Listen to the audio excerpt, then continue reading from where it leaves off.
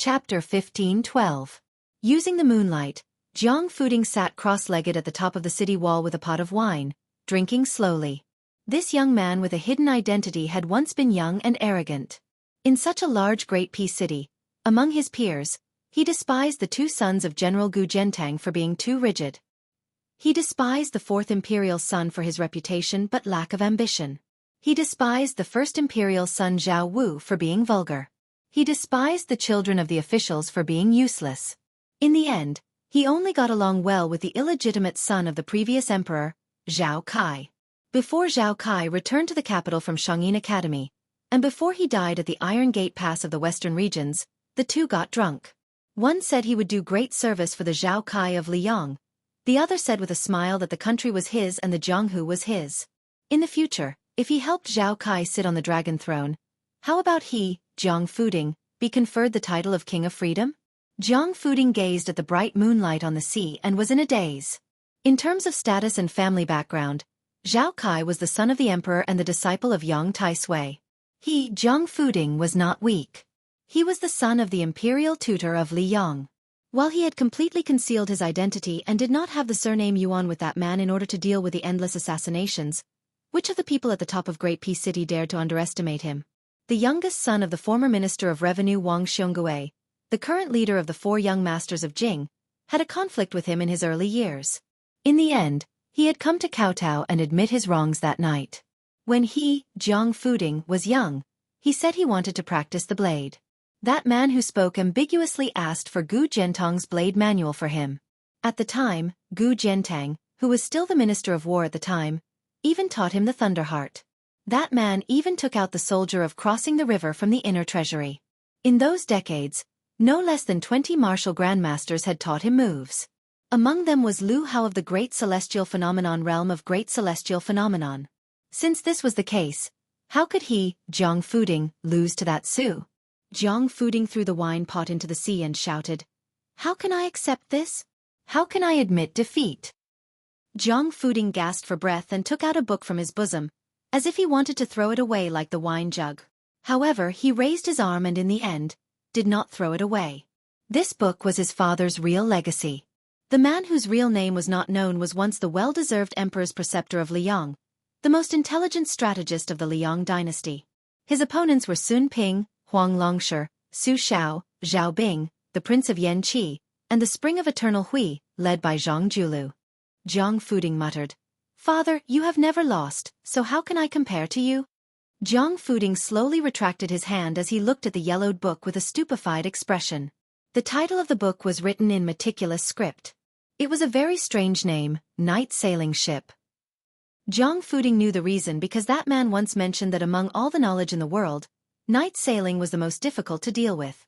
At the beginning of the book, there was an absurd story about people from the three sects of Confucianism, Buddhism, and Taoism. The four of them were sailing on the sea together with an old boatman. The Confucians said that the study of saving the people was awe-inspiring and righteous. The Taoists said that the method of immortality was incomparably mysterious. The monks said that the profound Buddhism was like a fairy scattering flowers. The more the boatman listened, the more frightened he became. He was so scared that he almost threw away the bamboo wormwood in his hand. Later, the more he listened, the more sleepy he became. In the end, he accidentally threw away the bamboo wormwood, causing the four of them to be unable to return to the shore. This book was personally given to Jianghu by Yuan Benshi when he brought Song Kelly out of the capital to travel north and south of the Great Jiang. He only said that the stories in the book were merely hearsay stories from the countryside. They were like scribbles, hardly worthy of being refined. It was purely the work of an old teacher who was bored to death. Other than flipping a few pages for his son to read, there was no other use for it. There were more than 200,000 words in this book, so every page was densely packed. Jianghu could totally imagine the scene without any grandeur. A slightly reclusive old man was on duty in the Hanlin Academy under the identity of Yuan Pu. He had a bottle of cheap and good wine, a plate of fragrant peanuts, and a purple brush that was as sharp as a knife. He sat alone and drank. His strokes were very slow, and his strokes were very small. Every time he wrote something he was satisfied with, he would take a sip of the wine. Jianghu carefully put the book back into his arms and lay back. He looked at the bright moon above his head. "When I was young, You told me that heaven and earth gave birth to me as a man. If I win, I'll be a hero. If I lose, I'll be a hero. If I die, I'll be a ghost. Jiang Fuding closed his eyes and said bitterly, "But when you saw me for the last time, you said that it was enough for me to live well." After a long silence, the most reclusive young man in the martial emperor city fell into a deep sleep. Bathed in the morning light, Jiang Fuding finally opened his eyes and sat up. He said softly, "I've made up my mind. The world can forget 100 or 1,000 Jiang Fuding, but they can't forget Yuan Benshi." Jiang Fuding stood up again and murmured with tears in his eyes, "Father, I'll settle the score with Zhao Zhuan and Li Yong for you. I'll help Zhao Zhu sit on the dragon throne. I miss you very much. Su, if you're lucky enough to survive, we'll meet in the imperial court." Right at this moment, a little boy carrying a small bamboo basket ran up the city wall. His clothes might be shabby, but he was rather neat and tidy. When he didn't speak, his clean little face had a solemn expression that other children of the same age didn't have. When the little boy saw that familiar slender figure, he steadied his breathing and recuperated before shouting, "Jiang Fuding!" It was said that Wang Xianji's disciples, Yu Groom and Linya, loved to go to that little place for breakfast. A 7- or 8-year-old child's horizons were naturally higher. The child had a skinny dog and would walk the dog around the city when he had nothing to do. It was as though he was a general patrolling his territory. After Jiang Fuding arrived at the martial emperor city, there was no one to help him take care of his life. Especially after Linya left the Eastern Sea, she was very particular about everything. Therefore, she would casually settle her breakfast at that bun shop. Every time, she would spend 20 copper coins to buy a small basket of thin and juicy buns. As time passed, she became familiar with the little boy who collected the money. She would occasionally tease this little boy who was very rigid in everything he did and said. Jiang Fuding was also puzzled. How did such an easygoing couple raise such a strange child who was filled with the aura of an old scholar?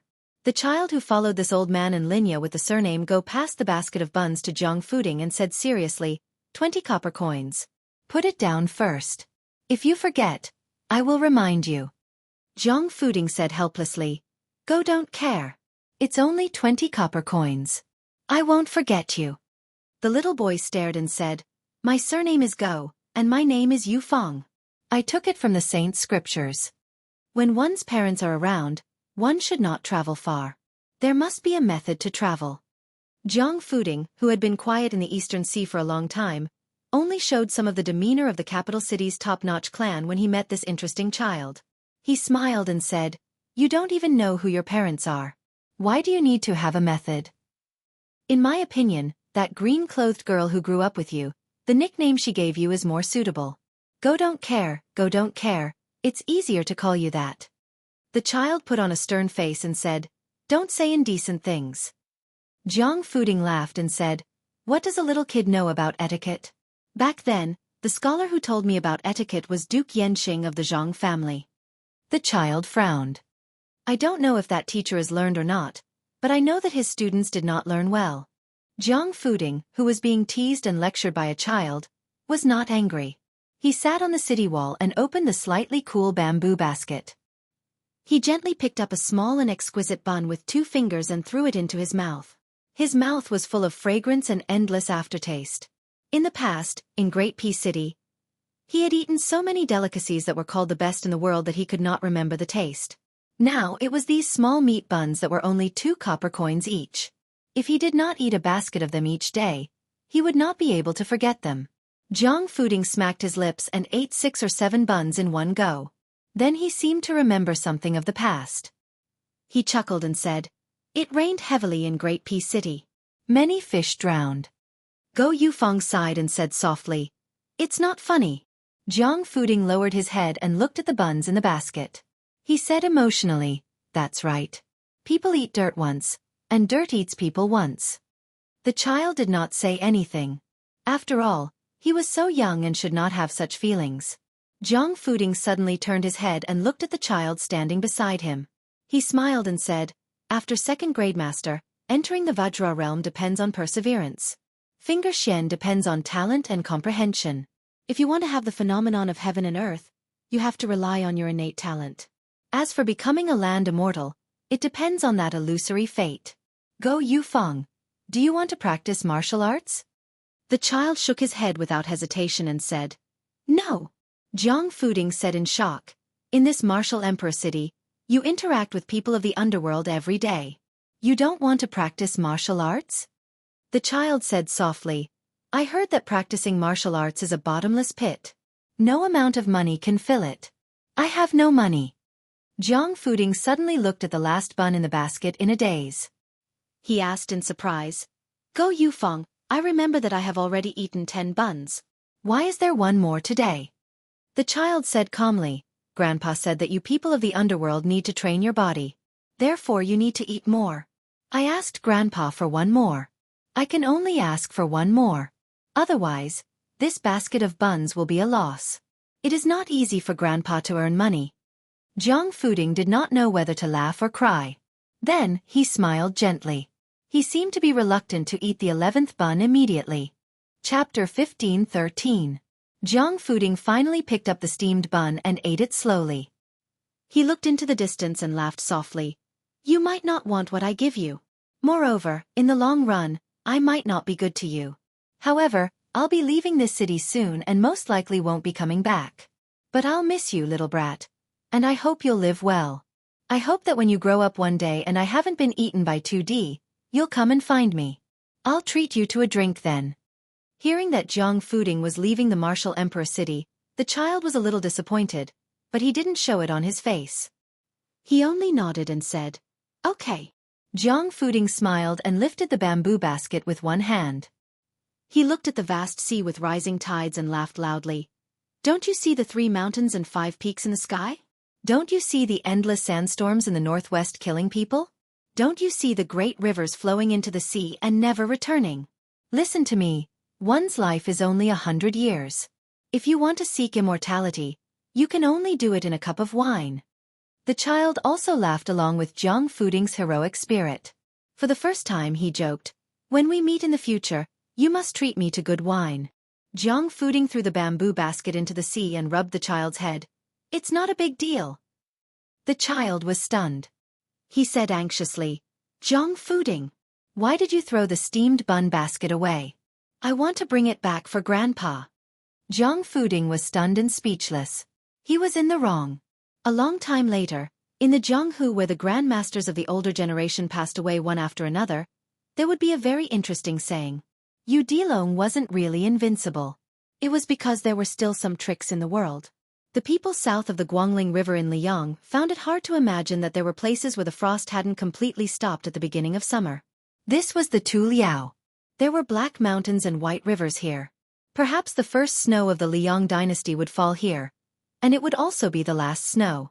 The winter snowstorm here was known as the Great Smoke Bubble, blotting out the sky and the sun.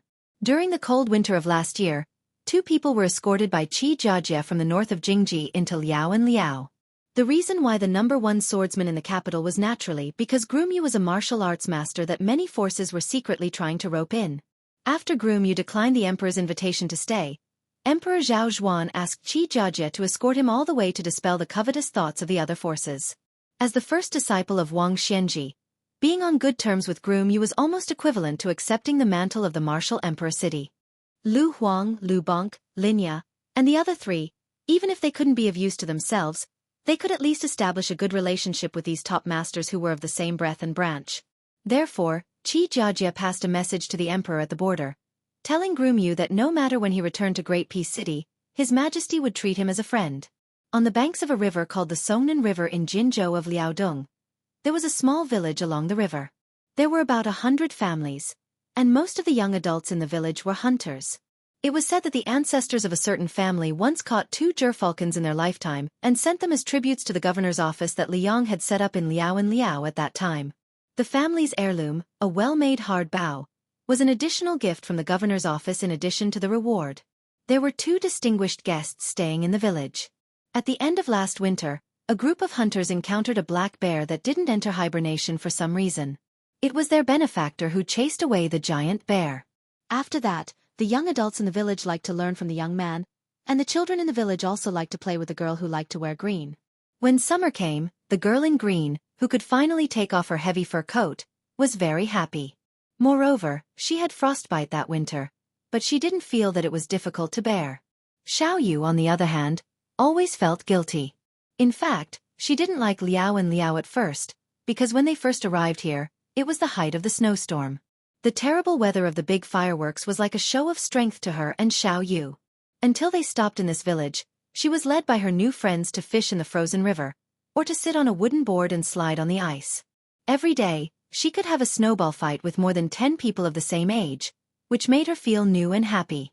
Therefore, when Xiao Yu said that he wanted to go to Liao Bay, she was not willing, and then Xiao Yu didn't urge her anymore. Over time, she and Xiao Yu began to look like natives of Liao Dong.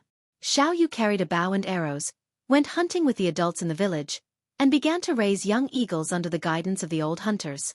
She no longer wondered why the windows here were papered outside, why every house had big and small jars of pickles, and why the adults would say that if the children didn't listen to them, they would be hung in the basket. Today, Xiao Yu was helping a family in the village cut a plant that was more than 5 feet tall, which the locals called Lamus chinensis, to build a house. Of course, it was not the grass that sheep ate. Its stem was hollow, similar to the bamboo in her hometown. She quietly squatted by the side, watching Xiao Yu cut the stem with a knife, thinking that he was quite handsome. She remembered that the day before Grandpa Gao left Wulin City, he had a private chat with her. He talked about a lot of people, but she couldn't remember most of them. Only when he talked about Xiao Yu did she pay special attention, so she remembered clearly.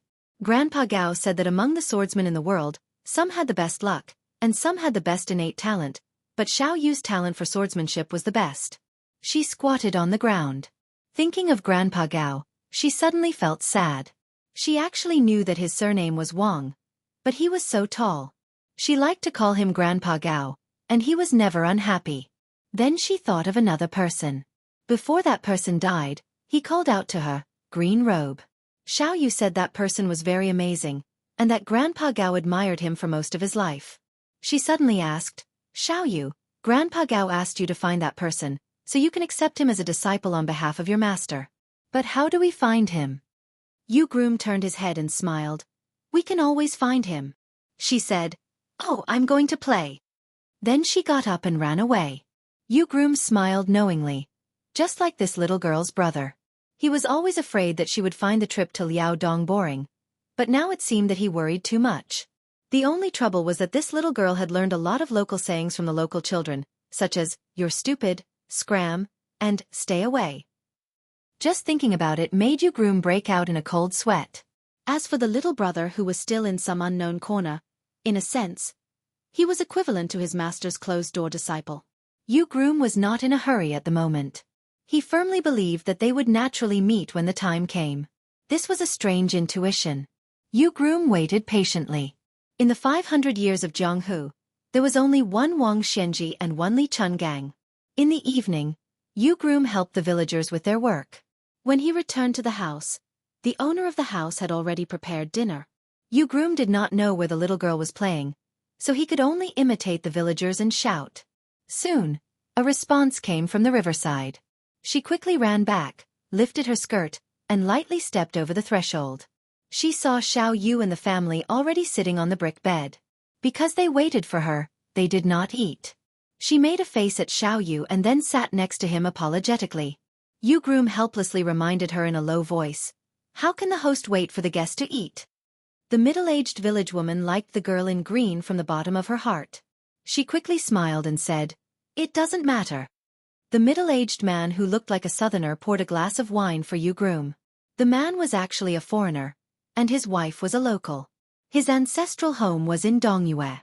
Back then, he followed his grandfather and father to Jinzhou. However, he went north earlier than Hongjia.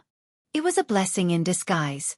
He was lucky to escape the spring and autumn war that burned the central plains.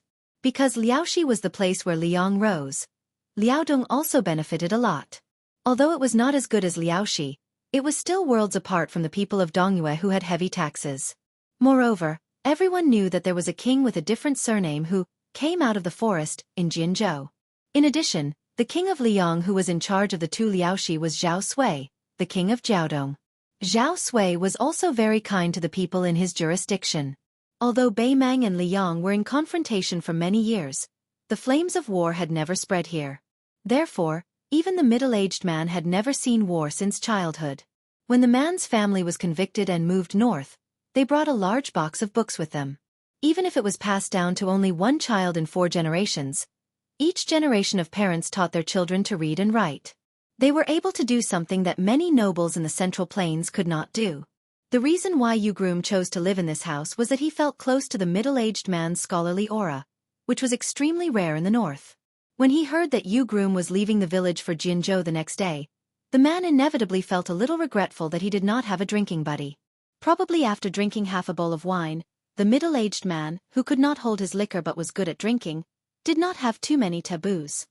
He smiled and asked in a low voice, "Brother Yu, are you going to see the ancestral home of the king of Beiliang? To tell you the truth, there's nothing to see.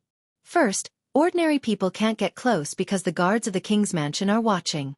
Second, many people say that there are only 2 or 3 shabby houses. It's said that many people who went to Jinzhou to join in the fun went in high spirits but returned in disappointment." Groom asked, "Many people go to Jinzhou?" The man gulped down the remaining half bowl of wine and said with a smile, "That's right. There are many stories about this. We're only about 80 miles away from Jinzhou.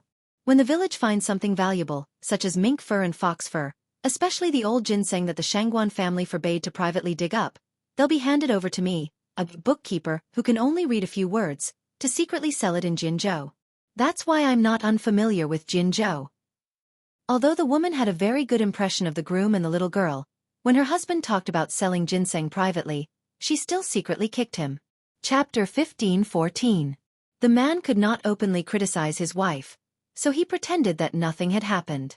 He continued, "As for the famous butcher, even though he left Jinzhou for more than 20 years and died in Beiliang, people in Jinzhou still talk about him with relish. The first decade was the most lively. It was said that many powerful families in the Central Plains who had irreconcilable enmity with Butcher did not dare to go to Beiliang for revenge, so they thought about digging up the ancestral grave of the Su family. If our king of Jiaodong had not been on good terms with Butcher, I'm afraid he would have been killed. In my opinion, our king of Jiaodong was also implicated by Butcher. Otherwise, with his ability, he would not be in such a bleak situation now. Last time, you said that Zhao Ying, the Duke of Huainan, also died heroically in battle. Our king is not comparable to Butcher and the king of Yen, but compared to the Duke of Huainan and the new king of Jing'an, he is more than enough, right? Otherwise, he would not be able to sit on the position of the king of Jiaodong. Besides Beiliang, only the vassal territories here face to face with the barbarians of Beimang, right? If the late emperor did not trust our king's ability, he would not dare to make such an arrangement." Groom nodded. The late emperor of Liang had painstakingly placed Zhao Ying in Huainan Dao, which was right under his nose. He banished the ambitious Zhao Bing to Nanjiang. He let his brother Zhao Yi, who had the same father and mother, govern the richest Guangling Dao. The king of Jing'an, who was the most unruly, was placed in Shangfan, Qingzhou, which was surrounded by enemies. Only Su Shao and Zhao Sui were placed in the 2 places of Beijiang. The middle-aged man, who was neither a scholar nor a scholar, had unwittingly drunk 2 bowls of wine.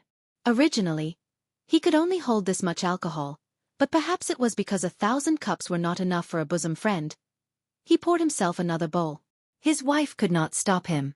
He raised the bowl and smelled it, but did not drink. He raised his head and looked at Groom opposite him. His eyes were a little unfocused. This middle-aged man, who was far away from the smoke of war in the court, seemed to be talking to himself. The Dongyue where my ancestors were in was destroyed by General Gu Zhentang. Perhaps it was not the work of Ren Tuesday. My grandfather had never had any ill feelings towards Ren Tu, and I am no exception. I heard that Tai and City was the place where people scolded Ren Tu the most in the world. Then it was Guangling Dao, which was known as the talented scholar, followed by Zhongnan, where there were countless distinguished scholars. Now, even the new king of Liang is being scolded together. It seems that the more they scold, the more powerful they get. One of them is the assistant minister of the Ministry of Rights. I heard that he is from Beiliang. Hey, so I really want to understand one thing. Since those people have all become officials of the Liang Imperial Court, many of them have not even seen Ren Tu and the new king of Liang. Even the rise of their families can be attributed to Ren Tu's victory. Younger brother you have seen a lot. Looking at your temperament, I think you are also a well-read person. Can you help me clear up my doubts? Groomyu hesitated and smiled. Pick up the bowl to eat, put down the chopsticks to curse. The middle-aged man sighed. Yes. A country without a hero is like a house without a pillar, a person without a backbone.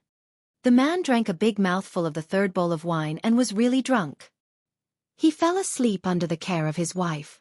He muttered to himself that if the new young prince couldn't defend the northwest, he would also curse, including the young king's father. The middle-aged man's wife didn't know whether to laugh or cry. She nagged. Do you really think you are a high official? I don't see you working so hard on the crops all these years. Although the woman was nagging, she lowered her head to look at her man's face, which was much rougher than when he was young. Her slightly tanned face couldn't help but reveal a smile. She thought to herself, who asked you to be so handsome? Back then, I had to fight with many women to get you. Even if your farming is sloppy, it doesn't matter. After hearing that, Groomyu suddenly drank a bowl of wine and said indifferently, a country without a hero, how sad. A country that has heroes but doesn't know how to respect them, how sad is that? Groomyu got off the Kong and brought a small stool with the little girl to sit outside the room. He turned his head to look at her, who was in a daze, and said with a smile, how about we go somewhere else to find your Grandpa Gao's disciple? The little girl turned her head and rolled her eyes. If you want to go to Baelyong, just say it. I don't really care. Groomyu was a little embarrassed. He was about to say something when the little girl said seriously, go, go.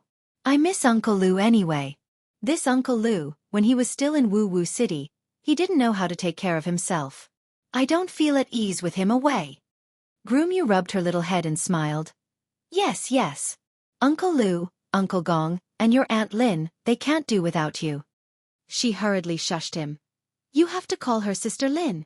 If you call her Aunt Lin, she'll get angry. Groomyu laughed. No wonder Master said you're not afraid of anything except the forest crows.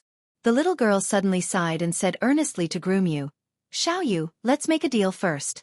When we reach Baelyong, let's not fight and talk nicely, okay? Groomyu pretended to be surprised. Eh? Who said we shouldn't quarrel if we can use our fists? The little girl raised her chin and said fiercely, I haven't said the second half of my sentence. When it's time to quarrel, we should discuss things properly. Those who use their fists aren't heroes. Groomyu narrowed his eyes and said softly, if you travel the Jianghu in the future, you'll definitely become a heavenly heroine. The little girl nodded vigorously and then put her head on Groomyu's knee. She said in a muffled voice, Xiaoyu, I've wanted to go to Baelyong for a long time. I want to visit the place where Grandpa Gao passed away. Groomyu nodded lightly and didn't say anything. The little girl raised her head slightly. There were still traces of tears, but there was a smile on her face. Xiaoyu, Xiaoyu, Baelyong is in the northwest. Then won't we be eating the northwest wind every day? Groomyu smiled. Yes, there are battlefields everywhere. We might have to eat a lot of sand. It was not easy to be an official in the capital. Even though Fan Zhongho, who had been bestowed the title of the #1 national chess player of the dynasty by the emperor, had become a new noble in the Hanlin Academy, he couldn't help but sigh. The Fan family could be said to be a scholarly family. However, in Xiangzhou, it was not considered a luxurious family. When he was summoned to the capital, he went north alone. He didn't bring any servants with him. He had about 700 to 800 taels of silver on him. He thought that even if he couldn't be extravagant in the capital, he wouldn't be too shabby. He didn't think that when he actually became an official in the capital, he would realize how expensive it was. After all, Fan Zhongho had never received the special honor of being conferred by the emperor, and he wasn't a true scholar in the imperial examinations. He didn't have a master room in Taiyan City to rely on, and he didn't have the financial support of his fellow countrymen. However, for officials in the capital, especially Huang Menlang of the Hanlin Academy, their residences had to match the prestige of the official system. Thus, Fan Zhongho gritted his teeth and rented the old residence of an old assistant minister of the Ministry of Works. It could barely be considered a place with a pavilion, a garden, and lush greenery. However, this cost him 200 taels of silver. That was the price the old assistant minister gave him for the sake of Huang Menlang. If it were any other official, not to mention 200 taels of silver, even 400 taels of silver wouldn't be enough. The Liang imperial court did not take care of everything in the matter of official uniforms. Other than a few sets of official uniforms that were set by the Ministry of Rights, the rest had to be provided by the officials themselves. The purchase of a wide variety of official uniforms was another large expense. Fan Jianghu had only learned after working for a period of time in the Hanlin Academy that many old-fashioned old Hanlin scholars who did not know how to make money were so poor that they had to borrow official uniforms all year round. To make matters worse, Fan Jianghu, as a newly popular person in the great and city officialdom, had to attend a variety of banquets and weddings and funerals of his colleagues. This caused this young man to spend money like water. Adding on the dignity of the Hanlin Academy, the ink and paper that he needed for his daily study, he had all kinds of connections. Fortunately, when Fan Jianghu went to the capital, he had brought with him about 20 unique and rare books that had been engraved. Many of his colleagues in the Hanlin Academy loved books to the point that they would borrow money to buy books even if they were poor. After receiving this gift, Fan Jianghu started to gain a foothold in the Hanlin Academy. He also promised many of the officials in the capital that he would buy the locally engraved and large books in his hometown that were relatively cheap. This gave Fan Jianghu a good impression. In reality, the purchase was just an excuse. He was giving away his treasures from the library at home. He believed that those old foxes who had cultivated for half their lives in the government knew this, but neither side said it out loud. Most of the officials from outside the capital lived in the southeast area of the city. The scenery here was not bad. Scholars from the south like Fan Jianghu all had to enter the capital through this area. Therefore, those prominent officials from Liang, even though they had been given positions in the court of the inner city, still had their own residences here. It was convenient for them to guide their descendants. Most of the recitation gatherings in Great and City were held here. From spring to summer, it was close to the Mang seed. There was an old saying that spring fought for the sun and summer fought for the time. In the past, it was always the Mang seed time. Large numbers of scholars and refined scholars would hold gatherings near the Xianxia pavilion. What was interesting was that some family was so large that they had specially set up 20 or so mu of rice fields that were not easily seen in the north for people to enjoy. In the summer, every night, there would be frogs croaking. This year's Xianxia pavilion gathering was especially interesting.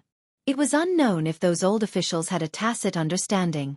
From Secretary of the Secretariat Qi Yonglong to Tantanan of Manxia Province, to Zhao Yuling and Yin Mao Chun who had risen in the eternal Hui Spring, none of them participated this year. But from Chen Wang, Yan Jieshi, Jin Lanting, Li Jifu, Gao Tingshu, Sun Yin, and the others, these young people with the greatest reputation in Great and City, almost none of them were absent. They all attended this Xianxia pavilion gathering. Fan Jianghu, who had risen in fame, was also present. This gathering of people did not strictly have an initiator. They just called their friends and brought them along. The Xianxia pavilion became unprecedentedly lively. Chapter 15:15. At that time, Fan Jianghu and the youth from the imperial astronomer had a discussion in front of the emperor and empress. In the end, 6 people stayed until the end. Among them, Chen Wang and the Zhuangyuan Li Jifu had a good chat. The imperial brother-in-law Yan Qiji chatted with Song Kelly, and he, Fan Jianghu, got along well with the crazy Sun Yin on chess. Interestingly, his experience in the bureaucracy of the capital followed this trend. Li Jifu was often an honored guest of the Chen manor, and in the Hanlin Academy, Yan Qiji and the young phoenix of the Song family studied history together. It was said that they got along very well. Although Fan Jianghu and Sun Yin were not close friends, they would occasionally talk about the state of the world. Today, Fan Jianghu met with Sun Yin and then went to the Xianxia pavilion together. In Great Peace City, many officials would laugh and say, "High officials ride thin horses and don't show off their wealth." But Sun Yin, who had been banished, was different. He openly bought a tall horse from Beiliang and rode this horse to and fro every court meeting and when he was on duty. It was very eye-catching. Today, Fan Jianghu had the good fortune to ride a horse with the wind. He rode the same horse with Sun Yin. When they arrived near the Xianxia pavilion, where there were many carriages and tourists, Fan Jianghu flipped off the horse and couldn't help but rub his butt. Sun Yin, this guy, really rode in Great Peace City. Fan Jianghu was going to suffer. When Sun Yin saw Fan Jianghu's sorry state, he gloated. They arrived at the Xianxia pavilion one after the other in an inconspicuous carriage. 2 men wearing simple but elegant green robes stepped out. Sun Yin saw that they were Chen Wang, the assistant of the left scattered cavalry, and Li Jifu, the Zhuangyuan scholar. He originally thought that, according to Sun Yin's noble nature, He would at most give them a sidelong glance and then ignore them. Unexpectedly, Sun Yin actually took the initiative to pull him forward. Li Jifu, who also saw the two of them, obviously did not expect Sun Yin to greet them. He could not conceal the incredulity in his eyes. On the other hand, Chen Xiaobao, who was the most successful official in the entire Liang dynasty, whose official career was comparable to that of Jin Saburo, did not show the slightest bit of surprise. He warmly smiled at them and said, "Brother Sun, Mr. Yueten, let me make it clear in advance that I still won't drink today. I can only use tea as a substitute for wine." Sun Yin coldly snorted and said, "So what if you drink tea? I'll drink wine. Let's each have a cup. I can still make the assistant go to the toilet 4, 5, 6, or 7 times." Chen Wang bitterly smiled and cupped his fists to beg for mercy. "Brother Sun, please don't bully a fellow countryman. I implore Brother Sun to point the spearhead at Ji Fu. Otherwise, Mr. Yue Tian is also fine." Fan Jianghu smiled and said, "Assistant Minister, you can't just rely on your high official status to divert trouble to someone else. It will damage the reputation of the court." Li Jifu looked at the 3 people who were talking without restraint and felt a little envious. Although he had many private gatherings with the assistant minister, who was both a relative of the emperor and an important official of the court, he had never really let loose. Every time he returned home from a gathering, he would even think carefully about whether there was something wrong with his words or if there was something wrong with his words or if he had been rude. It was no wonder that Li Jifu was worried about personal gains and losses. Everyone knew that Chen Xiaobao, who was the #1 official of the emperor, would soon have a place in the small court meeting. Moreover, compared to other officials in the capital, Li Jifu knew more reliable insider information. The secretariat of the Liang Imperial Court had been empty for decades. After Qi Yonglong took over, it could be said that there were many things waiting to be done. Chen Wang, who was the assistant minister of the left scattered cavalry in Menxia province, although he was already a third-rank official, it was very likely that he would be transferred to the secretariat of the secretariat within a year or two and take up the position of assistant minister of the secretariat that no one had yet confirmed. There were many assistant ministers in the 3 provinces and 6 ministries, but the assistant minister of the secretariat was undoubtedly the most important one. It was not that the Hanlin Academy did not have a good title, but it was the trend. However, these rules did not affect Chen Xiaobao. A 30-year-old assistant minister of the secretariat might not be considered shocking in the old Liang dynasty, but Li Jifu dared to say that this was a feat that would never be repeated in the future. Zhao Yuling, Yin Mao Chun, Jean Lanting, all of them had their eyes fixed on the title of Grand Secretary. However, only Chen Wang was so absent-minded and leisurely strolling. Perhaps many people present at the time did not expect that this gathering at the Shinran Pavilion in the 2nd year of the auspicious era would leave behind many popular and elegant stories in the history of the future. Dong Yuran, who was personally praised by Tantanon as the son of the Dong family has ghosts and gods, whose writing is like a spring breeze, wrote the famous poem Shinran Pavilion.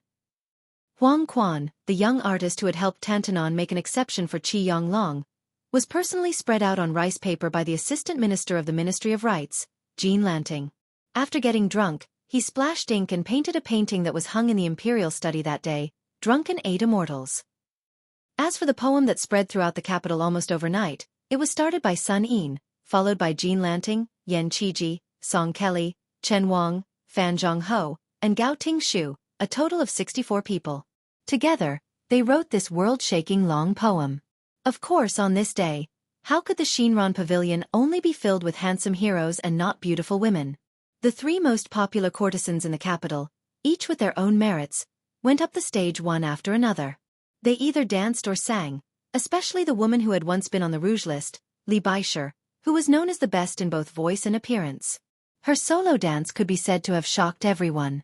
What was even more surprising was that after that day, there was no news of Li Baisher in Great Peace City.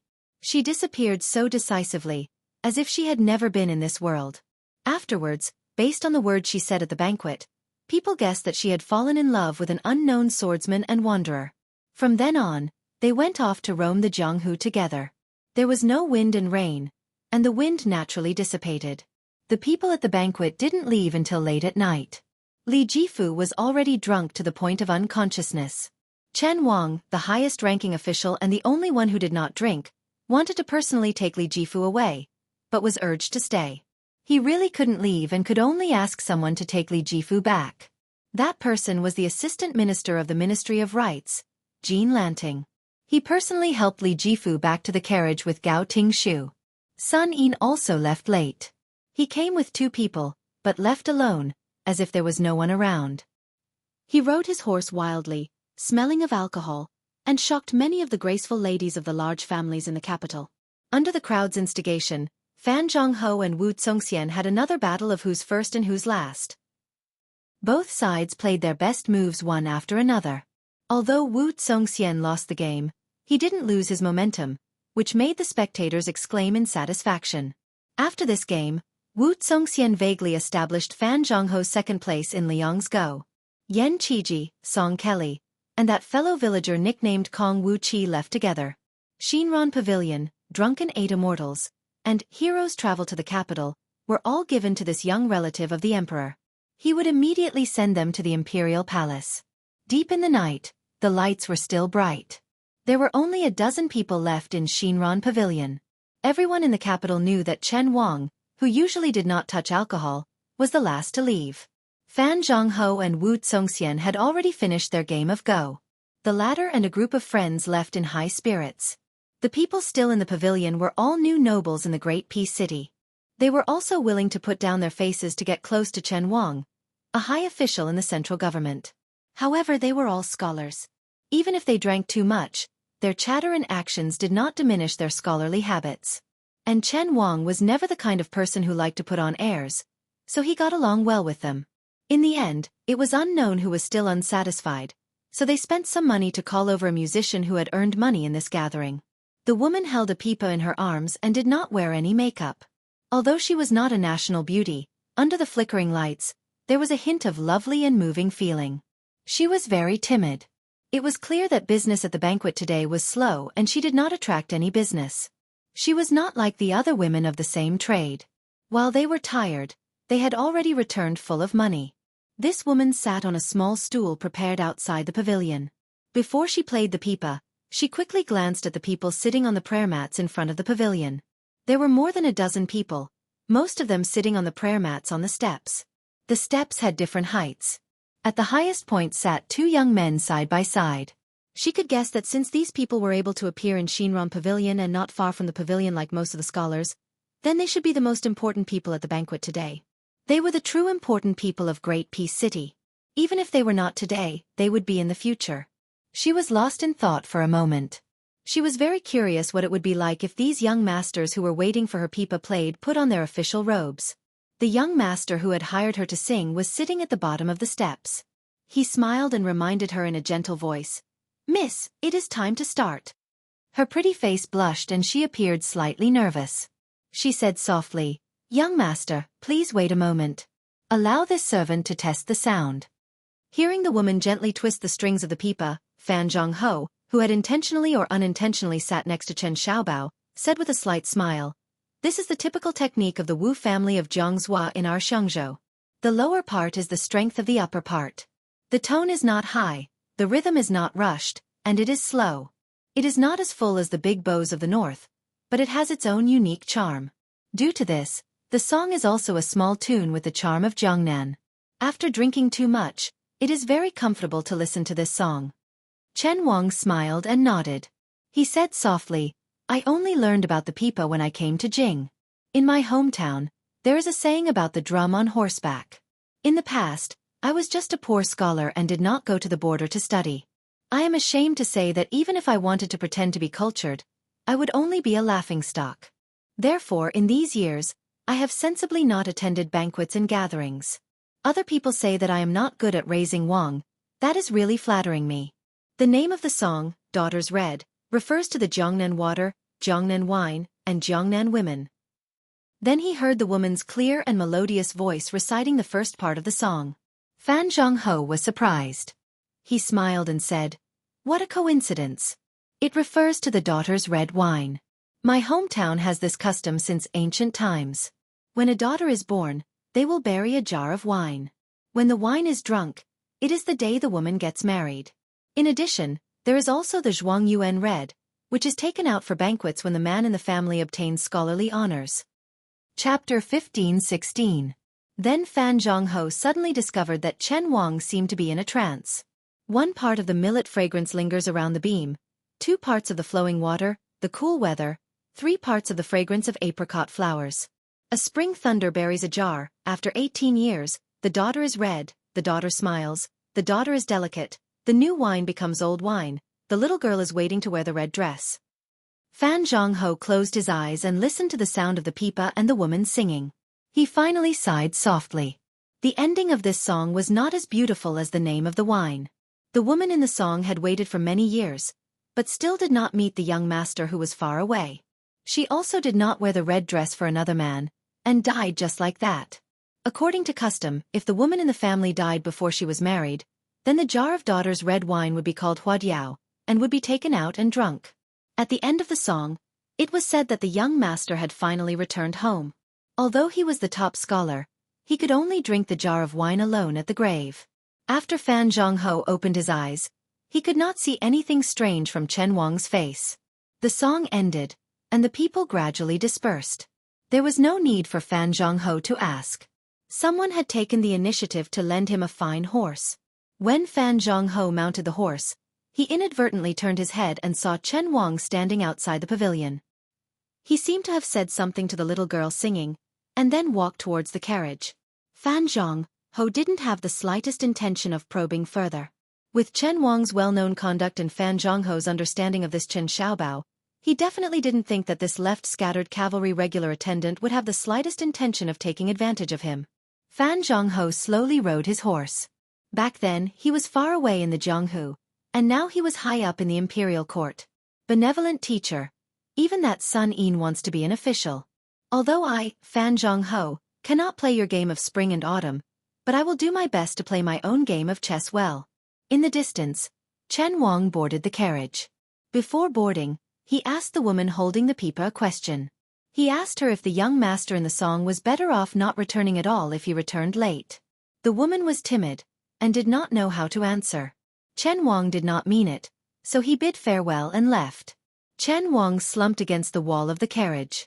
Even when he married that noble surnamed Zhao back then, even when his father-in-law was a duke of a county, Chen Wang did not drink at the wedding banquet.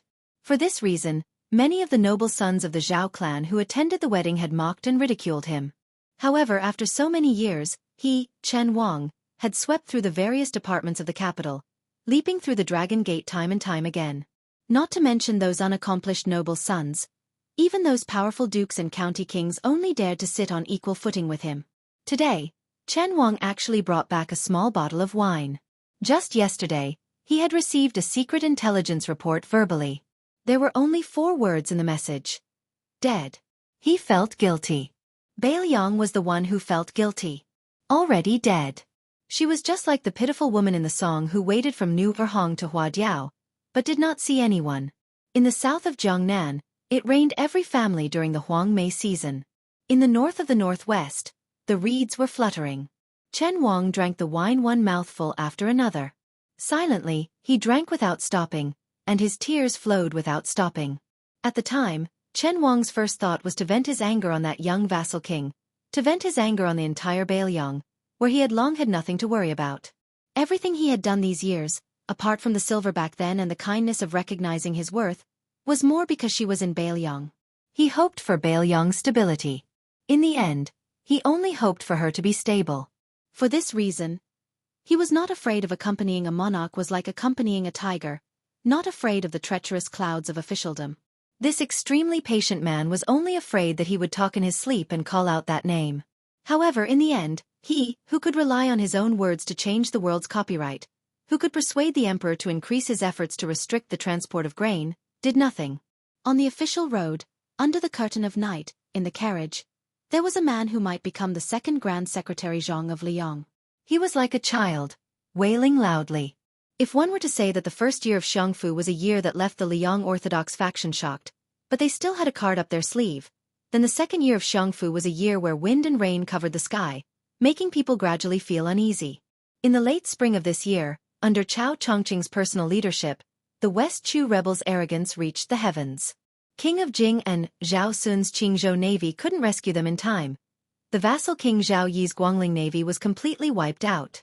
This also directly led to the balance of power that Song Li had won with great difficulty in Guangling province being easily broken on the surface of the Guangling River. What was even more worrying was that the most important reinforcements of the southern border's elite army, after the Qingzhou navy, whose battle strength was inferior to Guangling's, had no choice but to avoid them. They could only disembark from a few narrow crossings in the upper reaches of the Guangling River. At the same time, the vassal King Zhao Yi, who had lost all of his naval forces, was defeated like a landslide. Following Xie personally taking charge of the eastern front, coordinating with the West Chu navy down the river, the remnants of Zhao Yi's army could only turtle up in a corner. The territory they seized back from Song Li's hands seemed to have been handed over with both hands. The battle on the river affected the entire body. The southern expedition commander Lu Xianxiang's army had no choice but to stop and defend a few key points in place to prevent West Chu Xie from leading his troops up north to take advantage of the situation to counterattack. This naturally caused the Liang imperial court's original plan of a pincer attack from the north and south to the east and west to surround West Chu's capital to the point that not even a drop of water could trickle through, to become a dream. Fortunately, during this time of turmoil, there was still a gathering at the Xinran Pavilion in the capital. This meant that the people's hearts were still stable. Furthermore, Chen Zhibao received the imperial edict and personally led 10,000 elite troops out of Shu. Furthermore, on the two Liaodong fronts in the northern border of Ji province, the great pillar state Gu Jiantang and the new general of Ji province, Yuan Tingshan, had won a series of beautiful battles. At noon, on the surface of the Guangling River, several large turreted ships that had recently been changed to flying the flag with the character Jiang on it went against the current. They did not stop at the river outside West Chu's capital, but instead continued to sail up the river. These warships were all seized from Guangling Prince Zhao Yi during the battle on the river. It was funny to say that these few turreted ships, which were supposed to display great power during the battle, were almost undamaged before the change of owners. On one of the towering turreted ships in the middle, there was a group of people leaning against the railing. There was a man with white hair on his temples, wearing a green robe that was the most elegant under the heavens. There was a young woman carrying a purple sword box on her back that was peerless in her generation. There were also military generals clad in armor. Each of them was high-spirited and vigorous, with a strict bearing. There was also a group of civil officials who had temporarily boarded the ship from the capital to enjoy the scenery, chatting and laughing. Among them, there were two young men who were the most eye-catching. If their identities were not taken into consideration, one of them had an ordinary appearance and a reserved bearing. He was only eye-catching because of the position he was standing in. He was standing beside the middle-aged man in green robe, frowning faintly. He was very different from the rest of the military generals and civil officials on the ship. The other young man made everyone's eyes brighten. They could not help but marvel at the fact that there was such a handsome man in the world. Wearing a white robe and a jade belt, he stood against the wind like a god or an immortal, enough to make others feel ashamed of their inferiority. The four people closest to the bow of the ship were Chao Chongqing, Jiang Ni, Xie Shibian, and Song Maolin. At present, Xie Shibian's reputation in the imperial court of Liang was extremely great. Even the common people had heard that an extraordinary genius general had emerged from the rebel army of West Chu. He had the bearing of a soldier of the spring and autumn period, Yi Bai Kuei. As for Song Maolin, although he was a late bloomer in the imperial court of West Chu, he was not inferior to Xie Shibian, who had established brilliant military achievements. The two of them, one in civil and the other in military, were known as the twin jade annulus of Dechu. Because of Song Maolin's outstanding appearance, he was like an immortal banished from the world. In addition to his brilliant literary talent, other than being known as the twin jade annulus of Dechu, he was also known as the Northern Su and the Southern Song dynasty together with the Northwest vassal king. Song Maolin was born into a rich and powerful family, so he was probably a true proud son of heaven.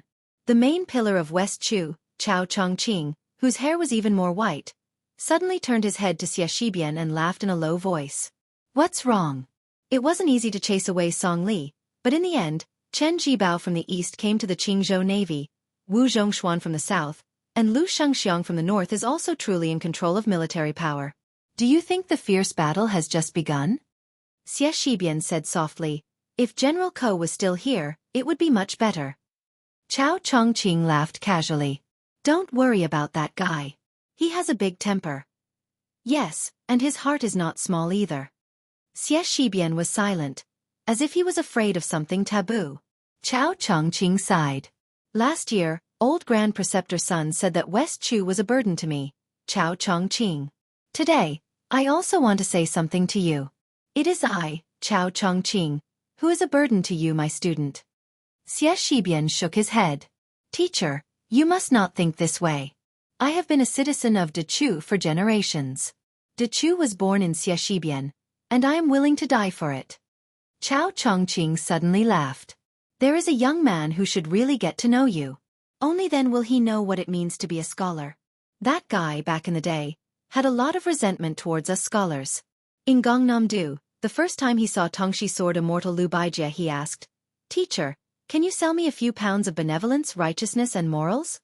When he saw me, he did not have a good expression either. Xie Shibian was puzzled. But I have seen Bailiang's various actions. They have established academies within their borders, and are very kind to scholars.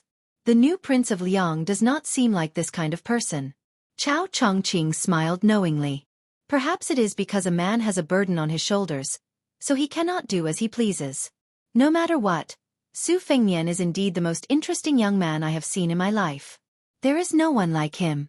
Afterwards, Chao Zhongqing suddenly laughed to himself and said in self-mockery, Even if I, Chao Zhongqing, praise him like this, Su Fengnian wouldn't feel the slightest bit of honor.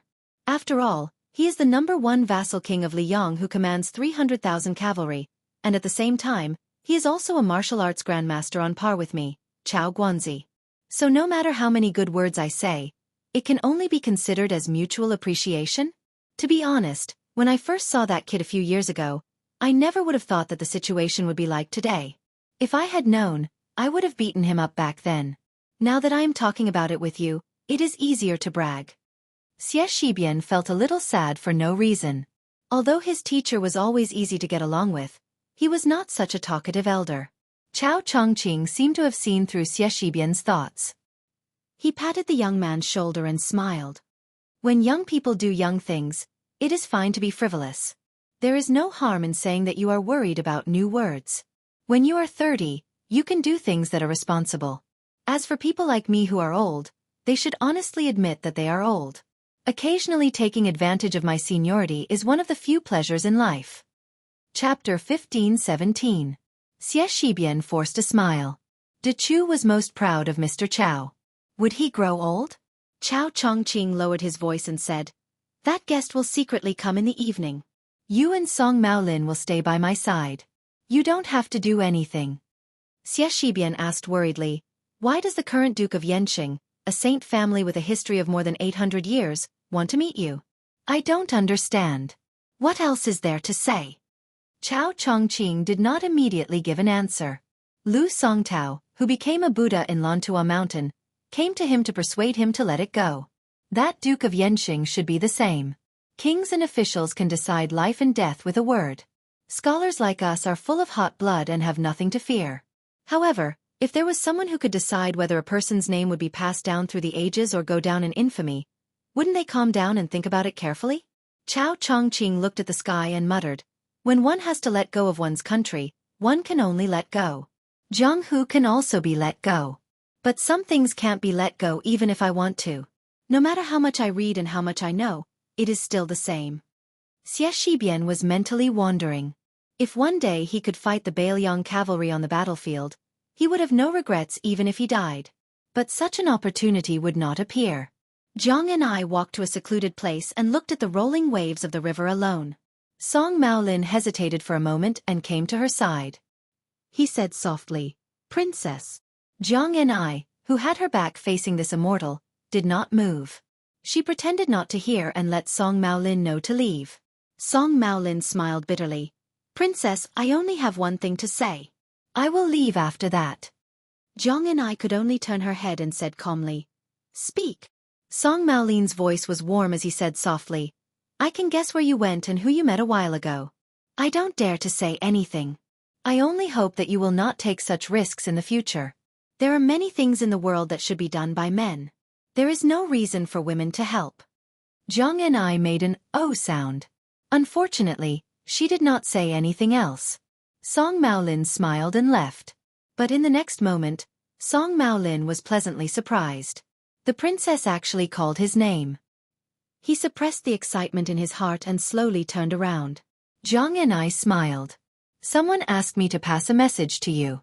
He said that the next time he sees you, he will definitely beat you up. Until you can't recognize anyone.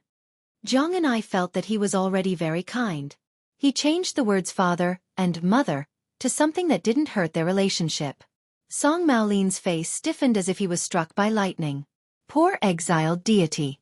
On the border between Beimang and Liangliao, a group of armored cavalry troops roared past right under the noses of the Liang border's military sentries.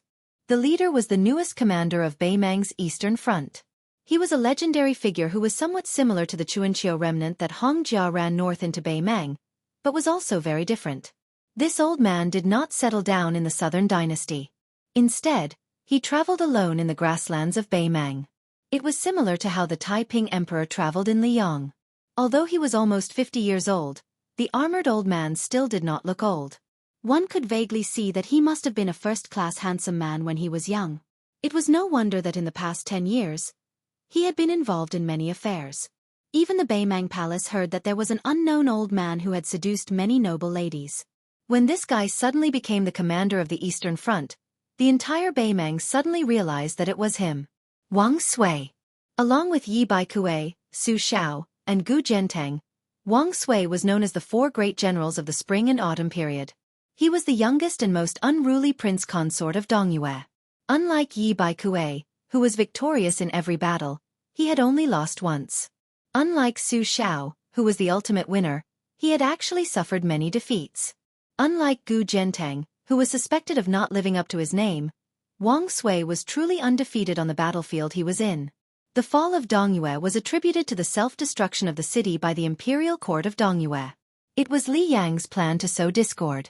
He removed Wang Sui's commander-in-chief title, and Wang Sui himself gracefully abdicated and disappeared without a trace. After Wang Sui followed Dong Zhuo, Yang Yuanzhan, and Lu Gue as the main general of another front in Beimang. Unlike the three who each had their own personal troops, Wang Sui casually rode an old horse to the border to take up his post. In the mountainous eastern front of Beimang, Wang Sui did not promote or demote anyone boldly, nor did he treat people kindly and drink with the generals. He was like an outsider who had run over to watch a show. He did not care about anything and did not meddle in any military affairs. Every day, Wang Sui narrowed his eyes and strolled blindly among the various armies with his hands behind his back. This made the old forces who were originally uneasy or full of resentment dumbfounded. Then, the generals of Beimang became anxious. You motherfucker, doing nothing all day long. When the time comes, His Majesty will misunderstand that we are working together to ostracize you. If we, the old men, suffer such a great grievance for no reason, who can we find to reason with? Thus, someone suggested to have Wang Sui hold a military parade at the border. At the very least, he would be able to have a taste of being the #1 figure in the Eastern Front Army. This would be compensation for this old man's understanding of the situation. Thus, today's scene of all the generals on the Eastern Front of Beimang had come out. However, many of the old generals of Beimang's border army, and the older generals glanced at the fellow who was surrounded not far away from them with a cold smile. Wang Sui's awe-inspiring might was just for show. Wang Sui, in addition to the personal guards and elite cavalry that were randomly assembled by various factions, also had the personal attendants of Qiu Jubo de Ru Jubo de Ru Jubo de Ru Jubo de Ru Jubo de Ru Jubo de Ru Jubo de Ru Jubo de Jingchong, as well as 4 to 5 young and strong captains by his side. The Eastern Front of Beimang claimed to have an army of 300,000, but in fact, it was only a little more than 200,000. There were 23 generals. Above them, there were 2 Beimang generals who were not as famous as Lu Gue and Yang Yuanzhan. This could not be helped. In the Southern Dynasty, the Beiliang cavalry could fight each other from afar and fight a few tough battles from time to time. However, on the peaceful Eastern Front, they could only confront the 2 big turtles, Zhao Sui, the Prince of Jiaodong, and Gu Zhentang one after another. There was no military merit to be gained. Now, the situation was even worse.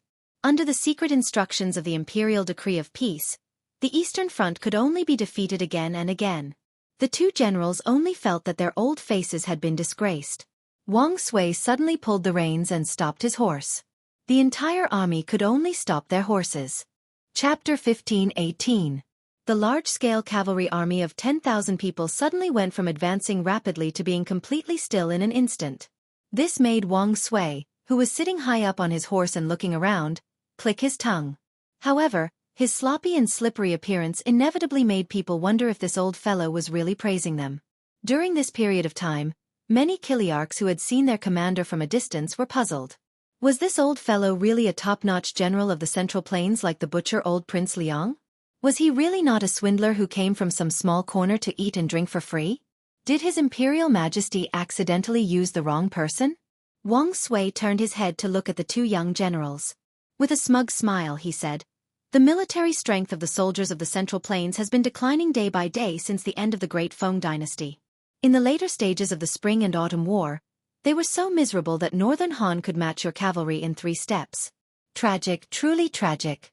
If it were up to me, it would be fortunate that Li Yang obtained the Central Plains.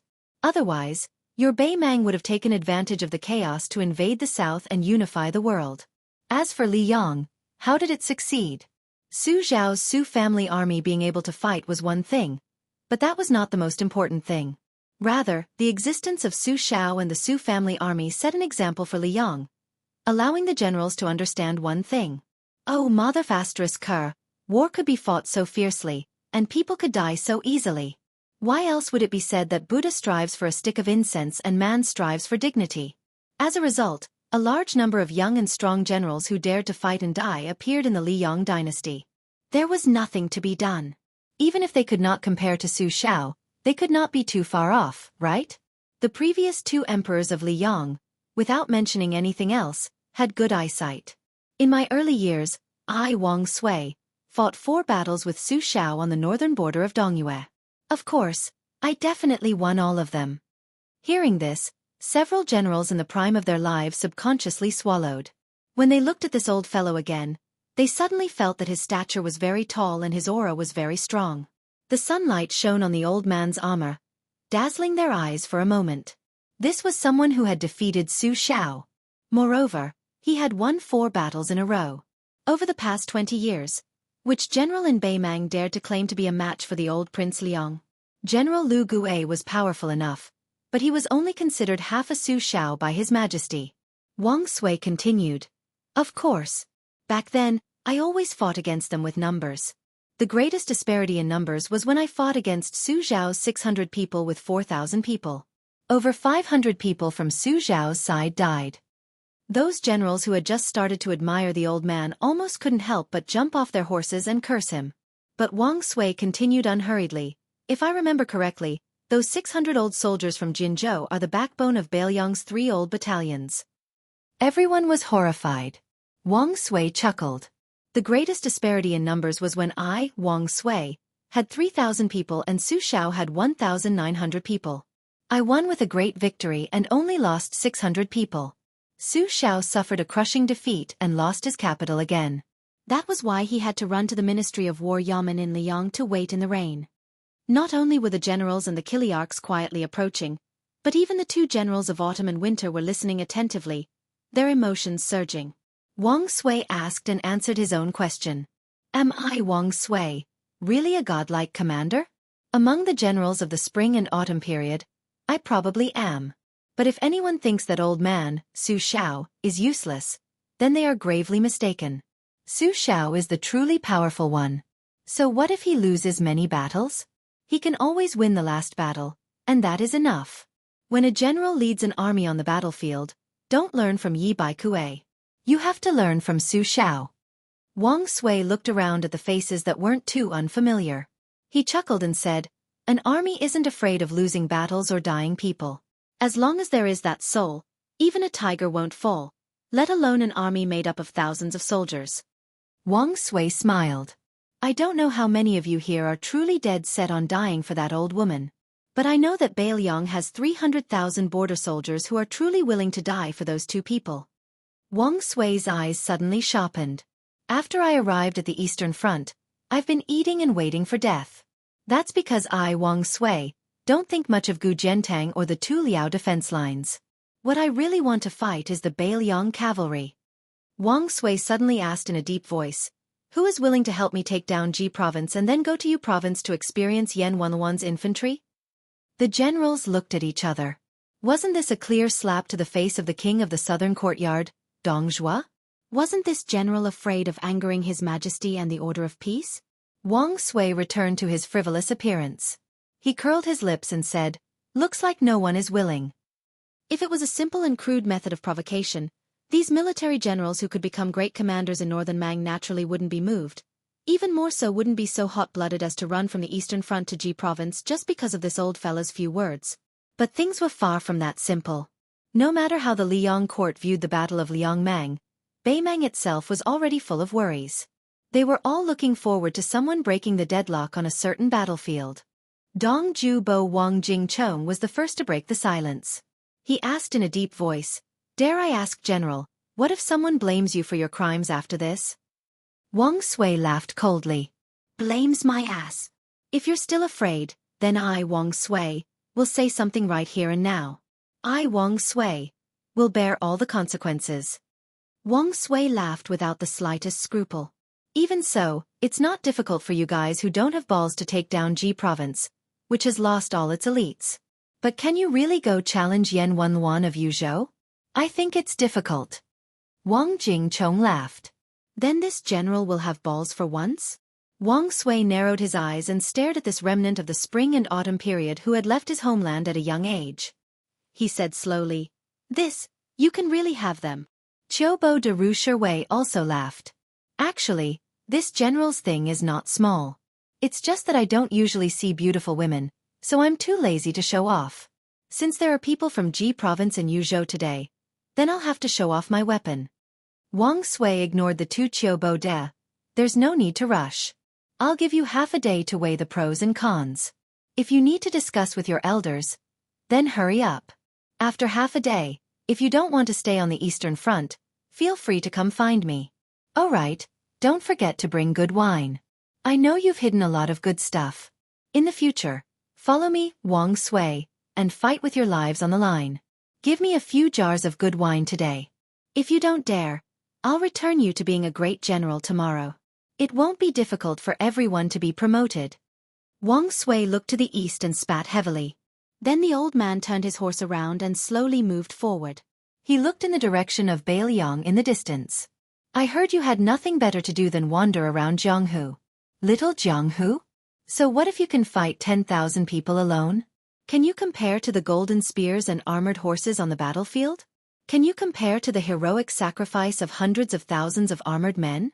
How can Su Zhao's son be so petty? Su Fingnian, back then, your father was completely defeated by me in Jinzhou. If you're really capable, then come find me to settle the score. If you lose, then obediently accept your fate. If you can win, then this world should belong to you, Su Fengnian." Chapter 15-19. Beiliang's Jianghu had never been so lively before. Under Shenyuan Qingfeng's influence, many Jianghu heroes had rushed north to the border. At this time, Mount Wudong was going to hold a new debate between Buddhism and Taoism. This gave many Jianghu people who didn't want to get involved in Liangmang's battle a way out. They didn't want to get involved in the mess, but they just took a detour to Mount Wudong to watch the fun. They didn't want to annoy the Liang imperial court, right? Everyone knew that the scenery of the 81 peaks was spectacular. Moreover, Ancestor Lu and the immortal Hong Shixiang who rode a crane to Jiangnan were both cultivating there. It was good to get some immortal qi. For a time, the number of foreigners pouring into Yu and Liang provinces was as large as carps crossing the river. As the local tyrant of Beiliang, the Fish Dragon Gang not only took the initiative to lead the way for the Jianghu Friends under the leadership of gang leader Lu Narong, but also took care of all the necessities. Moreover, if someone didn't want to travel with others, they could get a lot of money from the Fish Dragon Gang with their travel pass. As for whether they really went to Mount Wudong, the rich Fish Dragon Gang wouldn't really care if they went to the brothel to get drunk or to have a good meal halfway through the journey. This imperceptibly raised the status of the Fish Dragon Gang in the Central Plains. It was true that the Fish Dragon Gang didn't have many top masters, but it couldn't stop their wealth. If you wanted to live comfortably in Jianghu, didn't you need to rely on your fists and money? Otherwise, did you think you were the handsome king of Beiliang? It was said that before he started practicing martial arts, he used only his face to make more than 10 female heroes who came to Mount Qingliang to seek revenge fall in love at first sight. Since then, they were willing to stay in the Wutong Inn of the king's mansion as his mistress. The number of martial arts masters could be counted with one hand. The peach blossom sword god Dong Tai was too elusive. The great official Chao Chongqing was not young after all. Tuoba Bodhisattva was a Beimang barbarian who was born unlikable. Therefore, Su Fengnian, who was in his prime and had many magnificent achievements, became the most interesting topic of conversation for the Jianghu people in Liang. The king of Beiliang was full of praises for the king of Beiliang's signature products. Especially those shops that sold rouge and face powder. They swore solemnly that Su Fengnian had bought things for his close female friends. What made the young heroes and young masters most indignant was that these shops were obviously deceiving people. But the accompanying female heroes and fairies seemed to have been possessed and bought a lot of extremely expensive bottles and jars from those shops. The key point was that the real spendthrifts who spent money like water were none other than these men who protected the flowers. When the Jianghu in Beiliang was bustling, it happened to be the time when the Beiliang custom of rolling willows was at its peak. The sons of the Beiliang rich families would ride horses and shoot arrows in the countryside or in the martial arts arena. They would hang any object on a tree branch and shoot it down. This was called rolling willows. When the foreign Jianghu men saw that many Beiliang women were also familiar with bows and horses, they were inevitably shocked. They had only heard that the Beiliang people were valiant, but now they were sure that the rumors were true. Most of these Beiliang men and women who were rolling willows tied white hemp silk to their arms. After asking around, they found out that the people of Beiliang would tie hemp silk to their dead relatives within a month after they took off their mourning clothes. This was somewhat similar to how the families in the Central Plains tied colorful silk to their arms in the middle of summer to ward off ghosts and diseases. At the same time, this was also shocking. Could it be that Beiliang had really lost so many people in the battles at Huda City in Liangzhou and Heluku in Yuzhou?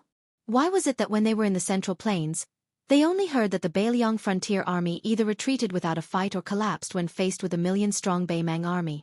However, they heard that the two Liao provinces under the command of the great pillar state Gu Jiantang and his son-in-law Yuan Tingshan's Jibei defense line were both filled with victory reports.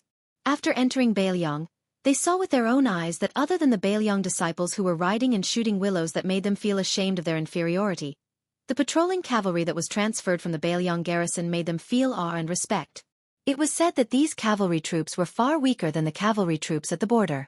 If they were really sent out to fight the so-called elite troops in the Central Plains, wouldn't it be like a level 1 expert crushing a level 2 master?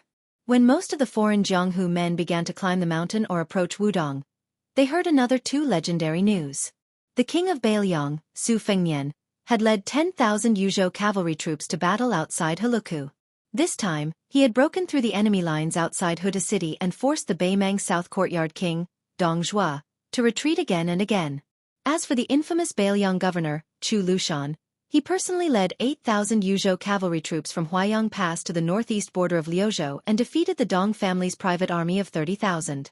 Evil people were hated by everyone, but if this evil person was one of their own, it was actually quite reassuring. Chu Lushan, the evil person who could stop children from crying, was the most suitable person to be placed in Beiliang's border. Not only would he not harm the Central Plains, he could also make the Beimang barbarians worry. In this way, Su Fengnian had become the king of Beiliang. Not to mention other merits, just subduing Fatty Chu and forcing him to stay outside Liangzhou Pass was already a great merit. Su Fengnian, after seeing Chu Lushan and the iron-blooded cavalry, which had suffered heavy casualties, for the sake of this Buddhism and Taoism battle, which was supposed to be held 2 years ago on the devil-slaying platform on Longhu Mountain, Su Fengnian specially rushed from Huaiyang Pass to the border between Liangzhou and Yuzhou. Of course, he did not come to Wudong Mountain to show off. It was because the spy from Fu Shui Fong reported that two groups of people were coming to join in the fun. One group was Deng Mao and Yelu Dongchuang, who had followed Luo Yang into Liang. They seemed to have stopped hiding their whereabouts after entering Yuzhou. The other group was even stranger. It was a couple who could be said to be unique in the world. Su Fengnian paid more attention to them than the couple from Huyen Daguan. This was because the man was the white-robed monk, Li Dongxin, who was the abbot of the two Zen temples in name. He was also the father of a young girl who had long since decided to become a heroine. The arrival of the white-robed monk greatly justified the debate between Buddhism and Taoism on Little Lotus Peak. Since Li Yufu, the head of Wudong, was not on the mountain, the Taoist who was debating with the Buddhists was a Taoist priest that many people in Beiliang had never heard of. He was a disciple of Song Zhiming, and it was rumored that he had just built a monastery on Little Pillar Peak. Not all of Wudong's 81 peaks have a Taoist monastery. Most of the peaks have been raised in seclusion and no one knows of them. Currently, Wudong Mountain only had 12 peaks. Among them, the Big and Small Lotus Peaks were the most famous. The Jade Pillar Peak, which was known as the Jade Pillar of Internal Strength, was also quite famous. From this, it could be seen that the Taoist priest named Han Gui, who was regarded as someone who could hold his own, must have some skills. In addition, the Green Mountain Monastery had been funded by the king of Bailiang from Mount Qingliang, and the status of Little Pillar Peak had naturally risen. As one of the ancestral courts of Taoism, Wudong Mountain was separated from Mount Longhu and had been fighting for hundreds of years. Of the few immortals of the highest generation, Wang Zhonglo was the first to pass away. Hong Shixiang, whose cultivation had reached Tongxian, was reincarnated for some unknown reason. Sword maniac Wang Xiaoping, who blocked the way, Wang Xianji, died heroically on the banks of Guangling River. Song Jiming, who had lived for more than 60 years, had also died. Now, only the enlightened priest Chen Yao and the self-deprecating Yu Xingrui, who had self-deprecated, "I can't cultivate immortality, I can only cultivate strength." The latter was also the person who had the foresight to bring Li Yufu up to Wudong from the East Sea. There were about 20 Wudong Taoists of the same generation as Li Yufu and Han Gui. After that, there were more Taoists of the four generations, especially the Ling and Zhen generations. Unlike Mount Longhu, which was declining day by day, Wudong Mountain, which had been silent for 100 years, was becoming increasingly prosperous. There were now more than 600 Taoists of the Zhen generation, and this was under the premise that Wudong Mountain was not willing to accept disciples indiscriminately. When going up the mountain to burn incense, whether it was the people of Lingzhou or the pilgrims of Jianghu Prefecture, they would usually climb the mountain from the southern divine path, which had the most beautiful scenery and the best route. Su Fengnian had chosen the northern divine path to climb the mountain. He did not expect that he had underestimated the huge appeal of the battle between Buddhism and Taoism. Apart from the 700 to 800 Jianghu people, most of the rich people of Bailiang and the other 3 prefectures had come by car or horse. There were even many people from Huainan and Gangnam-do who had come to burn incense and watch the battle. The northern divine path of Wudong Mountain was not wide to begin with. What was even more unfortunate was that it had started to drizzle early in the morning. The rain was not enough to obstruct the road, but the muddy road was a pain. Coupled with the constant trampling of the people, the rugged road of less than 20 miles was more tiring than 50 miles of the official road. Chapter 15-20.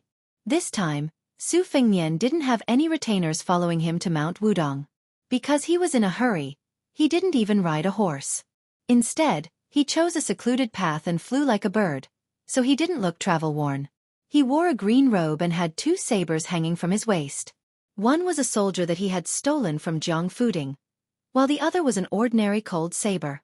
At noon, Su Fengnian stopped at a simple and crude restaurant at the entrance to the Northern Divine Road. The name of the restaurant was quite interesting. It was called Passing Village Inn, probably to remind pilgrims who had come from afar that there wouldn't be another shop after passing through this village. The restaurant was already packed with people, all of them hoping to ascend the mountain as soon as possible. Su Fengnian could only sit on a small bamboo stool under the eaves with a dozen or so other people to shelter from the rain. If they wanted to eat hot food or drink hot wine, they had to obediently wait in line. Su Fengnian asked for a pot of tea. The tea was under the banner of Wudong's Taoist tea. For a palm-sized pot of tea, he dared to ask for an exorbitant price of 25 copper coins. Su Fengnian held the pot in one hand and the cup in the other. He drank it all in a few mouthfuls. When he asked the waiter to refill his cup, he had to fork out another 5 copper coins. Obviously, Su Fengnian wasn't the only one who felt that he was being overcharged. The pilgrims around him were also complaining. A few of the younger ones even had a bad impression of Wudong. They said that if a single leaf was like that at the foot of the mountain, then the Wudong Taoist priests on the mountain must be like that as well. From their accents, it was clear that they were all foreigners. Some of the Bailiang pilgrims who often went to the mountain to burn incense frowned. An old man smiled and tried to persuade them. He said that when they went to the mountain to burn incense, even the incense sticks were a gift from Wudong, and they didn't charge a single copper coin. Of course, how much incense money they were willing to pay, whether it was a few copper coins or a few taels, was all up to their ability. The old man also said that since he was young, he would come here to burn incense 3 or 4 times a year, but he had never met a Wudong Taoist who took the initiative to ask him to pay. As soon as the old man opened his mouth, Many foreigners who were curious about Wudong Mountain became interested. Some of them asked the old man if he had seen Li Yufu, the leader of Wudong Mountain. The old man laughed and said, "Of course I have. How could I not? Not only leader Li, but also leader Wang who broke the river with one finger and leader Hong who rode a crane to Jiangnan. I have seen them all, especially leader Hong. I'm not boasting. In fact, there are many pilgrims who have seen these people. If you go up the mountain today, you might meet Zhenren Chen or Zhenren Yu to interpret the divination for you. Unfortunately, I heard that Headmaster Li went down the mountain to travel. Then is it true that your king of Bailiang once practiced martial arts on Mount Wudong?" Of course, I've personally asked 2 Taoists of the Qing generation whom I've been familiar with for many years. It's absolutely true. It's said that our king and leader Hong have been close friends for a long time. On the mountain, one practiced martial arts and the other practiced Taoism. They trained each other. Their relationship was really good. A young girl from outside asked shyly, "Uncle, is your king of Bailiang really as handsome as the rumors say? How can it be fake?" "The son of the general and the princess. There's no need to say anything about his appearance." "Haha, little girl, you don't have to be shy. There are many girls in Bailiang who want to marry our king," the old man said and pointed at Su Fengnian who was sitting not far away drinking tea. He joked with the young girl, "Look, our king is guaranteed to be as handsome as this young master." Su Fengnian turned his head and smiled helplessly. The young girl's face was red. Su Fengnian took a sip of tea and gently looked into the distance.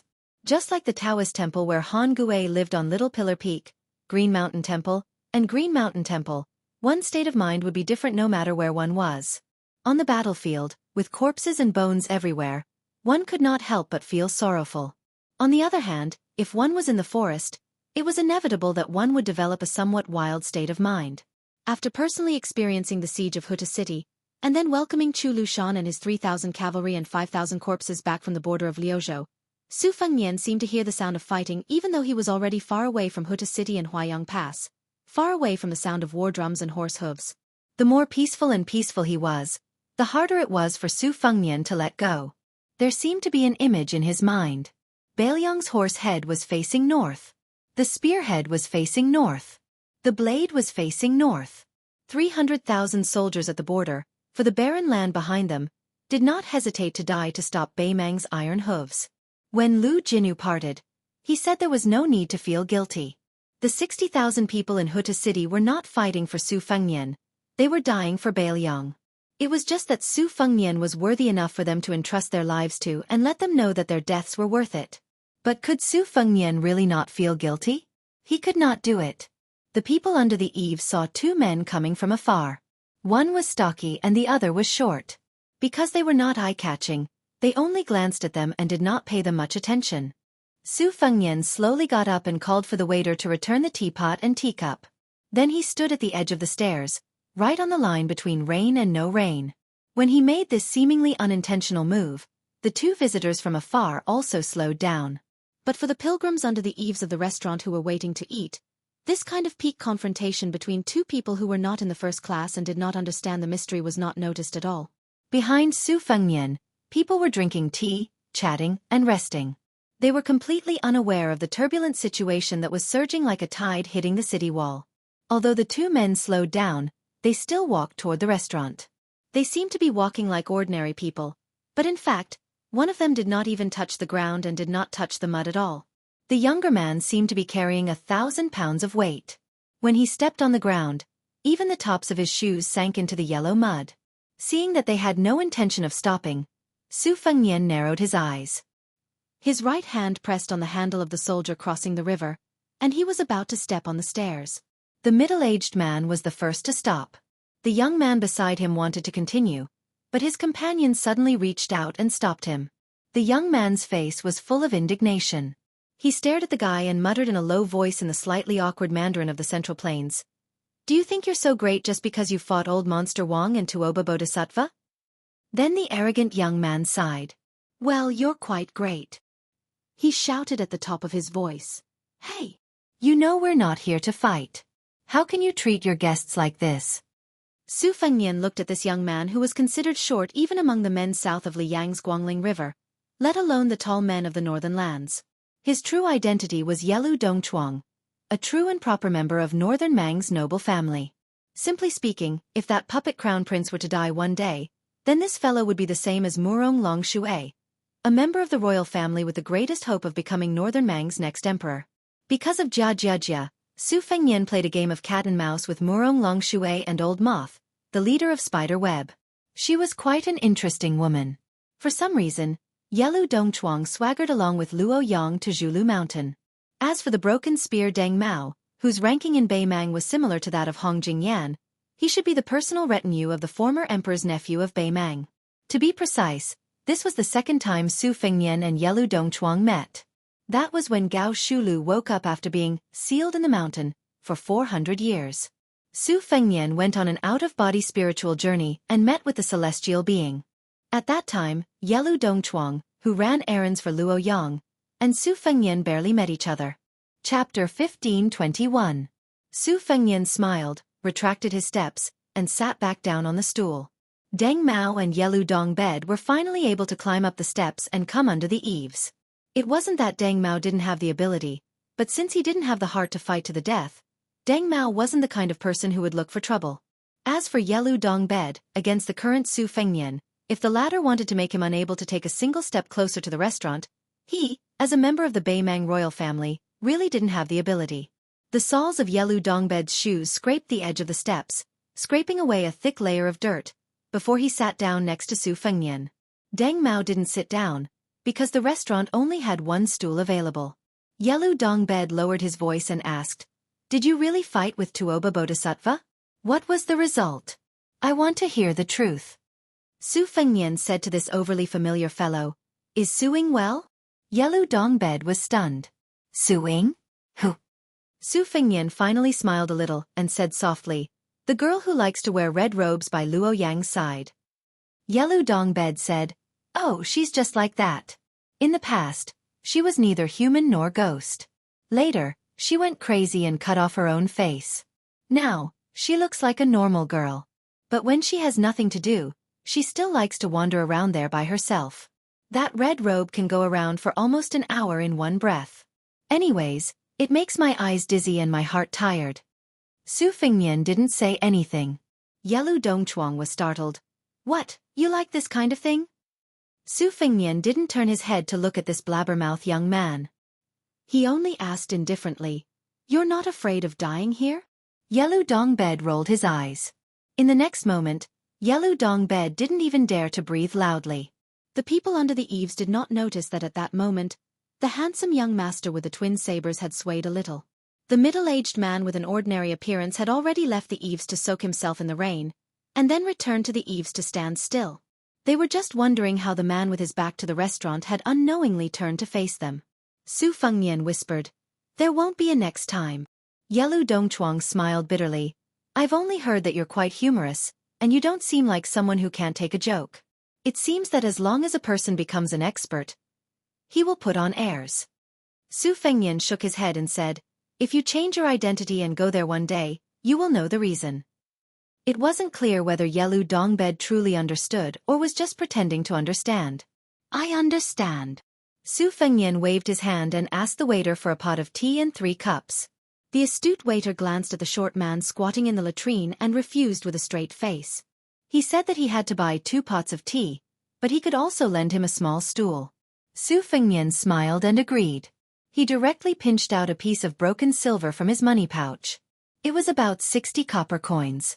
Besides, in this world, silver was always expensive and copper was cheap. Only then did the waiter grin. This brother, he knew the rules. Later, Deng Mao finally had the opportunity to sit down. If the truth of this spread to the Jianghu, this waiter would probably be the most arrogant man in the world. He haggled with Su Fengnian, the king of Beiliang, rolled his eyes at Yelu Dongbed, and rewarded Deng Mao with a stool. Su Fengnian poured a cup of tea for each of the Beimang men on his left and right. He asked, "What business do you have in Beiliang?" Yelu Dongbed didn't keep him in suspense. "Luo Yang told me to tell you that other than Chao Chongqing and Duke Yanqing, who helped persuade Emperor Liang, there is no need to call off the 3-year agreement." Yelu Dongbed took a sip of the tasteless tea and continued, "Also, I wanted to see you. I wanted to know if there was a possibility that we could do something together. Su Fengnian was a bit absent-minded. He looked at the light curtain of rain outside the eaves and took a deep breath. He calmly said, "Tell me." Yelu Dongbed said self-deprecatingly, "In my family, many relatives around my age have died in recent years. Of course, most of them have the same surname as me. As for that, well, those who have my aunt's surname, most of them are women, like that fat girl Murong Long Shui. So to tell the truth, I still have a chance. Even if it's not big, it's still there. The reason I snuck out to tell you the truth is to avoid that chess and sword music school boss who's making a comeback. There's no other way." That old man was actually chased out of Liang by my grandfather. This time, he's come back for a surprise attack. Of course, it's not as simple as just giving me a hard time. The old man values my older brother more. The reason is that he would find a dog to guard a house, not a wolf cub. I know that the current situation of Liang Mang's stalemate is ultimately the idea of two people, the old man and Fatty Dong. Not everyone thinks so. Su Fengnian said with a half-smile, "Show some sincerity, okay?" Yelu Dongbed laughed. His voice was even softer as he slowly said, "At the very least, I know that 6 out of the 8 governors and 12 great generals are firmly against it. As for Helian Wu Wei and the others, it's up to them to fight Liang Mang. It's hard to say that they're fence-sitters. In any case, they're just going with the flow. Of course, my parents died a long time ago, but my grandfather is still alive. Although he's not a great general or governor, he's still comparable to a great general and a governor, right?" Su Fengnian was familiar with the inside story of the Beimang royal court. He shook his head and said, "That's not all." Yelu Dongbed turned his head and stared at the side of the young king's face. He asked, "Do you want to do this deal?" Su Fengnian asked back, "Other than wanting me to defeat Dong Zhuo and the governor of Taiping's momentum, what else do you want me to do?"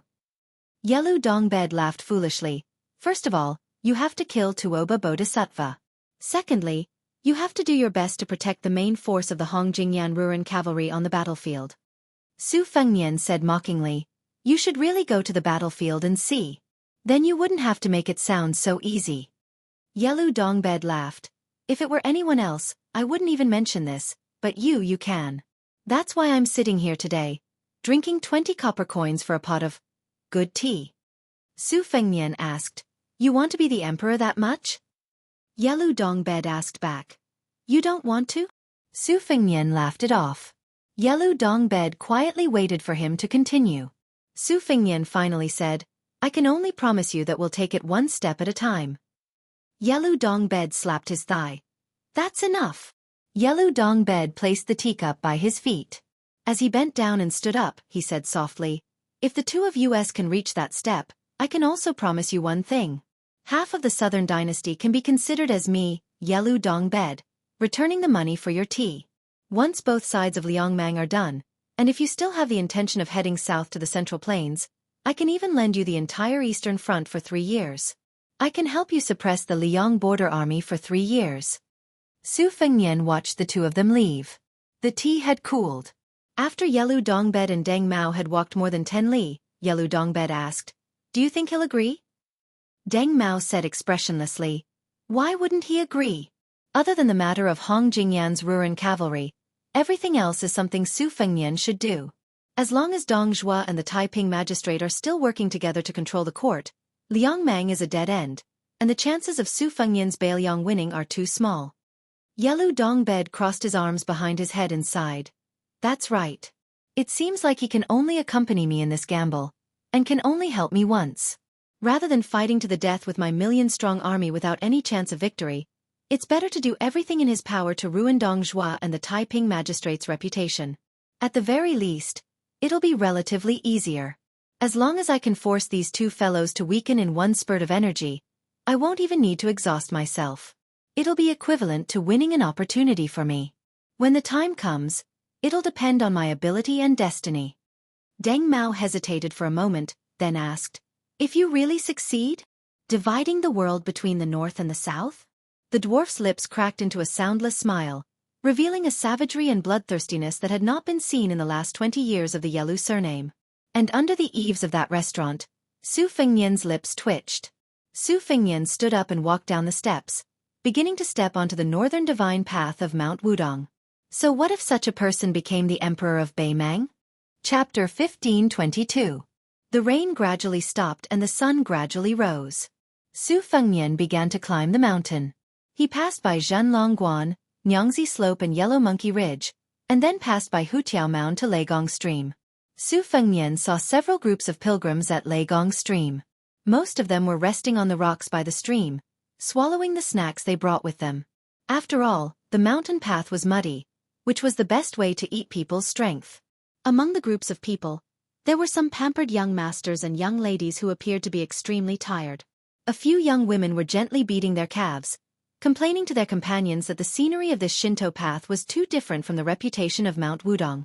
They said that the shabby Taoist temples from before were unbearably narrow. At first glance, it was obvious that it was not a place that could accommodate immortals. Those Taoist masters in the mountain also did not have any sage-like demeanor. As for the moving scenery of Mount Wudong that was like lotus peaks and bamboo shoots, they did not even see a shadow of it. The scenery along the way could not be said to be barren and unruly, but it really could not be compared to the beautiful scenery of the Taoist paradise. Su Fengnian picked a relatively secluded place by the stream and sat down. The ancient trees towered into the sky and the shade was dense. Although he did not do anything out of the ordinary, the dual sabers on his waist were actually quite eye-catching, especially for the locals who knew their stuff. When they saw the Bailiang sabers, their eyes became a bit more complicated. Nowadays, in Bailiang, those who secretly carried cold sabers, regardless of their family background, were all arrested and imprisoned. Therefore, Su Fengnian was regarded as a member of the army. This was actually normal. Wudong Lotus Peak was hosting a huge Buddhist debate, so Bailiang's military would certainly arrange for capable people to keep an eye on the situation to prevent negligence. Su Fengnian suddenly looked up and saw a pair of acquaintances walking over together. They were the Taoist master of Qingshan Monastery, Han Gui, with whom he had once discussed Tao on Shaozhu Peak, and his disciple, Xianxia. Su Fengnian hurriedly got up to greet him. Towards this Taoist priest who was favored by Wang Zhongluo and Hong Shixiang, Su Fengnian had a very good impression of him. He felt that he was fully deserving of being called a person of the mountain. Han Gui wholeheartedly cultivated the Tao. Cultivating the heart was also cultivating the truth. Based on Su Fengnian's status as a vassal king, Zhang Lu Zhenren Chen Yao or Yu Xingrui should have rushed to the foot of the mountain to personally welcome him, but they still let the junior Taoist priest Han Gui be in charge of this matter. This was probably the unique feature of Wudong Mountain. Not only it did not make people feel neglected, on the contrary, it made people smile. If he was climbing the mountain together with the two elderly Taoist priests, although the ceremony had arrived, other than the longer the mountain path, the more difficult it would be for him to exchange pleasantries. What else could he say? How boring that would be. When Han Gui saw Su Fengnian, he smiled and cupped his fists in the manner of a Taoist welcoming a guest. He did not spoil the mood by calling out his identity. Su Fengnian lightly cupped his fists in return. The young Taoist child Xianxia, who was not old but had a high seniority, did not get to see Lu Long, who he used to play with on the mountain. His face was full of disappointment. When the heavens obtained Lu Long, the earth obtained Liu Long's peace. When the gods obtained Lu Long, they obtained Lu Long. The old Taoist master Wang Zhongluo and his shitty had the highest seniority, followed by the current Taoist master Li Yufu and Han Gui's generation of Taoist priests.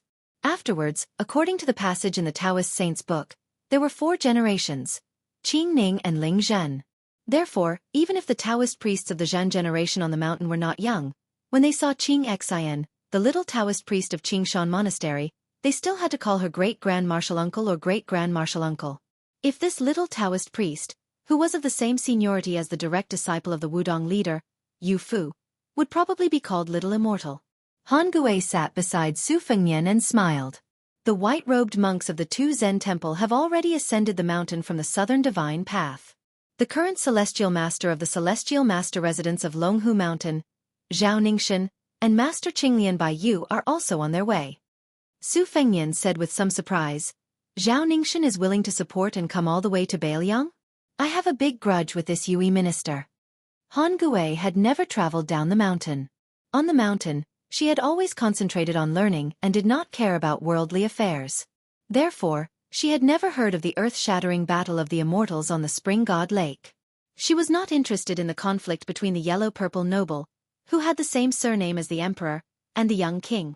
She skipped the topic and said softly, "There are no less than 100 famous scholars from the Huainan Dao and Gongnam Do. They are also traveling together and will be climbing the mountain at dusk tonight." Su Fengnian nodded and said with a smile, "Spies have mentioned this. It's really hard for these elegant scholars to stay in Bailiang for half a day." Su Fengnian knew that the 3 people who could make this group of arrogant scholars take the initiative to come to Bailiang were Song Dongming, who was once one of the prime ministers of Liang Yen Song, who retired at the age of 79 and returned to his hometown, and then came to Wudong with his family to burn incense, and Han Guzi, who led a group of disciples to travel to the border. These 3 people's contributions could not go unnoticed. If they did not take the lead, even if there was the scene of the scholar going to save the country, it would not have moved this group of noble scholars who grew up in the rich land of fish and rice in the Central Plains. Strange things happened. Su Fengnian instantly slid from one side of the stream to the other. Even though he was attacked by such a fierce sneak attack, Su Fengnian still did not have the intention to pull out his saber. The little Taoist child Xianxia, who only felt a gust of wind raging in his ears, opened his eyes wide and saw a tall woman in a simple and elegant dress beside him and his master. She was young and very beautiful, but her face was too cold. Compared to the time when the old Taoist priest accidentally tasted the food he cooked, her face was much worse. The little Taoist child saw the strange sister squinting her eyes, which were long and slender like the bamboo leaves on the mountain. The pilgrims near the stream were first stunned, but soon there were some quick-tempered busybodies who cheered loudly. In their field of vision, the ripples on the water surface caused by the young man with the saber gradually dissipated. A man and a woman stood opposite each other on both sides of the stream. A handsome man and a beautiful woman, and each of them had the bearing of a master. No matter how they looked at it, there was a story to be told between the 2 of them. This immediately made the pilgrims who were bored to death on the mountain road excited. They could not wait for the 2 of them to fight until the mountains collapsed and the earth split. Of course, it would be best for them to reveal their identities and sex before fighting, report their Jianghu nicknames, and talk about their love and hatred, and then fight to the death. This way, their trip to Wudong would not be in vain. In fact, Su Fengnian, who took the initiative to back down, asked with a smile, "Didn't you return to Mount Hui?" The woman who was not wearing purple today sneered and said, "If the interest keeps on rolling, it will be too late for me to collect the debt.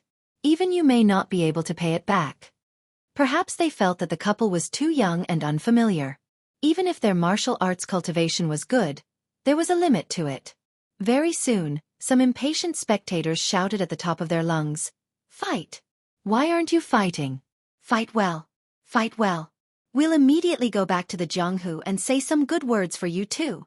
Some people who did not know what was good for them shouted, "Hurry up, the 2 of you can't just talk and not fight." The Taoist priest Han Gui sighed softly. He only hoped that if Su Fengnian really fought with the strange woman, he would not be implicated.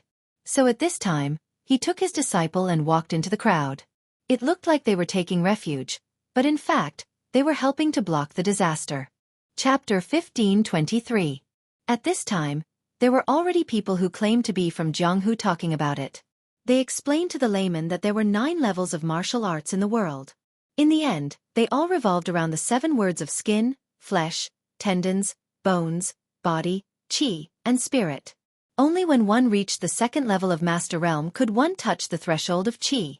For example, when a swordsman reached the 2nd level, he could barely control qi and fly a sword. The handsome young master with the twin sabers at his waist was repelled, sliding from the stream to the other side. However, his calves were not soaked. This clearly showed that he was in the 4th level realm or even the 3rd level realm. It could be assumed that with his age, he was fully deserving of the title of a rising talent in the martial arts world in a province or county. Su Fengnian suddenly smiled and said, "If you want to fight, sure, but we have to make a small deal. As long as you help me find someone, you can choose the time and place. Also, you have the final say on who wins or loses." She hesitated for a moment, but finally nodded. Su Fengnian asked curiously, "You want that title that much?" Su Fengnian knew very well that no matter how many fortuitous encounters the woman in front of him had, due to her innate talent, reaching the great celestial phenomenon realm was already the limit of her martial arts. The martial arts journey of the mistress of Mount Hui's Great Snow Plateau could be said to be soul-stirring. First, she used the treacherous and insidious secret art to absorb other people's qi and turned it into her own, barely reaching the first level. If not for Su Fengnian helping to suppress her chaotic qi with the imperial seal of several countries hidden in the Tide Listening Pavilion, she would have very likely gone mad and even died. After that, she quickly crossed the Shen Finger Realm and entered the Celestial Phenomenon Realm. Wang Xianji had heavily injured her body, but in the end, she had spared her life. Otherwise, even if she received gifts from Zhao Huangchao and Lu Songtao, she would not have been able to escape the mysterious Celestial Phenomenon tribulation. It could be said that Shen Yuan Qingfeng's path of martial arts was full of ups and downs. She could be said to be the first person after Su Fengnian. Because of this, Su Fengnian had always been very nice to this stubborn woman. It was like this in Bailiang, in the capital, and even more so when they met at Mount Hui. Today, when they met at Mount Hui, he also took the initiative to avoid her. One had to know that Deng Mao and Yelu Dongbed did not have this kind of treatment. To be more precise, Su Fengnian and Shen Yuan Qingfeng could not be said to be in love. Perhaps Su Fengnian was empathizing with her because they were in the same boat, while she was most likely the one who had accumulated resentment in her heart. That was why the man and woman, who had reached the peak of martial arts the fastest in Liang, were so entangled. Although Su Fengnian had long known that Shen Yuan Qingfeng was very competitive, she was already the first female martial arts alliance chief in several hundred years. Why did she still want to fight for the illusory title of #1 in the world? This was something that Su Fengnian could not understand no matter how much he thought about it. This farce, which was all bark and no bite, made many of the spectators feel bored. This was how the world was. It was fine if one did not give hope, but the worst thing was to give hope and then disappoint. Many of the hot-tempered people of Jianghu could not help but loudly mock and ridicule, whispering malicious words. For some reason, Shen Yuan Qingfeng, who had not appeared in purple for a long time, cast a sidelong glance at this group of noisy spectators. With just a glance, everyone was silent like cicadas in winter. Su Fengnian could not help but laugh. Looking at those fellows who were secretly shrinking their necks, he thought to himself that when he was roaming Jianghu and watching those high and mighty young heroes and fairies, this was probably the same scene. Afterwards, Su Fengnian and Shen Yuan Qingfeng continued to climb the mountain under the guidance of Han Gue and Xianxia. They passed Meili Peak and Jiao Slope, and then Wudong's main mountain, Big Lotus Peak. Shen Yuan Qingfeng was silent the entire way. When they reached the foot of Lotus Peak, she finally opened her mouth and said, Li Chuangong's two-sleeved green snake, Dong Tai's inverted Tai Yi, Gu Zhentong's thundercore, Song Yanqing's last sword move, Huang Zhentu's ninth sword, 6,000 miles, Huang Qing's 16 bodhisattvas, and Master Lu Hao's thunderpool. Before we reach the peak, tell me all of them. Seeing Su Fengnian frown, Shen Yuan Qingfeng said coldly, if you have a move that you don't want to say, you can substitute it with a similar move, or a move that you created yourself is fine. Hearing that long list of names, the little Taoist child Xianxia felt as if thunder was rolling. It was too frightening. She only felt that this elder sister's appetite was really big. Su Fengnian asked in a deep voice, you want to gather the strengths of 100 schools of thought and merge them into one? You really don't want to give up on becoming a land immortal? Didn't Zhao Huangchao remind you back then that your situation is somewhat similar to my younger brother, Huang Manor? You were lucky enough to escape the disaster of the mysterious finger heavenly phenomenon realm. If you still insist on becoming a land immortal, aren't you afraid that it will be short-lived? Shen Yuan Qingfeng said indifferently, that's my business. From the beginning to the end, this person was not a likable woman. Su Fengnian smiled and said, all right, I can't teach you the two-sleeved green snake of the sheepskin fur old man. In fact, I can't teach you it all in a short period of time. And I can't make the decision to teach you the peach blossom sword deity's inverted sword either. As for old Huang's saber 9, don't even think about it. However, Gu Zhentong's thunder cube, Song Yanqing's flying sword, and Lu Haosher's thunderpool are all not a problem. Huang Qing's 16 sword point sitting Buddha is also not difficult. Other than that, I'll tell you about Tuoba Bodhisattva's unique qi circulation method, as well as the 2 trump cards of Bing Mountain's 5th raccoon and Murong Bao Ding. If you learn fast enough, I still have many good things. I'll take them all. This time, it was Shen Yuan Qingfeng's turn to feel incredulous. He turned his head and stared at this somewhat abnormal fellow. Her eyes seemed to be saying, it's one thing for me to ask for a sky-high price, but you're even saving me money by sitting on the ground. Su Fengnian smiled and said, I'll teach you one by one, but you have to promise me one condition. In the future, when you find one or a few disciples, you have to teach them everything you know, even if it means that you don't want this bit of Jianghu to end. Then, the four of them went up the mountain. Han Gui intentionally led the little Taoist child Xianxia in front, putting a large distance between them. Su Fengnian really did tell Shenyuan Qingfeng everything he knew. He explained the essence of the world's top martial arts to Shenyuan Qingfeng. Shenyuan Qingfeng memorized everything. Occasionally, when there was something he didn't understand, he would get to the bottom of it without hesitation. He would even interrupt Su Fengnian's speech when there was a subtlety, thinking carefully before allowing him to continue.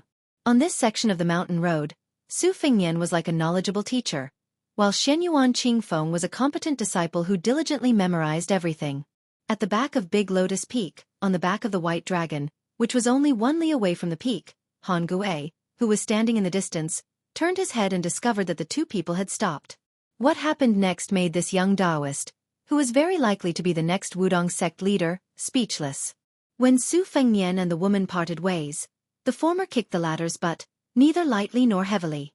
The latter was obviously angry from embarrassment, and the entire White Dragon's back was filled with killing intent. However, the young king said something, and the woman was stunned for a moment before giving up and going down the mountain. The little Taoist child Xianxia immediately prostrated himself in admiration. He thought that if he could also wander the Jianghu in the future, he must have at least half of the elegance of the king of Bailiang. When the three of them went up the mountain again, even Han Gui couldn't help but ask curiously, "Your Highness and that woman are old acquaintances?" Su Fengnian smiled and nodded. He said softly, "She's an enemy we've known for many years, and kicking her was a person's dream." The little Taoist child of the Qing generation thought about it seriously. Thinking about that fairy sister's cold and elegant appearance and arrogant manner, he didn't think that person's dream was childish at all. He laughed and said, "Your Highness, that kick was very awe-inspiring, I like it." Han Gui rubbed his forehead, feeling a headache. A cold snort came from far away. It scared the little Taoist child so much that he had goosebumps all over his body. Su Fengnian rubbed the child's head and said gloatingly, "You're in trouble. For the next 20 years, don't go down the mountain and go to the Jianghu." The little Taoist child asked timidly, "That sister, is she very powerful?" Su Fengnian smiled and said, "A woman who wants to be the second Wang Xianji, don't you think she's very powerful?" The little Taoist child said with a bitter face, "No wonder Junior Grand Uncle always said that the woman at the foot of the mountain is a tiger."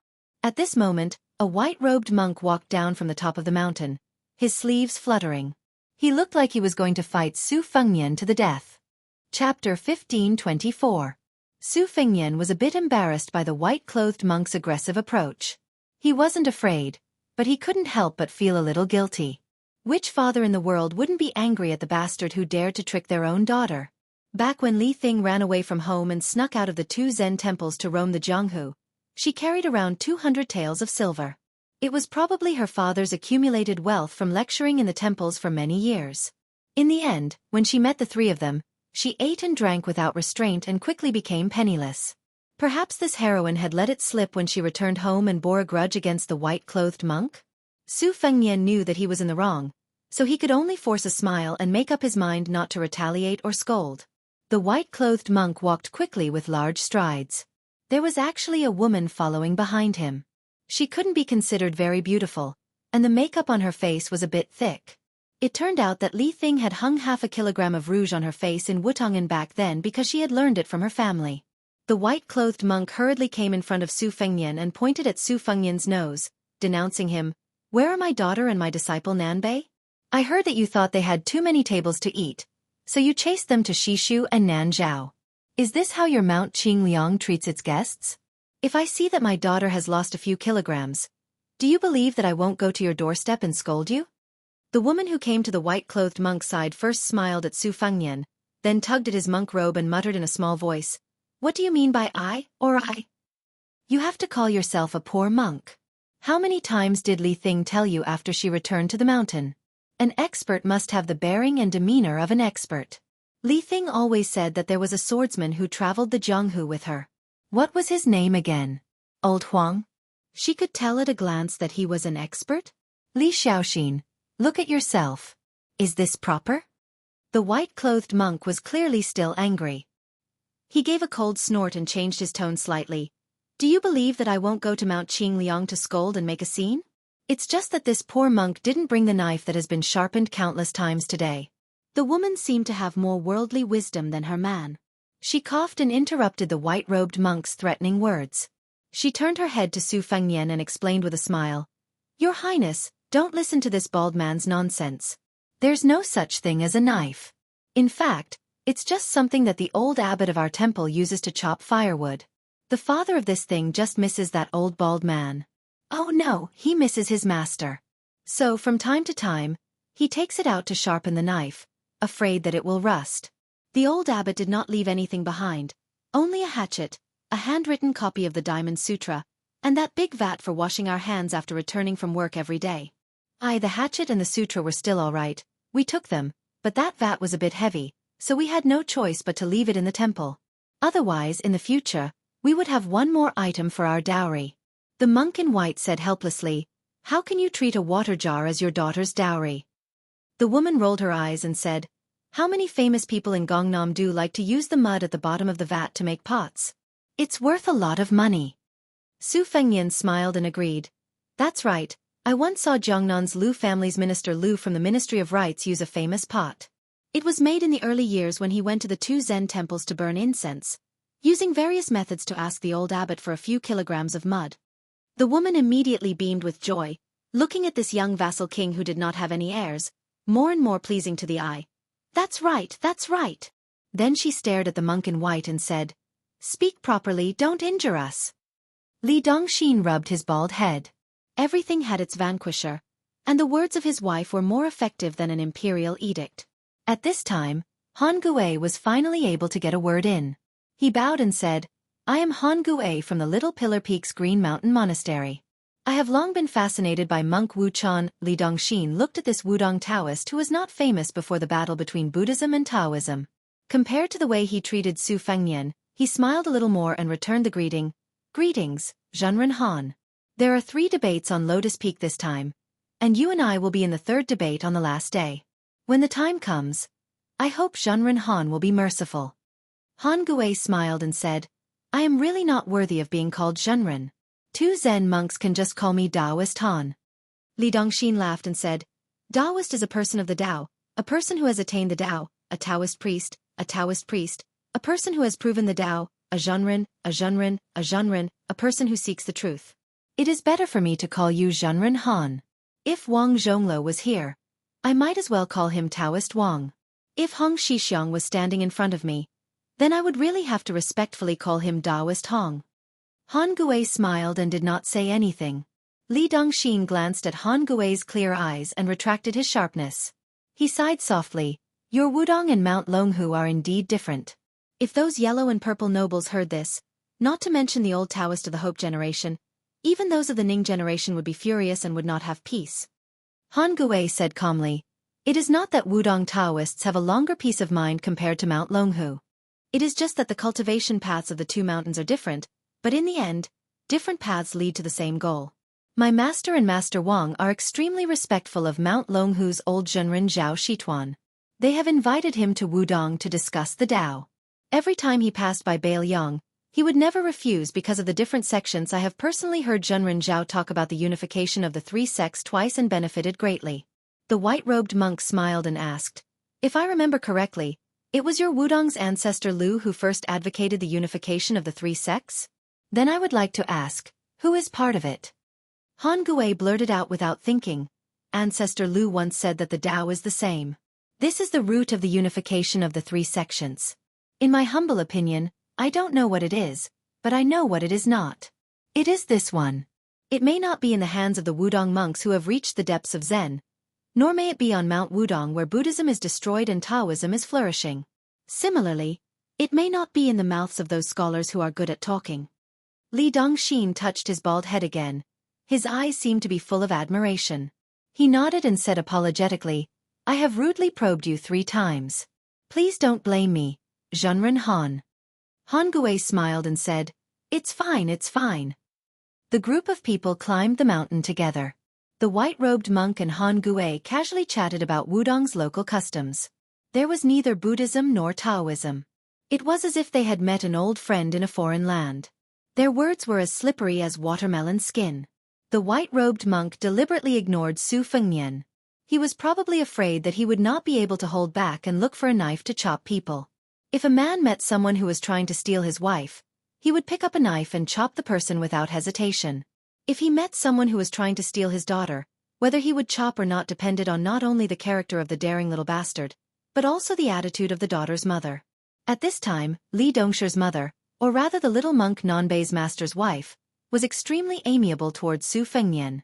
Although it was not the gaze of a mother-in-law that would grow fonder the more she looked at her son-in-law, it was as if she had met a young man of the younger generation who was interested in her daughter. She was not deliberately warm, but she would definitely not lower her face to treat Su Fengnian. The woman's heart was boundless. At first, she was still a little reserved. After all, the young man in front of her was the #1 figure in the Northwest. But soon success came naturally. She began to nag about family matters and complained that in Bailiang's territory, he was really spending money. Especially when she brought a lot of rouge and face powder back from Bailiang. She had already used it all. In the end, when she went to the shop in Yuzhou to take a look, the price was really expensive. Speaking of this, the woman thanked Su Fengnian very much. She said that the daughter of Li Dongshi did not know the importance of things and had accepted so many expensive gifts in one go when she left Mount Qingliang's mansion. After that, the woman smiled and frankly said that she would never be able to pay back the money. This time, she left in a hurry and did not bring any gifts back. Therefore, she had long squandered all the savings at home. The smile on Su Fengnian's face never disappeared as he listened to the woman's blabbering. The little Taoist boy Xianxia, who was eavesdropping on both sides, felt strange. It was strange enough that his master, a Taoist priest, could get along well with the famous white-robed monk who is known as the Bodhisattva of flesh. How could the king of Bailiang get along well with that woman? The white-robed monk Li Dongxin was the most important figure in the debate on Lotus Peak. As the current head of the two Zen temples, he himself was the leader of Buddhism under the heavens. Su Fengnian was also a top-honored guest of Wudong. As a result, this group of people headed straight for Wudong's Xiang Palace at the top of the mountain to settle down. Wudong originally did not have the habit of dividing people into different ranks. However, very quickly, Wudong Mountain discovered that while they did not pay attention to it, the mountain visitors paid the most attention to it.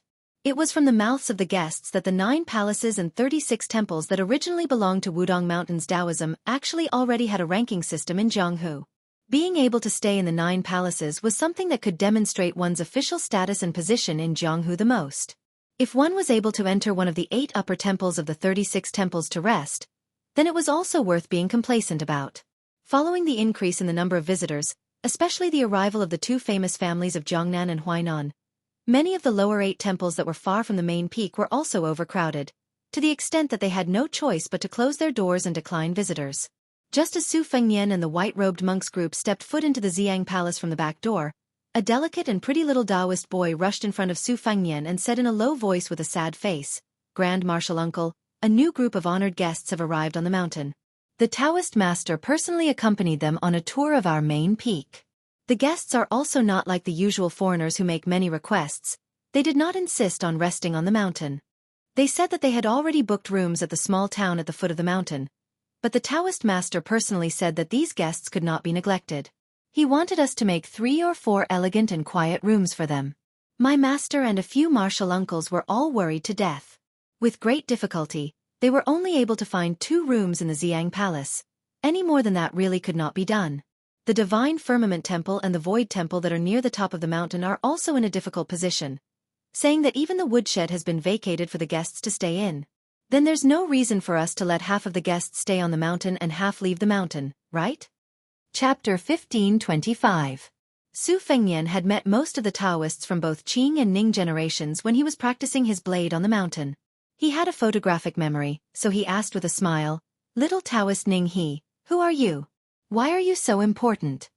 The little Taoist had accompanied the ox-riding Grand Marshal Uncle to welcome the person in front of him at the mountain gate. Naturally, he knew Su Fengnian's identity. The little Taoist quickly bowed and said, "Your Highness, I heard from Marshal Uncle Qing Feng that he is a student of Shangyin Academy's Mr. Han." Su Fengnian was enlightened. He had received a spy report from Qingcang City in Lu Province. It said that Mr. Han continued his journey west to Mount Lantua, but when he heard that there was going to be a battle between Buddhism and Taoism on Mount Wudong, he sent a few disciples back to Liangzhou and met up with the immortal of wine, Chong Sui, who had gone to Ji Bei alone. The old man only brought his granddaughter, Han Guoxiu, and a few escorts to continue his journey. Su Fengnian only dared to hope that one of Han Guzi's disciples would stay in Beiliang.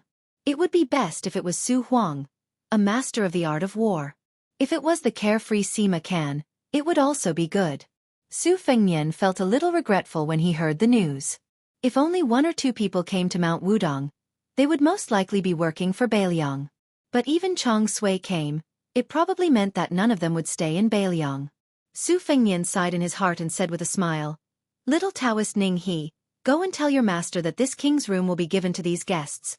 This king guessed that it would not be difficult for 2 or 3 people to stay in that room. The little Taoist did not dare to say anything. Han Gui said gently, "Ning He, just do as your highness said. Also, give Xianxia and my room to the guests." Before Han Gui could finish, the little Taoist said loudly, "Grand Marshal Uncle, how can we do that? Little Pillar Peak is more than 10 miles away from Green Mountain Monastery and Lotus Peak. Every time Xianxia, Marshal Uncle Xianxia comes to Lotus Flower Peak to play with us. No, she comes to Lotus Flower Peak to help Marshal Granduncle borrow books. She's always exhausted."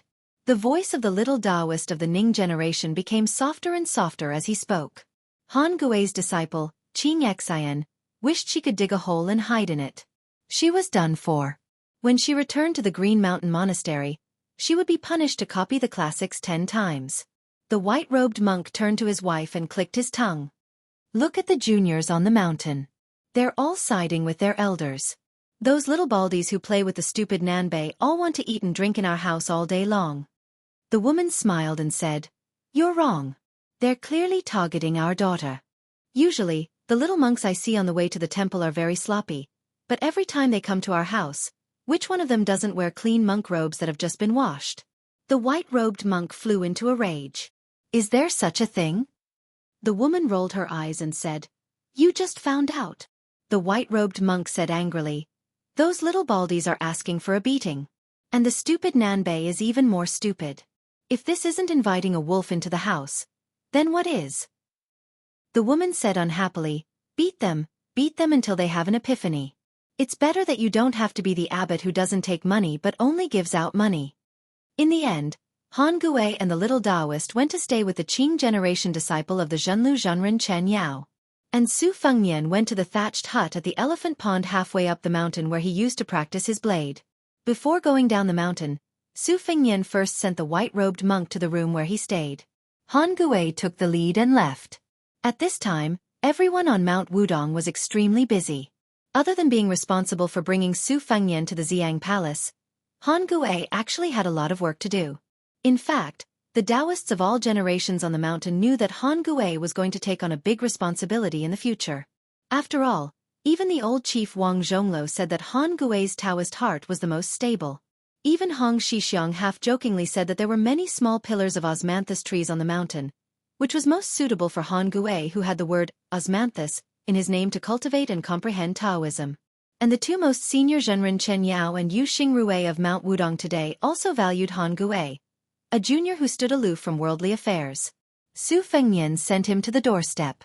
After the white-robed monk pushed the door open, he suddenly turned around and asked, "Have you met my senior uncle?"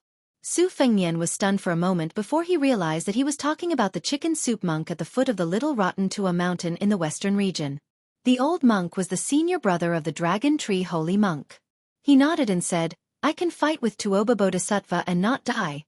Li Dongxin waved his hand, "He's already dead. Who are you trying to say nice things to?" Su Fengnian was silent and speechless. The white-robed monk sighed and said sadly, "But then again, the reason why senior uncle was able to plant the lotus in my heart was because of your appearance.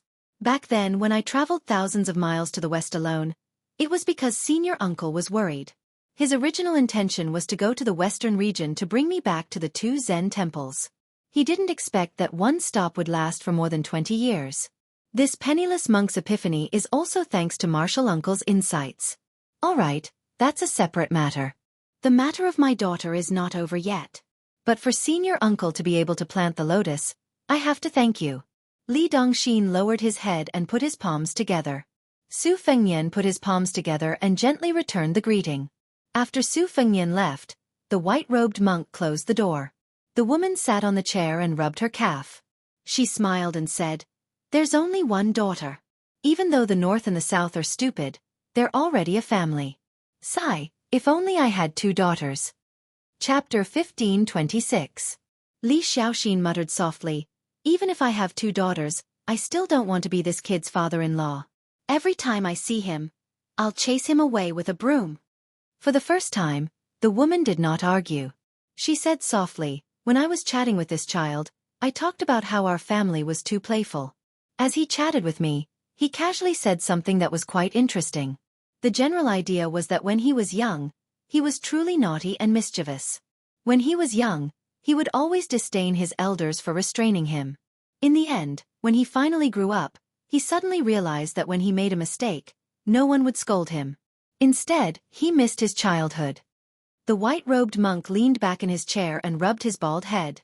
For some reason, he also missed the scene when he was young and would nag at his master's ear. Before Su Fengnian walked out of Xiang Palace, a spy leader from the Fu Shui chamber and a military officer whose territory was near Mount Wudong appeared together. The 2 of them were dressed in casual clothing no different from normal pilgrims. They had seized this rare opportunity to report to the prince.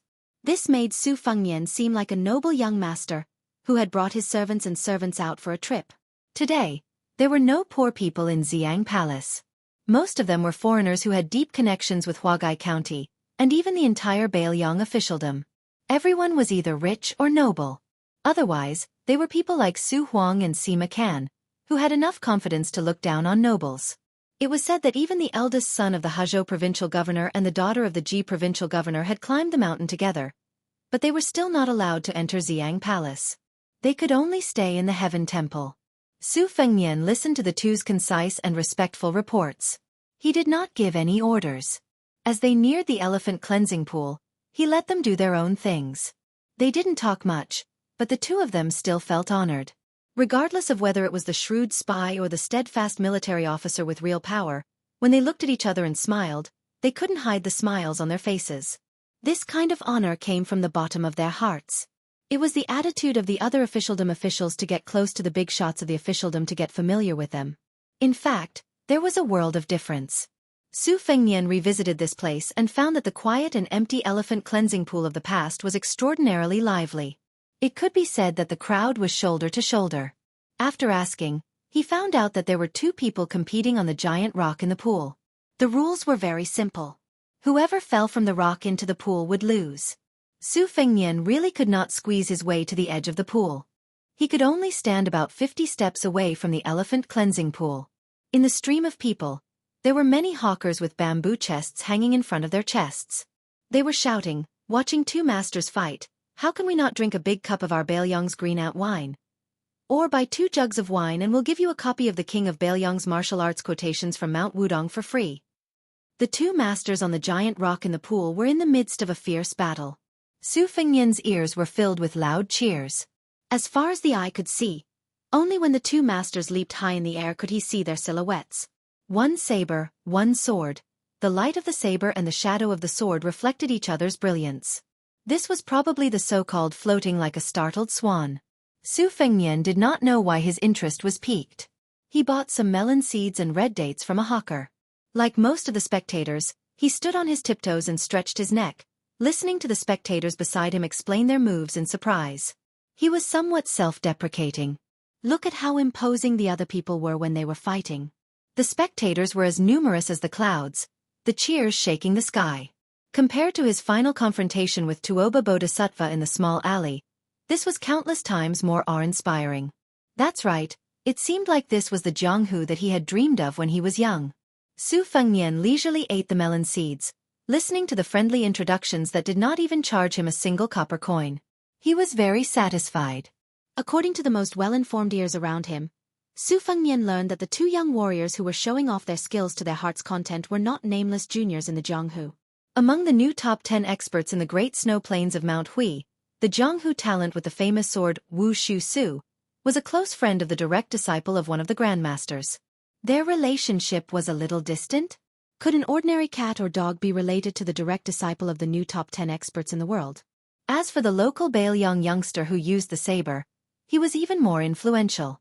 It was said that even the king of Beiliang, Su Fengnian, cherished his talent and even personally taught him 2 or 3 moves of the saber technique. Hearing this, Su Fengnian could not help but grimace even more than when he heard Miss East-West say that she had seen through old Huang's identity with just a glance. Just as Su Fengnian was feeling a little depressed, the crowd was forcibly pushed aside. Su Fengnian turned his head to look and saw 2 men walking side by side. Both of them looked solemn. One of them was holding a long sword. The other had his hands behind his back.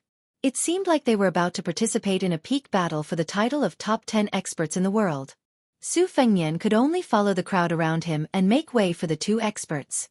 It turned out that after the battle between the 2 young warriors on the giant rock had ended, it was the turn of these 2 Jianghu heroes who were more important in the Jianghu to compete on the stage. One of them was known as the Jiangnan Plum Rain Sword, while the other was known as the Central Plains Divine Dragon. Just listen, with such a respectable nickname, how could they not be heroes? While Su Fengnian made way for the 2 heroes, he thought to himself that he did not seem to have any good nicknames. It was a little unreasonable. Back then, when the 4 of them wandered the Jianghu in poor conditions, not to mention the heroinely East-West who gave herself a string of nicknames, the other 2 all had. Su Fengnian sighed and ate melon seeds. Not only was he depressed at the moment, but his crotch was also depressed. Chapter 15:27. Su Fengnian suddenly turned around and saw a group of familiar faces. Su Huang with his beautiful beard, Sima Can who always had a bright smile on his face, Lu Duanmao with his evil-looking face, Jean Baosher with a cold expression, and an unfamiliar middle-aged man who reeked of alcohol and carried a long sword. He should be the famous wine immortal, Chang Sui. Su Huang laughed in a low voice and said, "I met Taoist Han in Purple Sun Palace, and heard that your highness has come to the mountain. So, I have to find your highness and thank you." What was supposed to be a harmonious and courteous conversation was completely destroyed by Chang Sui's arm around Su Fengnian's shoulder. After all, this fellow had directly put his arm around Su Fengnian's shoulder and said in a loud and careless manner, "I've made a trip to North Ji, and only then did I know that not only are the infantry under Yan Wenlwan's command the best in the world, even the cavalry of Yuzhou is not something that the cavalry of Liangbie can compare with. Originally, I thought that Mr. would not let go of his old face, so I could find an excuse, saying that I was not acclimatized to Beiliang and had to rest for 3 to 4 years. But I did not expect that Mr. would be so generous this time, even throwing Su Huang and the others to Beiliang. So, it is just nice, as we can still be together. But, I tried so hard but it backfired. After we bid farewell in Ji Bei, it should be the last time I see Mr. in this life. If I had known this would happen, I would have followed him to Qingcang City in Lu Province. Su Fengnian, we are going to follow you in the future. Why don't we take this opportunity to discuss something and ask for the position of general for Su Huang? Let me put it bluntly first, a position with an unknown title is not going to work. Even if you can't be a general with real power in the border of Liang Province, you can still do it in Lu Province and Yuzhou. With my junior brother Su's full of military strategies, it is more than enough for him to lead an army of 10,000 men.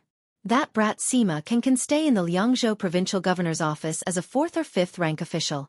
If you're a little bolder, you might as well shove him to Song Dongming as an assistant.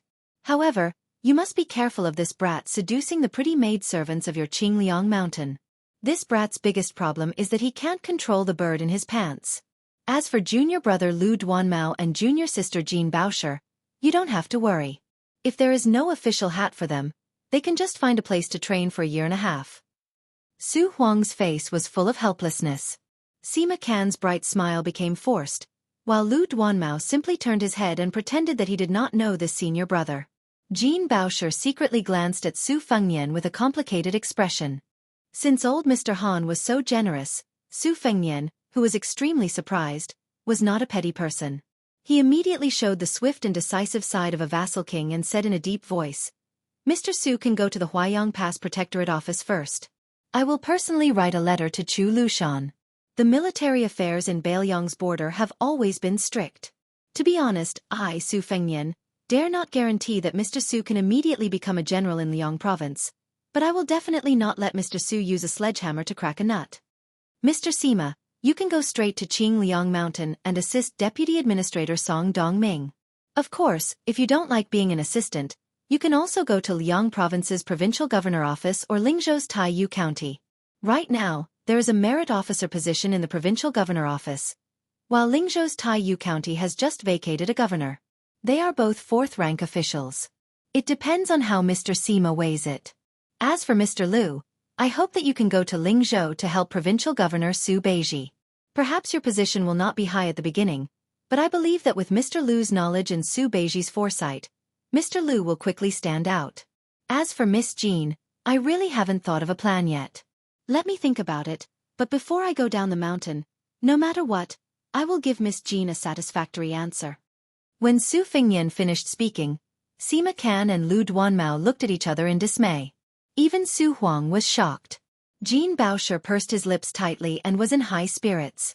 Only Chong Sui still looked sloppy. He lazily picked up his wine gourd and drank a mouthful of wine. He wiped his mouth and smiled. Great! Su Fengnian said sincerely, I, Su Fengnian, will of course welcome all of you to stay in Beiliang. My second sister will also be very happy. Chong Sui sighed softly. Then, other than the eldest apprentice brother who has a grudge with the Su family, and the youngest apprentice brother who has no choice but to stand against you, you have a total of 8 disciples. Currently, 6 of us are working together in Beiliang. Life and death are fated. Riches and honor are in the hands of the heavens. People come and go as they please. The 6 of us are already considered lucky. Chong Sui's last sentence was clearly said to his junior apprentice brother Lu Duanmao, who still had a knot in his heart. Among the 8 of them, Lu Duanmao had the best personal relationship with Prince Zhao Kai. Lu Duanmao turned a deaf ear. Next, Chong Sui suggested that they get together to taste the most authentic green ant wine in the world. Su Fengnian took out all of his silver and bought more than 10 bottles of wine from a vendor. Then, he led them to a nearby thatched cottage. The cottage was cleaned all year round. Although no one lived in it, it did not look decadent at all. Even the small vegetable garden behind the cottage was full of greenery. Su Fengnian moved out bamboo chairs and stools from the cottage with great familiarity. He even took out a table that was originally used to store books. The thatched cottage was not far from the elephant washing pond, but the contrast between the two was clear. This had a lot to do with Mount Wudong's intention. The group of people sat around the table in the open space in front of the cottage. Chong Sui had already begun to drink to his heart's content. Su Huang and Lu Duanmao sat side by side. Jean Baosher sat across from Chong Sui, diagonally across from Su Fengnian. Naturally, Su Huang and Su Fengnian talked about the naval battle of Guangling. When they met in Liuzhou, regarding the fact that it was just a civil war that belonged to the Guangling Navy, the two of them each had their own opinions. Just as Sir Han had said, the two of them each had their own opinions. Su Huang guessed half correctly that it was a quick battle, while Su Fengnian guessed correctly that West Chu had won the battle. As for the following situation in Guangling, Su Fengnian and Su Huang had a dispute. Su Huang, a master of the art of war who had traveled through the old West Chu several times, firmly believed that Liang would quickly form an encirclement, and West Chu's breakthrough point would inevitably be the seemingly unstoppable 100,000 elites from Nanjiang. Only by doing this could they truly gain strategic depth for West Chu and gain a firm foothold in the gap between Jianghu and Nanjiang, and truly display the advantages of the Guangling River as a natural barrier. Although in this way, it would still be difficult to escape the predicament of being pincered by Lu Xianxia and the Prince of Yen, but compared to desperately defending a corner of West Chu's capital city and only being destined to be nibbled away bit by the Liang imperial court, the situation was still much better. For this reason, Su Fengnian specially dug out a geomancy map of the Guangling Road from his room and slowly spread it out on the table. Su Huang held a wine cup in one hand and used the other to point out the mountains and rivers. He spoke tirelessly. Landscape painting emphasizes power, and when martial artists exchange blows, they also emphasize power. Then, West Chu's power almost reached its peak after Xie defeated Yang Shenxing and Yan Zhenchuan on the western front. Ko Zhonghui displayed his brilliance on the eastern front, and Chao Chongqing stabilized the Guangling River in one battle. However, Su Huang filled his half-empty wine cup to the brim, and then pointed to the wine bottle by his hand. No matter how powerful West Chu's power is, it is still only a cup of wine. But Liang's power is as big as a wine bottle. Yang Shenxing's Jizhou infantry suffered a lot of casualties. Yan Zhenchuan's cavalry was wiped out in one battle, and even Guangling Prince Zhao Yi's navy was completely wiped out. But the wine in the bottle is still more than the wine in this cup, a lot more. And this is just us talking about the military on paper, talking about the number of troops. The real general trend of Liang is that after the new emperor ascended the throne, the people of Liang are still stable, so much so that it can be said that they are becoming more and more stable. The Yonghui auspicious talisman is far less turbulent than what outsiders imagine. Therefore, in the Battle of West Chu in Liang, the former can succeed in one battle, while the latter can only lose one battle. Su Huang pointed to a strategic town on the north bank of Guangling River and a pass in Jianghu on the south bank. He said in a deep voice, "If I were Chao Chongqing, when the old general Wu Zhongshuan leads half of the Nanjiang army to cross the river, I would send a valiant general who dares to fight a tough battle and 10,000 elite troops south to cut off their retreat. Then, I would send a veteran general who is good at defense to guard the western front door, so that the Nanjiang army of 100,000 can neither fight nor retreat comfortably." Su Fengnian bent over slightly to look at the map, frowned and said softly, "The deputy commander of Beiliang's infantry, great ancestor Gu, has mentioned Wu Zhongshuan, this veteran general. He thinks that this person's command of the army is far above Yang Shenxing and Yan Zhenchuan. He also has many valiant generals under his command. Wu Zhongshuan will definitely keep an eye on his rear if he has to travel a long distance to fight in a foreign land." Su Huang shot a glance at Sima Can, who was sitting cross-legged and munching on melon seeds. The latter resentfully put down the handful of melon seeds in his hand and sat upright. He said, "Wu Zhongshuan and the group of meritorious generals by his side are all experienced men who have fought many battles. They would not be so careless. However, according to military books, it is said that they do not transport grain for 1,000 miles. This is a hidden danger of the southern border army. More importantly, it is a fatal flaw that is not something that Wu Zhongshuan and the others can solve. That is, no matter how hot-blooded and passionate the battle on the battlefield is, it has always been a silent ripple of the battle in the imperial court. Since the late emperor of Liang, no one has trusted the prince of Yanqi, Zhao Bing. The current emperor is no exception. Isn't it using northern Mang to cut down the 300,000 cavalry of northern Liang's territory, and using western Chu to cut down the 200,000 ferocious troops of southern border's territory? If Wu Zhongshuan easily took West Chu, wouldn't the officials of Great Peace City be afraid of the 100 to 200,000 southern barbarians? If they had nothing to do, they would run right under their noses to show off their might? Chapter 1528. Sima Can couldn't help but secretly pick up a handful of melon seeds from the table again. While eating melon seeds, he said vaguely, "Beiliang's transport is trapped, and the 100,000 troops in Nanjiang are not really comfortable. Therefore, in this battle, if Wu Zhongshuan was able to defeat Chao Zhongqing, that would be because he had the ability to reach the heavens. During this period of time, the imperial court would definitely make a move." It was the same logic as when Yan Zhenchuan had no choice but to tacitly understand and take the risk to advance. Liang imperial court is the happiest when the battle reaches a stalemate.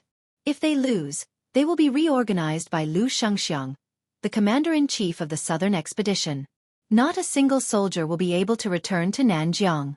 Maybe even Wu Zhongshuan will have to enter the capital to be an official.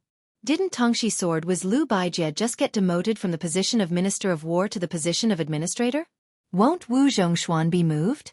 Don't you want to compete with the newly appointed Assistant Minister of War, Tang Taizuang? You are young, and your military achievements are not that good. You are not as famous as me. What right do you have to compete with me for the position? Besides, didn't Taiyan City say that a civil official who doesn't want to be the Grand Secretary is not a good civil official? A general who doesn't want to be the Minister of War is not a good general. Jean Bauscher stepped heavily on the guy's foot under the table. Sima Can was obviously a person who had been tortured. His expression didn't change, but he was finally not so cynical. Although the imperial court of Liang is domineering, watching the Battle of Liangmang from the other side, personally fighting with the rebels of West Chu, and deliberately playing tricks with the vassals of the older generation, I have to say that the late emperor of Liang is really a powerful monarch. If you look at the history books, if you don't talk about the military achievements, he should be in the top 5. Let's not talk about other things. Let's just talk about the general trend of removing vassals. Let's not talk about Beiliang. That Zhao Ying, the Duke of Huainan, went to the battlefield and died, right? Zhao Sui, the Duke of Jiaodong, has been guarding the door of the northeast for so many years, right? Zhao Sun, the hereditary king of Jing'an, also wished he could pour out his heart to the imperial court and carve the word loyalty on his forehead, right? That was why it was said that in a history book of the spring and autumn annals, it was about generals from various countries appearing on stage. Emperors and civil officials were all written to the side. Every page was filled with the words martial artists save the country. As for the spring of eternal Hui, it was replaced with the words literati rule the country. With Zhang Julu leading the charge and the 5 ministers outside of the Ministry of War working together, it was truly a magnificent sight. Even 1,000 years later, as long as you are a scholar, you will feel proud of this glorious history. Sima Can suddenly paused and looked around like a storyteller who was keeping people in suspense. He took a sip of wine and said, "Then, here's the problem. Why is it that on the surface the longer Liang drags on, the greater the chance of victory, while Beimang drags on, the smaller the chance of victory? Why is it that Xiandi still insists on having Guangling Road burn, and then let Beimang feel that they have a chance to invade the south at this time? Fighting on 2 fronts, aren't you afraid that even the thickest of assets will be squandered?" Chang Sui was overjoyed and pointed at his shitty with his wine gourd. "In the future, if you can't make a name for yourself in Beiliang, then go to the restaurant and be a storyteller. Xixiang, I will set up the stage for you. Jean Shimmy will take the money." Su Fengnian smiled and gave the answer. For the elite troops in the world, it is already the limit to maintain their prosperity for 20 to 30 years. After that, they will only get worse and worse, and their shortcomings will gradually increase. Our Beiliang cavalry started in the spring and autumn annals, and now it has been 30 years. First, Great Peace City is afraid that our Beiliang frontier army will not be able to fight Beimang as time passes. Second, they are afraid that our Su Fengnian will have ill intentions after he stabilizes his position and grasps power. A very simple example. If my father had said in the past that he wanted to divide the river with the Zhao family, at least half of the soldiers would have left, and the morale of the army would have fallen. But if it was during the last years of Yonghui, Su Shao, who was deeply rooted in Beiliang, mentioned this, the 300,000 cavalry would all be old people rooted in Beiliang. Not many people would leave. When our Su Fengnian truly holds power for 4 to 5 years, and has all the generals of the border army in his hands, Beiliang, who has never had a good impression of Great Peace City, will not point their spear at Liang. It will be normal in the eyes of Jing for them to establish their own country on the northwest border, right? Chang Sui laughed and said, "That's human nature." Sima Can asked with a smile, "Wang Yi, have you really not thought about this?" Su Fengnian shook his head, not saying anything. Chang Sui finally opened his mouth to talk about serious matters. With hazy drunken eyes, he said, "When it comes to the various armies in the world, there are actually not many that can be called heroic. My old foundation is the Southern Ji infantry of the Northern Han Imperial Guard, which has already been ruined by Yang Shenxing. Yan Zhenchuan's cavalry was originally one of the best elite cavalry in Liang. Unfortunately, the old general died a sullen death and did not die in battle. Now, the number of soldiers left can be counted on one hand. The newly appointed administrator of Huainan, Kai Nan, has expanded from 60,000 to 80,000, and her military strength has decreased by quite a bit. The Minister of War, Tang Tais Huang, has single-handedly trained the elite cavalry of Liaodong's Duoyen, which is extraordinary. The Blackwater cavalry of the vassal prince of Liaoxi, Zhao Sui, is also not bad. Wu Zhongshuan's great armor of the southern frontier is said to be able to compete with Yan Wenluan's Yuzhou infantry. The king of Yan, Zhao Bing, personally leads the 40,000 Wufeng army. As for the navy, the Guangling navy has been split into 2, so there is no need to mention it. The Qingzhou navy has long been corrupted by the officials of the Green Party. If they can fight with words, they will probably be invincible. No matter how you look at it, only your northern Liang border army has been able to maintain its sharpness for a full 30 years. Chang Sui stood up and said slowly, "In the Central Plains, relying on natural barriers and cities will definitely not be able to stop Beimang's iron hooves. Therefore, I want to stand here in the only Beiliang frontier army that can withstand the disadvantage of numbers and not take a step back. I want to use my meager strength to block for the Central Plains." Chang Sui raised his head and drank half of the gourd of wine. At the mouth of the gourd in Yuzhou, there are 2 cities and hundreds of fortresses. When Beimang's hooves advance, it will only be after the Beiliang's defenders are all dead. Chang Sui muttered to himself, "Before I personally went to the border, I always felt that it was grand and majestic when I wrote poems after getting drunk. Only now do I know that the true border of 100 battles is not at all as heroic as the scholars imagined. Chapter 1529. Chong Sui said loudly, "Why write poems for the dead? It's better to die here and leave your last words." Sima Can said softly, "Second martial brother is really drunk." Su Huang suddenly stood up and raised a cup of wine. He looked at Su Fengnian and said, "To gourd mouth of Yu Zhou, to Tiger Head City of Liangzhou, to Qingcang City of Liuzhou, a toast to the prince." Sima Can, Lu Duanmao, and Jin Baosher also stood up and raised their cups. Su Fengnian stood up and said softly, "I don't deserve this toast." "You can all drink a toast to the Bailiang who has lived up to his name for the Central Plains for 20 years. In the end, Sima Can was so drunk that he had to look for a cup under the table. Chong Sui also sang at the top of his voice, but he was humming in the dialect of his hometown that no one could understand. Su Huang also couldn't escape this calamity. This beautiful bearded man, who valued elegance the most, drank until his beard was covered in wine. Even Jin Baosher, who drank the least, drank until his cheeks turned red. This made Su Fengnian, who drank the most but was still sober, feel a little embarrassed. One time, when he pulled Sima Can out from under the table, he looked up and saw the woman with smiling eyes. Su Fengnian blushed and said, "I'm the only one who isn't drunk. It's a bit of a bummer." The drunk Su Xiao squinted his eyes and smiled. He was already tongue-tied. "I heard from the teacher that before the great general was conferred the title of prince, you came to the capital to confer a reward. After the court was dismissed, you knocked on the hat of a big shot from the Ministry of War and said that I, Su Xiao, only had 600 to 700 men. In your eyes, I'm not even worth a fart. When I have 6,000 to 7,000 men in my hands, whether I can see you or not depends on your mood. When I have 60,000 to 70,000 men in my hands, you call me brother on the surface, but behind my back, you still call me a stupid old ruffian.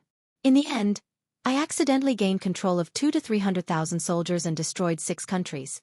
I even killed 4 emperors. What do you think? Today, I will call you elder brother, but do you dare to accept?" "Haha, great general, oh great general, as a martial artist of the younger generation, I, Su Huang, also hope to be able to gallop on the battlefield like you, and settle my grudges as I please." Su Fengnian saw the questioning gaze from the Treasury Department and said helplessly in a low voice, "This is just a rumor spread by the officials of Liang. There's no such thing. If there really was such a thing, Su Xiao would have bragged to me hundreds of times." Chong Sui also went crazy from the alcohol.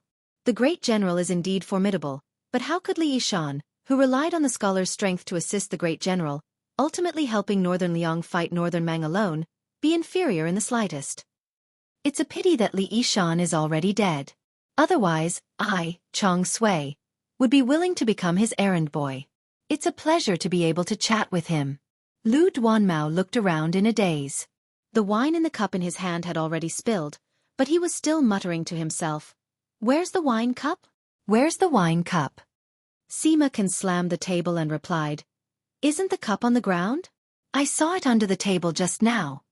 The half-drunk Treasury Department reached out to touch his forehead. Couldn't these brothers have a little bit of the restraint of scholars? It was fine when they were in Shangyin Academy, but why were they so unrestrained in Bailiang, a place they were unfamiliar with? Su Fengnian smiled and said, "It seems that our Bailiang's green ant wine is still the best." At dusk, in the end, Chong Sui and the others still didn't let Su Fengnian send them up the mountain. They supported each other as they staggered towards Xiang Palace. However, Chong Sui didn't forget to shamelessly ask for the northern cold saber from Su Fengnian. Jin Baosher laughed and said, "Senior apprentice brother definitely isn't drunk. Otherwise, every time he gets drunk, he would give people things. He definitely doesn't have the habit of asking people for things."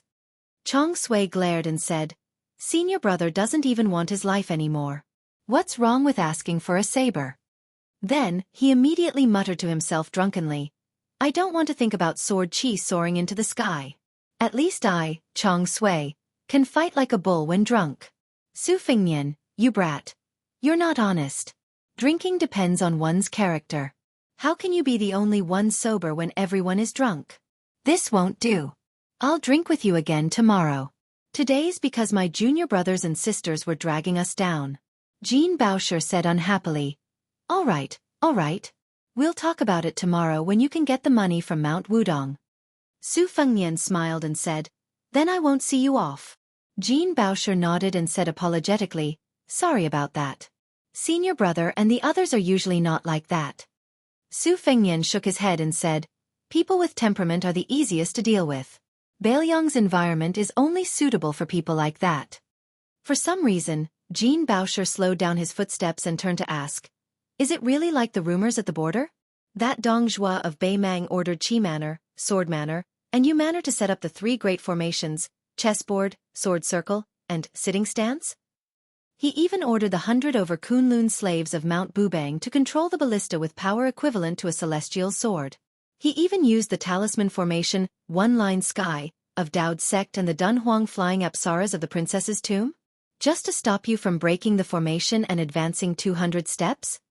Su Fengnian smiled and said, after hearing what you said, I realized that it sounded very impressive. But actually, when I was breaking through the formation, I didn't think much of it. Moreover, I had dozens of Wu family swordsmen behind me to protect me. Jean Baosher whispered, I see. Su Fengnian smiled and didn't say anything. The woman turned around gently and said with a light voice, look at yourself, look at your family, look at your hometown, look at your country, and look at the world. Look at everything one by one, leisurely and carefree. Su Fengnian frowned and fell into deep thought. As dusk approached, Su Fengnian returned to the front of the straw hut and cleaned up the mess. He moved the tables and chairs back into the house and then went to the back of the house to look at the vegetable garden. After squatting in front of the house for a while, he returned to the house and lit an oil lamp. He casually picked a martial arts manual that he had taken from the armory back then and slowly flipped through it. Late at night, Su Fengnian put down the book and walked out of the house. In the eyes of Tantai Pingjing and the other Qi refinement warriors, Great Peace City was rich with the aura of the king. Xiangfan City was eerie with the aura of ghosts. Gangnam-do was elegant and bleak. Bailiang men couldn't compose frontier poems. Bailiang women also didn't have such grievances. Death was death. Su Fengnian looked up at the night sky. A general success was built on 10,000 corpses. What Su Xiao owed to Chun Qiu, I'll repay. Su Xiao spent his entire life in the military. As a general, he could only kill people. There was no right or wrong. But no matter how many people he killed in the Central Plains, I, as his son, had to save that many people. And what I, Su Fengnian, owe the 300,000 cavalrymen and Bailiang citizens, I might not be able to repay in this lifetime. Chapter 1530. A huge fleet of carriages entered Bailiang's Yuzhou from Huainan's River Prefecture and headed straight for Wudong Mountain. The fleet was escorted by the imperial guards who had dazzling golden threads wrapped around their scabbards. There were also nearly 20 inner palace experts who had copper-embroidered fish pouches around their waists. Behind this group of carriages, there was another group of luxurious carriages following far behind. The coachmen driving the carriages were, without exception, top-notch martial artists with long Qi auras. It was the time when Liang destroyed Buddhism and promoted Taoism. In the north and south of the Yangtze River, there were new Taoist temples rising from the ground in all the geographical centers and spiritual mountains. The sound of immortal music resounded throughout the Central Plains. Among them, Xingyang Temple in Great Peace City was built like a forbidden palace. There were statues of the 5 emperors, including ancestor Taizong of Liang. They were placed on both sides of the statues of the Taoist saints according to the ancient order of Li Zhao and Mu. They took the materials from the iridescent cloud pavilion of the imperial palace and used them to build the gate of Xingyang Temple. They broke the inner palace's sweet spring hall and used it to build the hall of Laojun. The projection wall of the temple was painted with a grand system of 36 heavenly caves and 72 blessed lands of Taoism. For a time, Xingyang Temple became the head of all the Taoist temples in the world. The head of the temple, Wu Lingsu, was the Taoist who personally sealed the gate of the 2 Zen temples. She was now worthy of being the head of the northern Taoist temple. Therefore there was a saying in the world, Xingyang Temple in the capital, ancestral court in the north and south.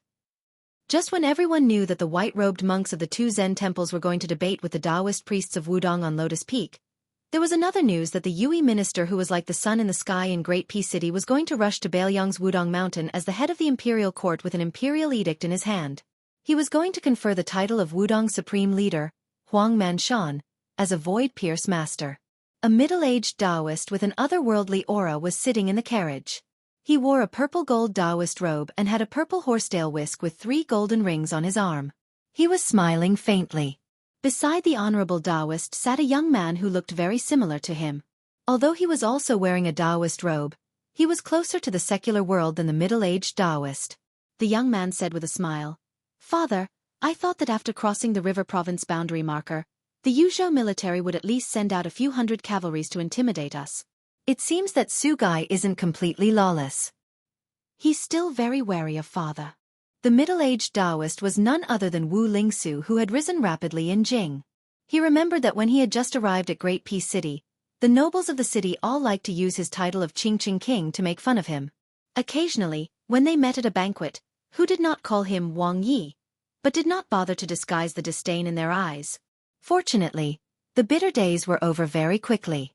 He had failed to live up to expectations at Mount Longhu and was repeatedly tormented by the young man surnamed Su. A certain mysterious Taoist who lived in seclusion at Mount Longhu had died and his Tao had vanished. This even angered the previous emperor and the new emperor. In addition, Li Yang was an irresistible trend. Finally, Wu Lingsu was able to transform into a dragon as soon as he encountered the wind and cloud. He forcefully stepped on Mount Longhu and the 2 Zen temples to reach the peak of power. Among all this, his wife in name had secretly taught him. Although the two had not actually been husband and wife, even though Wu Lingsu had become the head of Taoism in the northern lands, he still held her in awe. Wu Lingsu glanced at his only son, Wu Shizhen, and felt somewhat dissatisfied. He, the official prefect of Xianxia of the court, had gone to Mount Wudong to issue an imperial edict. What was this brat pulling in a bunch of Great Peace City wastrels to follow behind him? That first young master Wang Yuan ran.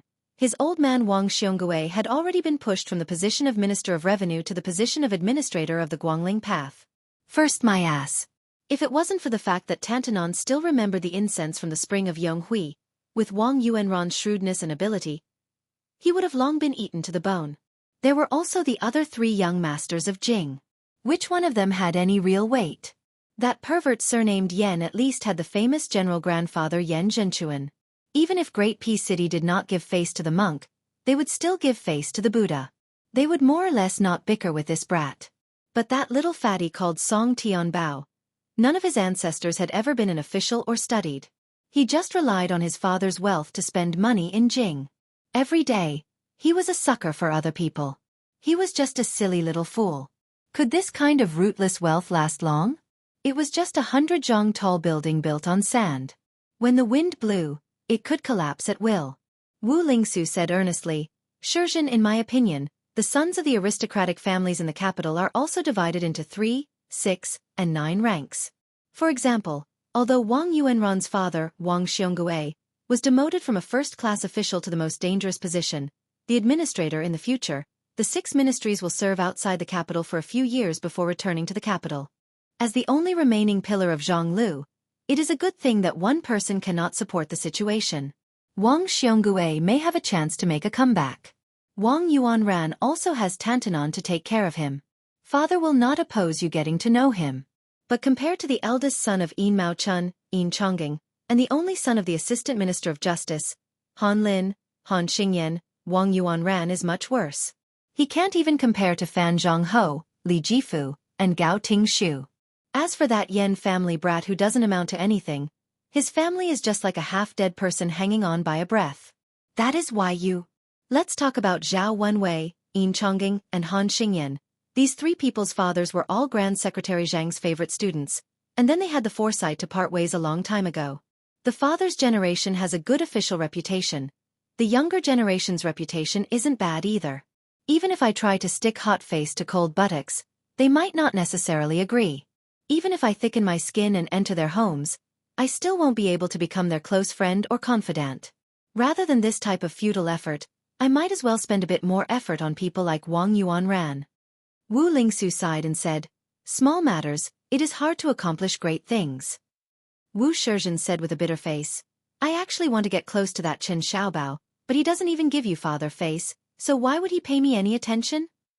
Wu Lingsu reached out a hand to stroke the horsetail whisk's vermilion silk, saying softly, "Us father and son's foundation is still a bit shallow. Wu Shizhen leaned over to this new leader of Northern Taoism, saying with a low voice, "Father, if we can take advantage of this opportunity to trample on that surnamed Su and return to the capital, Father's position in His Majesty's heart will definitely rise a step further. Taking a step back, I can find an opportunity to secretly push Wang Yuanran and the other hotheads out to make a feud with Bailiang. Once they return to the capital and make a ruckus, the Su family's reputation in the capital will be completely ruined." Wu Lingsu was hesitant. That person even dares to refuse an imperial edict, and this is also his territory. How can Wang Yuanran and the others shake him in the slightest? As for the curses of Great Peace City's officialdom, the Su family father and son have never paid them any attention. Be careful not to smash your own foot with a rock. Bailiang's whisk water room spies can fight with Liang's Zhao Go for many years without being at a disadvantage. They cannot be underestimated. Wang Yuanran and the others can't accomplish anything. I don't think they will succeed. Wu Shizhen said with a smile, "I don't expect that Su person to be hurt. It's also good to disgust him." Wu Shizhen remembered the scene of him being humiliated by that peer at Mount Qingqing. His tone was dark as he said, "Even if Su person has some information that he can use against him, would he really dare to kill over such a small matter?" Wu Lingsu suddenly asked. In the group behind us, the one surnamed Lu, the son of the county chief of Hezhou, said that he used a scabbard to hit Su person in the past. Is that true? Wu Shizhen said with schadenfreude. It's most likely true.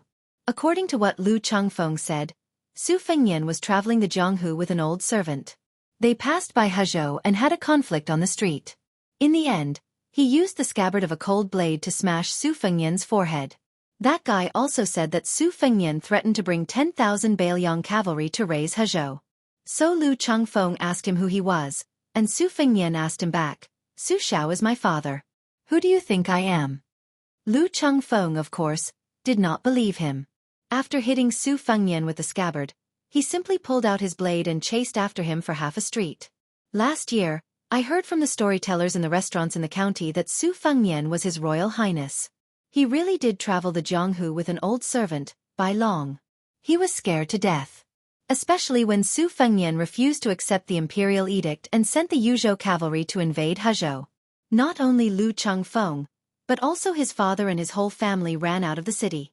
Afterwards, when they saw that the Yuzhou cavalry had no intention of invading Hezhou, they returned to the county with fear.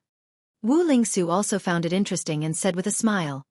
But later, wasn't there an incident where 10,000 Yuzhou cavalry entered Jizhou? They had to pass through Hezhou. Wu Shizhen laughed so hard that tears almost came out of his eyes. So the family resumed their old business and ran away at night. Fortunately, the Yuzhou cavalry returned through Heluku, so Lu Chengfeng's father did not resign and moved to Jiangnan. However, the Lu family also benefited from the disaster. The entire Hezhou knew about this hero who dared to beat up the king of Bailiang. Even Lu Chengfeng's father received a unique, above average, in Hezhou in the local evaluation hosted by Yin Maochun. Lu Chengfeng and Song Tianbao are good friends who have known each other for many years. When he was welcoming Wang Yuanran and the others, he fell in love at first sight with the daughter of the former assistant minister of the Ministry of Justice. Plus, he was probably sure that Su Fengyan would not lower himself to his level, so he shamelessly followed him to Yuzhou. Wu Lingsu, who was no longer a self-proclaimed king in a corner, sneered. It is rumored that Song Tianbao's grandfather, as the #1 god of fortune in the two Liao provinces, was not on good terms with Su Xiao, who rose in Jinzhou in Liaodong. Lu Chengfeng and Wang Yuanran, who had a conflict with Su Fengyan in the Jiuzhou embassy in the capital, are indeed birds of a feather flock together. Wu Shizhen's expression was a bit awkward. It seemed that he had to be included. Chapter 1531. The first round of the debate between Buddhism and Taoism was going to be held at Lotus Peak tomorrow. There were no more places to stay on Mount Wudong. The inns in the towns near the foot of the Southern Divine Path were also full. The two groups of people entered a place called Escape Summer Town. The way they looked for rooms to rest was completely different. One group of a dozen people spent a lot of effort to negotiate with a small inn on the east side of the town. The normal rooms were much more expensive than first-class rooms in the Central Plains. When the innkeeper took the stack of travel passes, he just glanced at them and ignored them. So what if they came from Great Peace City? Wouldn't they still be slaughtered by our inn?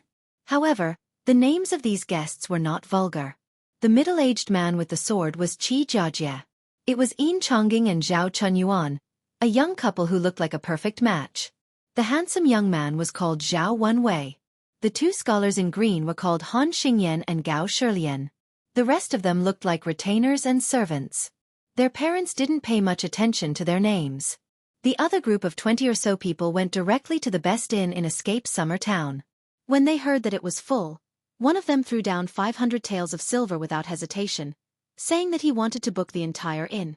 The old innkeeper was annoyed by the young people's bureaucratic tone. He thought, so what if it's 600 taels? My inn is charging 100 taels a day according to the market price. You people want to stay for 3 days. 500 taels is nothing. The innkeeper rolled his eyes and said that the inn was doing business. There was no rule to chase away customers. The young man with the River Province accent took out another 500 taels without saying anything. The innkeeper reached out and touched the thick stack of brand new banknotes. He began to feel conflicted. The young man waved his hand as if he was afraid that others didn't know that he was rich. His helper immediately threw out 2 large gold ingots. The innkeeper looked and thought, silver is the father and gold is the lord. Since we're meeting these elders, let's not talk about manners. However, the innkeeper still wanted a yard after taking an inch. He said that the 30 or so guests were all staying. He was afraid that the staff wouldn't be able to get them to move. As soon as he said this, a few people reached out and grabbed the hilts of their swords. The innkeeper was anxious and hurriedly told them not to fight. Whoever dares to cause trouble in Bailiang today will be finished. The innkeeper picked up the banknotes and gold ingots and went upstairs to explain to the customers. The innkeeper played a petty trick. Not only did he take the initiative to return the money, he even gave everyone 3 to 4 taels of silver. He even told the customers that a group of military lords from the northern Liang border wanted to stay here and that the innkeeper could not afford to offend them. Jianghu. Bailiang. Jianghu. Jianghu. Jianghu. 2. Bailiang. Qijia. He was the #1 swordsman in the capital. In his early years, he was not only the swordmaster of many princes. Even Bai Yan's daughter, Xianxia, was once his disciple. To be able to trouble him to escort a group of people thousands of miles away, the reason was simple. If any one of these young people were thrown into Jiangnan, they would all be people that high officials and nobles would do their best to curry favor with. This was because their family elders were the deputy of the head of the secretariat, Qi Yonglong, the former minister of appointments, Yin Mao Chun, the former #1 prime minister, Gao Shiji, the Duke of Yan, and Han Lin, the assistant minister of the Ministry of Justice. Among them, Yin Maochuan's eldest son, Yin Chongging, and Zhao Yuling's second daughter, Zhao Chunyuan, were husband and wife.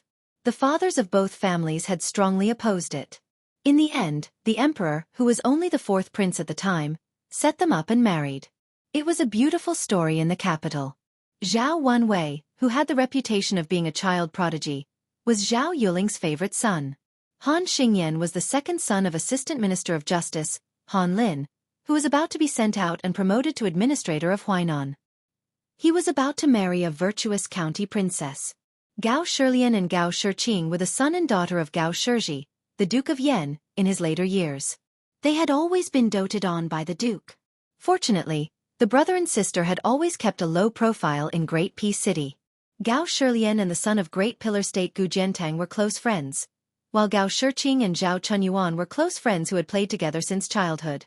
It could be said that these young people were the most outstanding children of officials in Liang's officialdom. The provincial governor of Huainan province was Kai Nan, who used to be Gu Jiantang's most trusted general. Han Lin was about to be promoted to administrator of Huainan province, so they would have a lot of dealings in the future. Gao Shilian and Gu Jiantang's 2 sons were also very close. There were many things that the big shots could not sit at the same table and talk cheerfully, and it was even impossible for them to have a tacit understanding. However, if a junior who did not see the big picture came forward, it would be much smoother. At this time, they were all gathered in Yin Chongging's room. The window just so happened to be facing the street. Han Xingyan stood at the window and looked at the Bailiang cavalry slowly passing by on the street. He smiled and said, "Just by watching a leaf fall, you can tell that the Bailiang frontier army is really terrifying." Gao Shiqing joked, "Oh, now that you're the son of a second-rank administrator, your guts have grown by quite a bit. You even dare to say good things about Bailiang?" Han Lin raised both his hands, indicating that he was willing to be beaten and scolded. Gao Shilian could not help but feel indignant for Han Lin. He stared and said, "You talk without thinking, how can you marry?" Gao Shiqing glared back at him and said, "Shut up." Gao Shilian muttered his catchphrase in a low voice. "Having a sister like this, I'm really out of luck." Gao Shiqing, who yearned for chivalry the most, fiercely pressed down on the hilt of his sword and threatened, "Are you looking for a beating?" Yin Chongging, who was the oldest and the most mature in the group, said helplessly, "You can drink tea, but if you want to quarrel, go outside." Zhao Chunyuan, who was brewing tea, waved at Gao Shiqing. Zhao Wenwei, who was still a teenager, asked with a laugh, "Brother-in-law, why did Wang Yuanran and the others arrive at the foot of Mount Wudong before the Wu family's master Taoist?" Yin Chongging softly revealed the secret. Master Wu deliberately slowed down his pace and waited until the last day of the Lotus Peak debate before ascending the mountain to issue the imperial edict. The reason why he was in such a hurry before was because he was afraid that the Yuzhou army would come out to obstruct him. So he missed the best opportunity. Since the Yuzhou army has not made any moves, he can take it easy. The small town was so small that one could see the scene in the west from the east just by sticking one's head out of the window. Han Xingyan frowned. It seems that Wang Yuanran and the others are stirring up trouble again. It's fine if they're in the capital, but why won't they stop when they're in Beiliang? Yin Chongging said calmly, "Let them be." Gao Shilian leaned against the window and glanced out. He angrily sneered, "They're making quite a scene." As expected of the capital's 4 young masters traveling together, they're full of style. This bunch of vermin lying on their father's books of merit. It's one thing to enjoy a good life, but they still want to harm others. If they become high officials in the future, what else can they do besides bring disaster to the country? Yin Chongging frowned. "Be careful with your words." Gao Shiqing made a face at her brother. "Did you hear that? Big brother Yin also wants you to shut up." Gao Shilian put his palms together and silently muttered, "Heavens, oh heavens, hurry up and throw down a man to marry this girl." Zhao Wenwei stuck out his chest. "Second brother Gao, what do you think of me? Am I worthy of Sister Gao?" The corner of Gao Shilian's mouth twitched. He didn't know whether to laugh or cry. Gao Shiqing slapped the child's head. "This old lady changed your diapers in the past." Yin Chongging smiled. All right, don't make a fuss. Sit down and drink some tea. This is one of the few tales of Spring Deity Lake tea we have." Chapter 1532. As soon as Gao Shiqing sat down, she immediately stood up and giggled. "No, only a fool would not join in the fun. I have to go to the other side of the town to take a look." As she said this, Gao Shiqing carefully looked at Yin Chongging, who always spoke softly but was the most decisive. Yin Chongging raised his head to look at her and slowly said, "We agreed in the capital that it would not happen more than 3 times. It has already happened twice in the capital and Jinan. If it happens again, you have to return to the capital immediately." Gao Shiqing smiled brightly and said, "Understood." Gao Shiqing ran out of the inn like a wisp of smoke and ran along the street to the most popular inn in the town. She did not go too close. After all, she was not unfamiliar with Wang Yuanran, Yen Se Fetus, and Song Pandun. Especially since the Yen family residence where Yen Se Fetus lived was their neighbor. Gao Shiqing respected old General Yen Zhenchuan very much, but she hated this eldest grandson of the Yen family who was upright at the top but crooked at the bottom of the tree. After old General Yen sacrificed his life for the country, an exception was made. During this period of time, Yen Se Fetus's tail was raised to the sky. He actually had the guts to ask the elders of the family to propose marriage to the Duke Yen family. Gao Shiqing almost couldn't help but find someone to put this guy in a sack and throw him to the bottom of the lake. In Gao Shiqing's vision, Yen Se Fetus did not disappoint. After coming to a small town like Beiliang, he still flirted with good people. He was currently surrounded by 2 young women with a group of bad friends. Gao Shiqing was a little surprised. Didn't people say that women in Beiliang were mostly tall and strong? The 2 young women in front of her were very beautiful. The young woman who carried a sword like her was probably above average and could not be considered stunning. However, the other one was quite outstanding. The brothel of Great Peace City was known to be filled with outstanding beauties. Gao Shiqing had disguised herself as a man a few times to go there to broaden her horizons. Even those courtesans did not have the moving beauty of the tall woman in front of her, especially her unapproachable aura.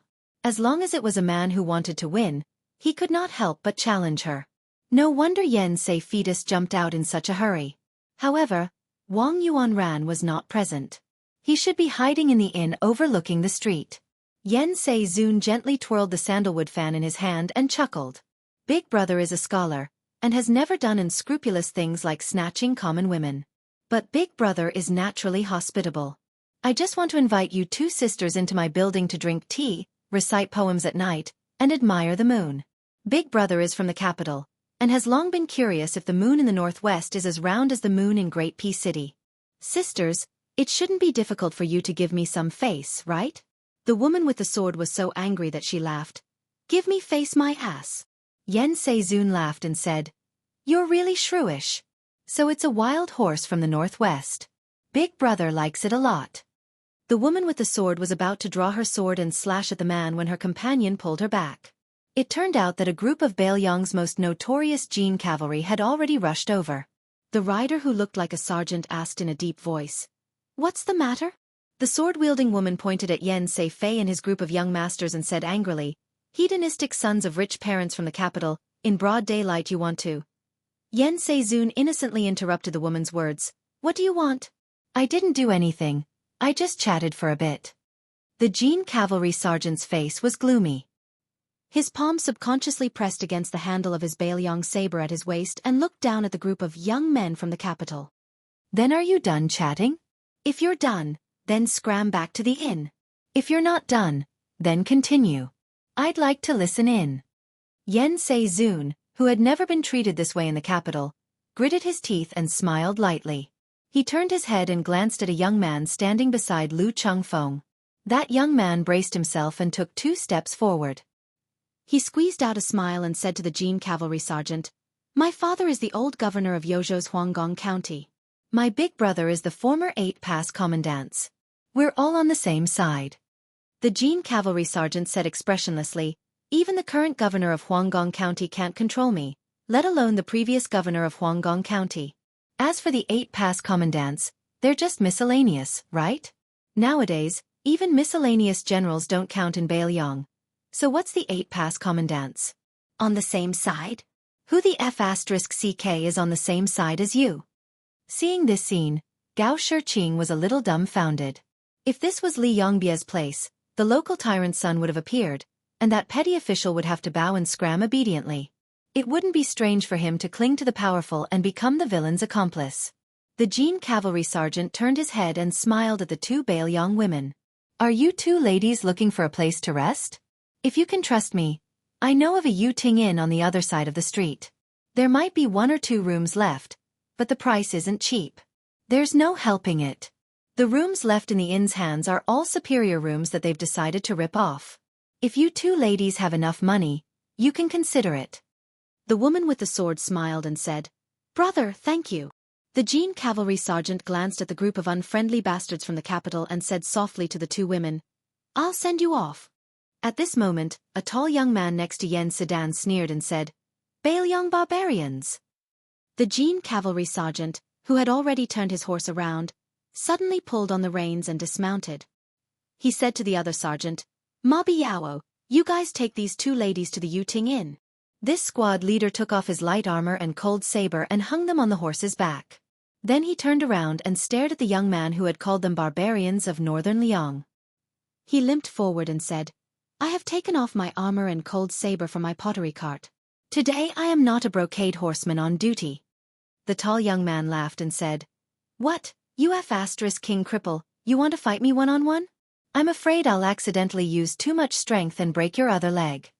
The man surnamed Tao laughed. If you can kill me, it'll just be because you're capable. The tall young man curled his finger. In the hut not far from the elephant washing pool, Su Fengnian was moving books and drying them. Suddenly, the Yuzhou lieutenant and the spy leader of the Fu Shui Fang appeared together. Su Fengnian, who was squatting with a book open, raised his head and smiled. If you have something to say it. The leader of the spies spoke very quickly, but his words were clear. Reporting to Wang Ye, at the foot of the mountain in Fuxia town, 64 Jin cavalry and 27 Fu Shui Fang death warriors are confronting 23 people led by Wang Yuanran, the youngest son of Guangling's Dean of Dao. The cause is. Su Fengnian waved his hand and ordered the lieutenant, Luo Hongkai, go down the mountain and lead 500 men to Fu Shui Fong. Don't confront them. Just fight to the death. Su Fengnian pondered for a moment and then continued, the other side should have quite a number of martial art masters as bodyguards. Sui Tai's Han, you take out the 4 A-class Fong Fu Shui men of sacrifice currently on Mount Wudong and send them down the mountain with Captain Luo. Luo Hongkai asked carefully, Your Highness, are we really going to fight to the death? Su Fengnian smiled. How can we do that? Su Fengnian quickly added, just beat them half to death. After this matter, people will give a thumbs up to Bailiang for treating guests with courtesy. The 2 men quickly left. Luo Hongkai rubbed his chin and said, Old Sui, our prince is indeed a scholar, right? Sui Tai's Han said unhappily, What's the use of telling me this? Why didn't you flatter him in front of the prince? Luo Hongkai, who was striding forward, rolled his eyes and said, Just say yes or no? Sui Tai's Han wiped his mouth and smiled. Of course. Chapter 1533. Escape Summer Town. Escape Summer Town. Escape Summer Town. Just from its name, one would feel refreshed. However, at this time it was very angry. In reality, of Wang Yuanron's group, in terms of appearance, other than the grandson of the old General Yan Zhenchuan, who looked like a villain, the rest of the group, including the tall young man who had seriously injured the captain of the Jin cavalry, only had a slightly arrogant attitude. They did not look like villains with a belly full of evil tricks. The 4 silent elders of the family also had the style of a great master. On the side of Bailiang, there were more than 60 patrolling Jin cavalry on the streets of the small town. They all wore light armor and only carried cold knives. They did not carry bows or crossbows. The Jin cavalry captain who was in charge of the affairs of the 3 towns at the foot of Wudong Mountain, Escape Summer Town, had a sturdy body. However, he had a pair of small eyes. When he squinted, they seemed to disappear from his face. He supported the captain of the Jin cavalry, whose chest was full of blood. The latter had been punched in the chest by the tall young man and flew back several feet on the street. It was clear that he had suffered serious internal injuries. Without 2 or 3 months of recovery, he would not be able to do anything on duty. The reason the Jin cavalry captain did not act on impulse and order the 60 brothers who had accompanied him to attack the enemy was because the enemy had many hidden aces. Even with the help of the Fu Shui Fong spies, they might not be able to gain an advantage. In addition, the young man who had injured the captain had already announced his identity. He was the son of Li Yang's Saxing field captain. Saxing field captain was one of the 4 field captains in the capital and had real power. His rank was not very high, but he was a strong candidate for the 12 great generals of Li Yang's 4 campaigns, 4 garrisons, and 4 pacifications. The commandant of the imperial cavalry, who had just turned 30 years old, was a descendant of a general of northern Liang. He had long been influenced by the filth of the hedonistic circle, and was very familiar with it. When there was trouble, the main character would generally not come out and make a ruckus. He felt that it was beneath him and needed a handy henchman to stand up for him. The young man whose father was the shooting sound commandant belonged to this group. To be able to have such a good general of Great Peace City act as a helper, the other young masters who did not show any fear in the face of more than 60 Bailiang cavalry had to have a high status. This imperial cavalry commandant's immediate superior was the Horned Eagle commandant, Luo Hongkai, who was in charge of the military affairs of the 3 nearby counties. Commandant Luo had long since left a ruthless message that this time, the conflict between Buddhism and Taoism held by Lotus Peak was related to Bailiang's face. Those who came to Mount Wudong to join in the fun were either officials or scholars. Those young ladies were all delicate young ladies from respectable families. They were all timid and couldn't withstand the torment. When you see these people, you bunch of rough men should be more amiable. It's best if you give them a smile. When you need to give them directions, you should speak nicely and not be impatient. In short, if any bastard dared to embarrass Bailiang in front of outsiders, then he, Luo Hongkai, would make him lose a few layers of skin. The Imperial Cavalry Commandant was in a difficult position. Although he only needed to say one word and this Fuxia town would really start fighting, and if the 60 Imperial Cavalry couldn't win, there were still Commandant Luo's 2,000 elite soldiers at the foot of Mount Wudong. However, since he was the commandant in charge of 200 Imperial Cavalry, he couldn't be so impulsive. If he beat up the son of a shooting sound commandant, then so be it. If there were one or two sons of court generals with the surname Zhenping, or if he accidentally crippled the sons of high officials of the 6 ministries, then the matter would blow up. In the end, would the king really have to personally clean up after them? However, the imperial cavalry commandant was sullen and angry. Thinking about this group of bastards who had come from Great Peace City to show off their strength, it was fortunate that they weren't Beimang barbarians. Otherwise, he wouldn't have to be so hesitant. Today's matter was clearly started by the nobles of Jingdo. Wu Zhongtao's ox cart was already tolerating enough.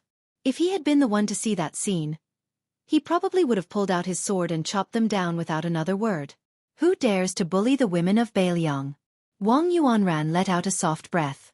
Fortunately, the commandant was someone who understood the big picture.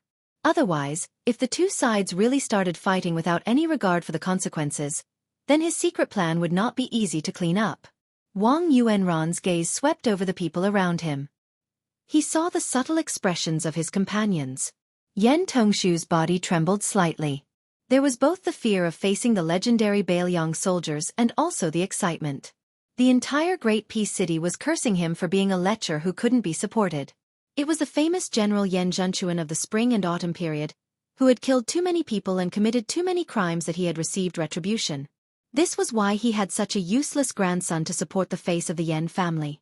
However, if he, Yan Tongshu, could safely return to Jingdo this time, who wouldn't say that he was a hero who dared to fight the Beiliang army? Who would dare say that he was a coward? The son of the shooting commandant Li Shogua, Li Zhongliang, was in charge of guarding the northern part of Jingdo.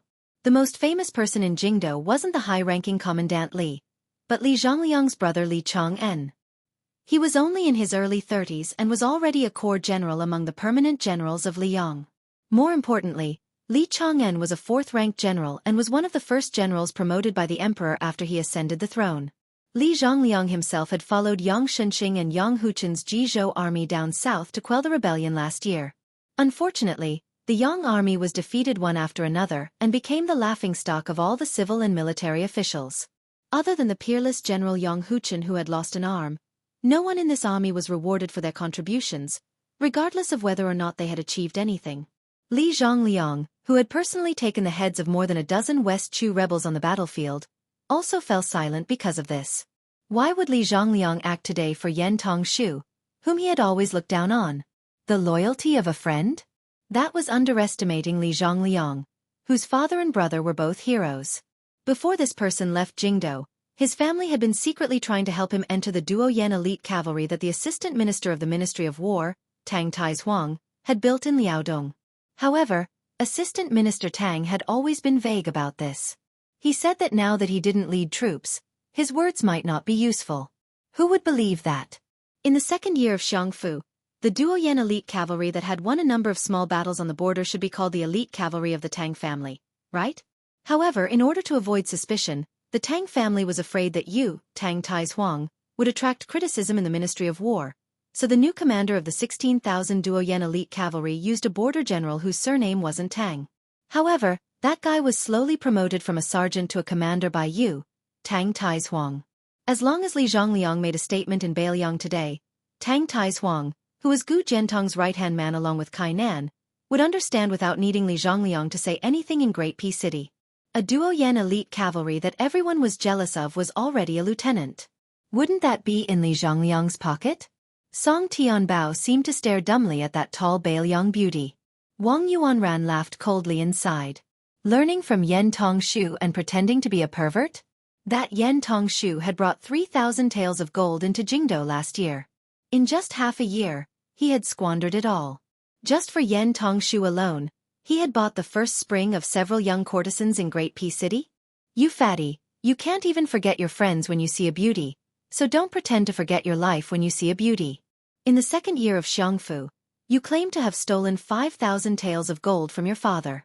Based on your father's shrewdness, not to mention stealing 5,000 taels of gold from Liaodong without anyone noticing, I'm afraid without his consent or tacit consent, you kid, would have a hard time even stealing a single copper coin. Fatty song, ever since you entered Jingdo in this year, relying on my, Wang Yuanran's, Yan Tongshu's, and the others' names, your father probably earned far more than 8,000 taels of gold. Wang Wani, the daughter of the former assistant minister of the Ministry of Justice, Wang Zhua, was famous in Jingdo.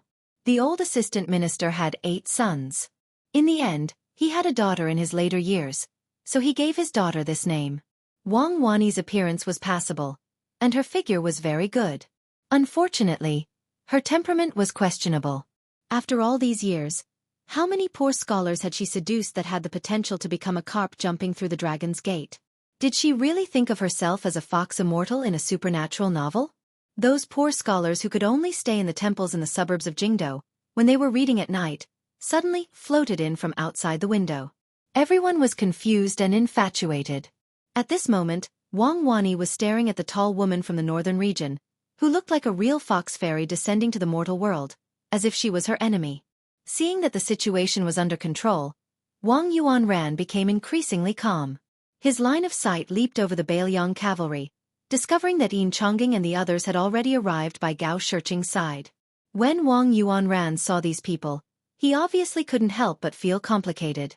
Last year, his father was still a minister who had the potential to take over Gu Lu's authority from Grand Secretary Zhang. However, even if his father wasn't transferred to the chaotic Guangling path, during that storm that shook Jingdo, after Wang Yuanran provoked Zhao Chunyuan and beat up Han Xingyan, he was still brought by his father to kneel outside Zhao Manor for half a day.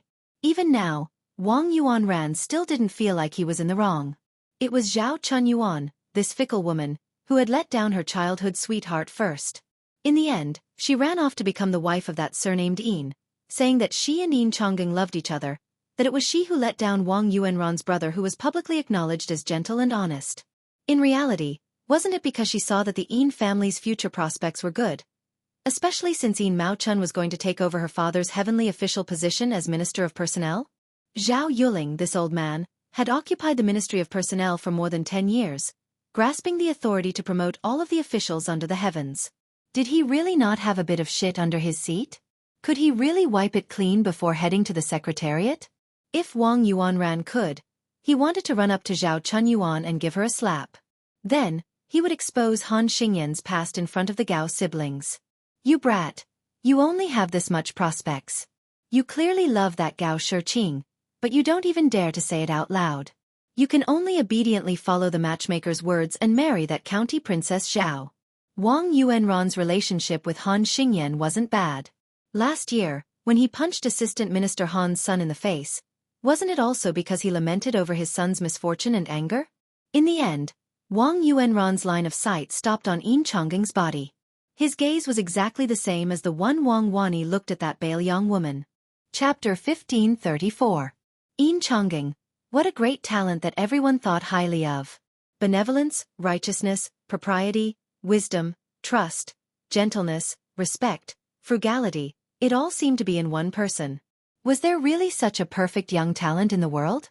Wang Yuanran did not believe it, but from Zhao Yuling to Yuan Gua to Han Lin, and even Wang Yuanran's father Wang Xiongui, this large group of Yong Hui's famous ministers who came from Gulu, who did not praise Yin Chongging. Wang Yuanran suddenly laughed. There really was someone who thought the same as him. And it was someone Yin Chongging wouldn't have guessed even if he was beaten to death. That was the important minister of the 3 dynasties of Liyang, Tantanan, Huan Wen. Wang Yuanran was afraid of many people in his life, but the only person he respected was Tantanan. So when Tantanan told him to go to the Imperial College to reflect on his mistakes, Wang Yuanran directly refused his mother's urging to stay and really went to the Imperial College to reflect on his mistakes.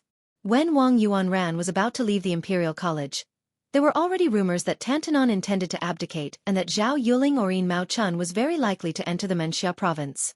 When the undercurrents were surging, the old man personally went to the Imperial College to see Wang Yuanran. Before leaving, Tantanan said something that Wang Yuanran thought he would never forget in his life. Brat, being a person is like flipping through a book and reciting scriptures. Not to mention this old man whose neck is in the yellow earth. Even your father Wang Xionggui's age is half buried in the earth. He has almost flipped through the book to the end and can't find anything new. But a young man like you is different.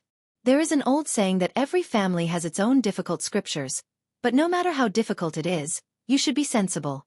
You have to read it well and read it well. The reason why I'm talking nonsense with you is that when I, Huan Wen, was young, I was also like you, idling around. But the old saying that a prodigal who returns is more valuable than gold is not a lie.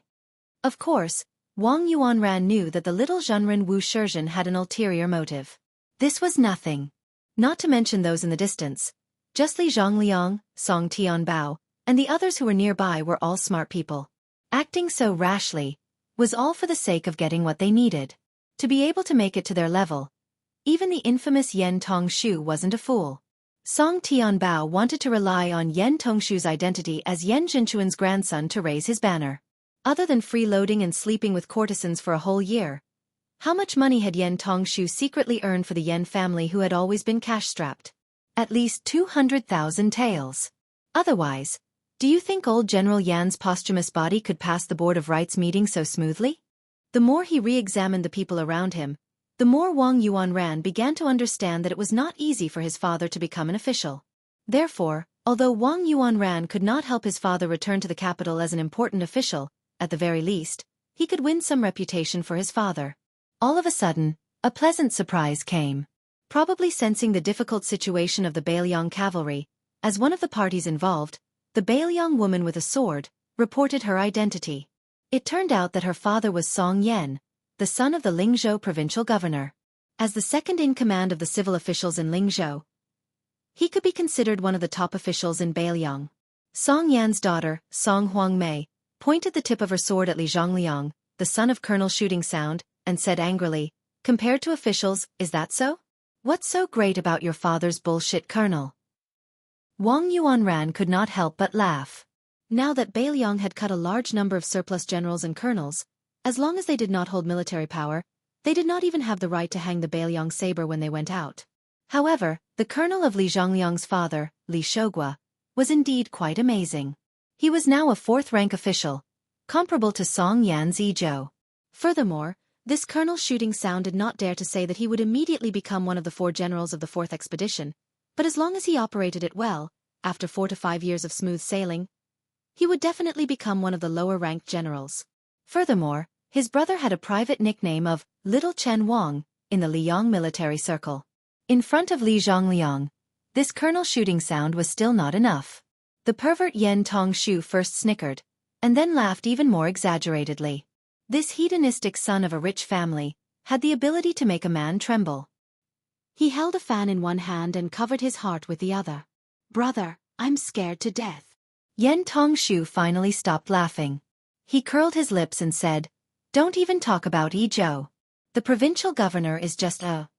At this time, the cold and elegant woman who had been indifferent to the farce finally spoke. She turned her head and said softly to the commandant of the Imperial Cavalry, "My father is Administrator Li." The commandant of the Imperial Cavalry was stunned. The woman smiled sweetly and said softly, "Yes, I also have a younger brother called Li Hanlin. He is now the commandant of the Liangzhou crossbowmen." In the Bailiang military, whether it was the garrison troops or the border troops outside the Great Wall, most people had heard of the name Li Hanlin. It was even more effective than the #1 civil official in Bailiang, Li Gongda. The commandant of the Imperial Cavalry smiled knowingly at first, but he became more and more conflicted. Today's matter was really not a matter of whether the two sides were high or low officials. He was an insignificant commandant of the Imperial Cavalry in Bailiang. It was not because he was worried about his background that he did not dare to give the order to beat those bastards into a pig's head. It was because the war at Liangmang was so intense that he, the only son of the Imperial Cavalry, had no chance to go to the border to kill the barbarians because his father and mother had dragged in all the elders of the family to pester him. However, his father had been a military officer at the Great Wall of Yuzhou and had always paid attention to the general situation. As the commandant, he knew quite a bit about the relationship between Bailiang and the Liang Imperial Court. The more this was the case, the more he could not make trouble for Commandant Luo or even the prince and implicate Bailiang in an even more dangerous situation. He turned his head to look at his subordinate, Sergeant Tao Che, who was unwilling to leave no matter what. Even this old brother of his knew the severity of the matter. He had taken off his armor and saber and was going to fight with Li Zhongliang as a Bailiang citizen. How could he act rashly? Tao Che was once a sergeant of the Bailiang crossbowmen. Like Li Hanlin, he was also an elite scout responsible for clearing the path for the Dragon Elephant Cavalry up north. His left leg was severely injured in battle and he had no choice but to retire from the crossbowmen. According to the rules of the Bailiang Frontier Army, he could have served as a deputy in the local garrison. However, Tao Che refused no matter what, saying that he was an old cripple and that he would be satisfied if he could return to the local garrison as a sergeant. That one call of the Baelyang barbarians. For an old soldier who had probably spent half his life fighting the Baelyang barbarians to the death, it was too hurtful. The Imperial Cavalry Commandant Fan Xiangda lowered his head and said softly to his old brother who had returned from the Liangzhou border, "I'm sorry." Yen Tongshu opened his fan with a snap and smiled. "What's the saying again? The temple is small and the wind is strong, but the water is shallow and there are many bastards." Who would have thought that I would be able to meet both the administrator and the daughter of the governor while casually strolling through the streets of this small town? What, you want to use your power to bully people? You want to use your private army to kill us good people?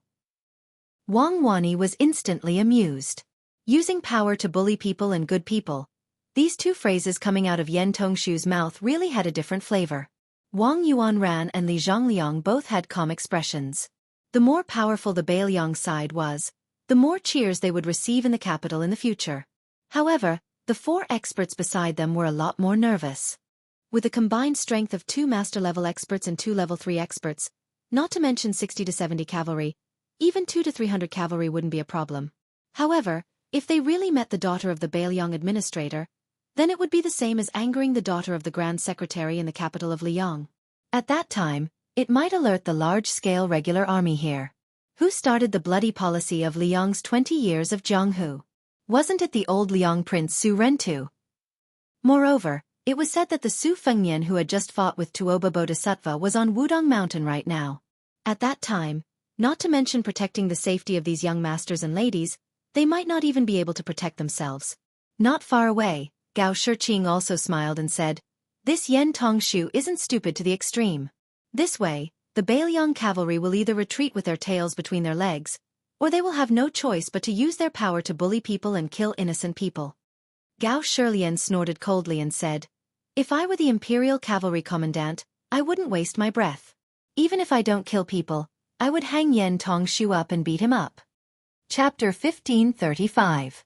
Yin Chongging shook his head and said, "Northern Liang is in a dilemma. If we don't completely fall out with them, we won't be able to capture Yen Tongshu and the others with an army of at least 600 riders and a few martial experts protecting them." Gao Shilian said unhappily, "To be able to make Baelyang suffer a setback once, won't they be treated as heroes when they return to the capital?" Yin Chongging smiled. "Let's go, we've seen the show. You guys really wasted that pot of Spring God Lake tea." At this time, the streets of the small town rumbled like thunder. Even Zhao Chunyuan felt a suffocating pressure. When a group of black-armored cavalry charged into the small town, there were constantly archers dismounting from their horses and climbing onto the roofs to occupy advantageous terrain. In this small town, there were no more than 400 to 500 soldiers on the streets and archers on the roofs, but they formed a black cloud that could destroy a city. The leading general took the lead, urging his horse to gallop to the side of the Jin Cavalry Commandant Fan Xiangda.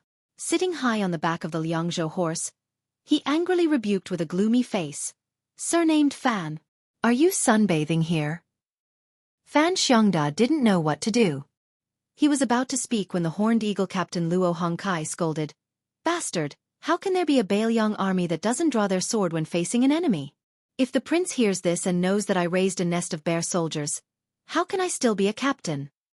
Luo Hongkai looked around and said in a low voice, "Unrelated people, leave the streets.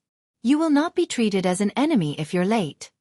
This Lieutenant Luo was probably really angry at that Fan Xiangda, but he was his trusted aide after all, so he left some face for the commandant of the Brocade Cavalry.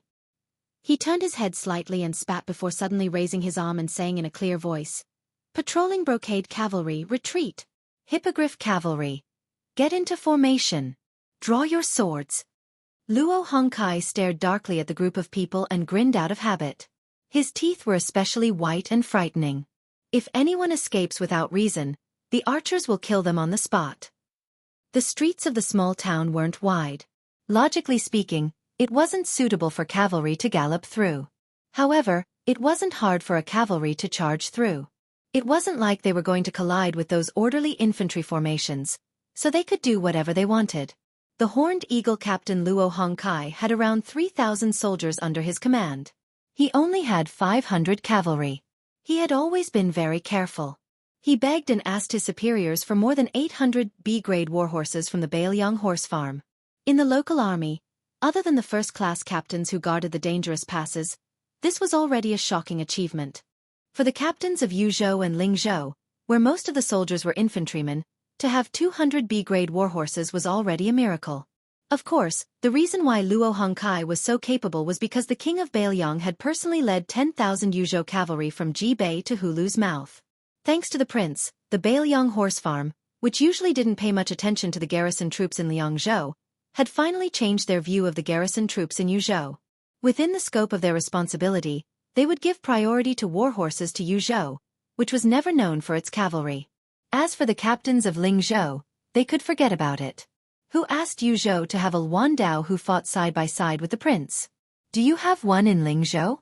Yan Tongshu was probably so scared that his legs had turned to jelly. His face was pale, and his lips were trembling. Even though the 4 experts who had quite a reputation in Liang Lake walked out and stood in front of them to protect them, this eldest son of the Yan family still couldn't help but tremble. This time, he was finally not as flirtatious as before. The son of the county chief of Hezhou, Lu Chengfeng, had a long face. He even had the thought of dying. I just want to marry an assistant minister's daughter as my wife to bring honor to my ancestors. How can you Bailiang kill people just like that? Li Zhongliang, who had experienced the toughness of the battlefield, was probably the calmest one among them. He was sizing up all the details of this regular army in Bailiang. The 2 local playboys of Bailiang who had joined the group to run errands for the rich and powerful in the capital almost turned around at the same time, wanting to escape into the inn. However, the middle-aged man who was acting as a guard instructor for the Li family suddenly reached out his hands and pulled the 2 back. Then, 2 arrows flew through the air. If he didn't pull them back from the gates of hell, then the 2 pitiful creatures would have been nailed to the back by the arrows. If they were lucky enough to survive, they would be heavily injured. Wang Yuanran finally couldn't hold back and said angrily, "You Bailiang really dare to kill people on the street for no reason?" The Hippo Hawk captain, Luo Hongkai, didn't waste his breath on him and waved his hand. The cavalry started to charge. An old expert who was the stabilizing force behind the scenes in the Yan family attacked first. The old man was a true second-grade master. If it wasn't for the fact that he suffered a fatal injury on the battlefield when he was middle-aged and coughed non-stop every time it rained and even breathing was painful, the old man might have already been a first-grade King Kong or even a mysterious finger realm expert. After the old man was saved by Yan Zhenchuan from the battlefield, he stayed in the Yan family to repay his kindness. In the capital, he had the nickname of Half-Chi River Crossing. It was said that although the old man had difficulty breathing when he was sick, when he was facing an enemy, his earth energy was extremely dense and he was also very skilled in martial arts. The old man faced a Hippo Hawk cavalry that charged at him, and he was just about to smash the warhorse's head with his palm when a wisp of a strange figure suddenly flashed out from the side. The figure's hands pushed lightly on his chest, and it actually pushed him back to where he stood on the spot. Just as the old man exhaled, he had no choice but to take another breath. The slightly wrinkled clothes on his chest trembled and returned to normal. He wasn't the only one. The other 3 experts from his camp all tried to block the rider's path, but they were all blocked by someone else. Even though the 8 of them clashed 4 times in the blink of an eye, each with their own advantages and disadvantages, this gap allowed the horned eagle rider to reach Yan Tongshu, who was standing at the outermost edge. When the rider brushed past Yan Tongshu, the northern cold saber that didn't seem to be swinging left a large wound on the shoulder of the stunned Yan family's eldest young master. Fortunately, Li Zhongliang pulled Yan Tongshu back. Otherwise, the wound would have been on Yan Tongshu's neck. After the first rider, there were still hundreds of riders coming from behind.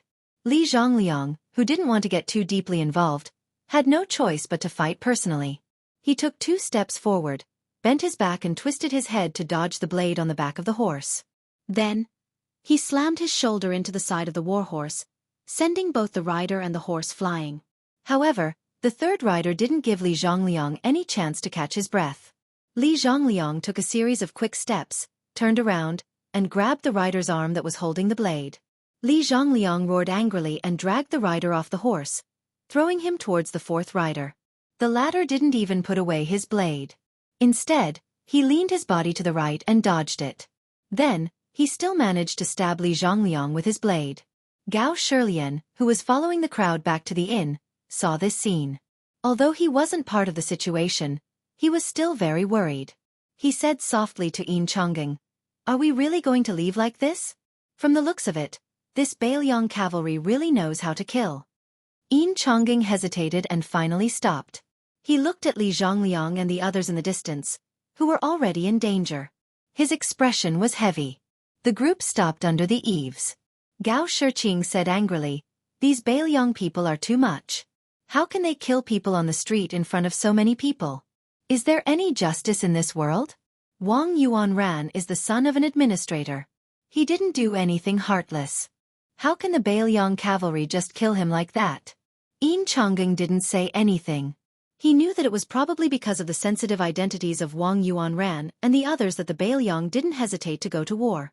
Under certain rules, the imperial court made things difficult for the Bailiang. The Bailiang could endure it, and had endured it for 20 years. However, the Bailiang couldn't be humiliated. The corner of Yin Chongging's mouth lifted slightly. He walked out of the eaves and said softly to the window on the second floor of the inn, "Thank you, Mr. Qi." The next moment, the streets of Escape Summertown were filled with sword qi. The coldness of the sword qi instantly made the name Escape Summertown more appropriate. However, before Gao Shiqing, Zhao Wenwei, and the others could sincerely sigh at Qi Jiao's profound swordsmanship and magnificent sword qi, they suddenly felt a bone-piercing coldness come and go in a hurry. It was gone just like that. Then, without them noticing, a young man with a book in his hand was standing next to them. It was as if he had just been reading at home and didn't have time to relax before coming out to join in the fun. There was only a slight breeze on the streets of Escape Summertown. It wasn't enough to flip the pages of the book. However, Zhao Chunyuan and Gao Shiqing, who were more observant, saw that the young man had just turned a page of the book. Chapter 1536. A middle-aged man stepped over the threshold of the inn. Such a simple movement made Yin Chongging and the others feel a breath like a spring breeze. The man was wearing a white robe with a jade belt. The sleeves were narrow and the body was wide. The robe was made of Sichuan brocade, a first-class tribute of the Liang dynasty. The collar and sleeves were inlaid with fine and delicate brocade with golden edges. The big part was simple and elegant, but the small part was noble. Probably only this kind of refined man with a hidden edge could marry the rouge girl with a reputation of peach blossom horse and pomegranate skirt. When he was 20 years old, the middle-aged man had a long sword hanging from his waist.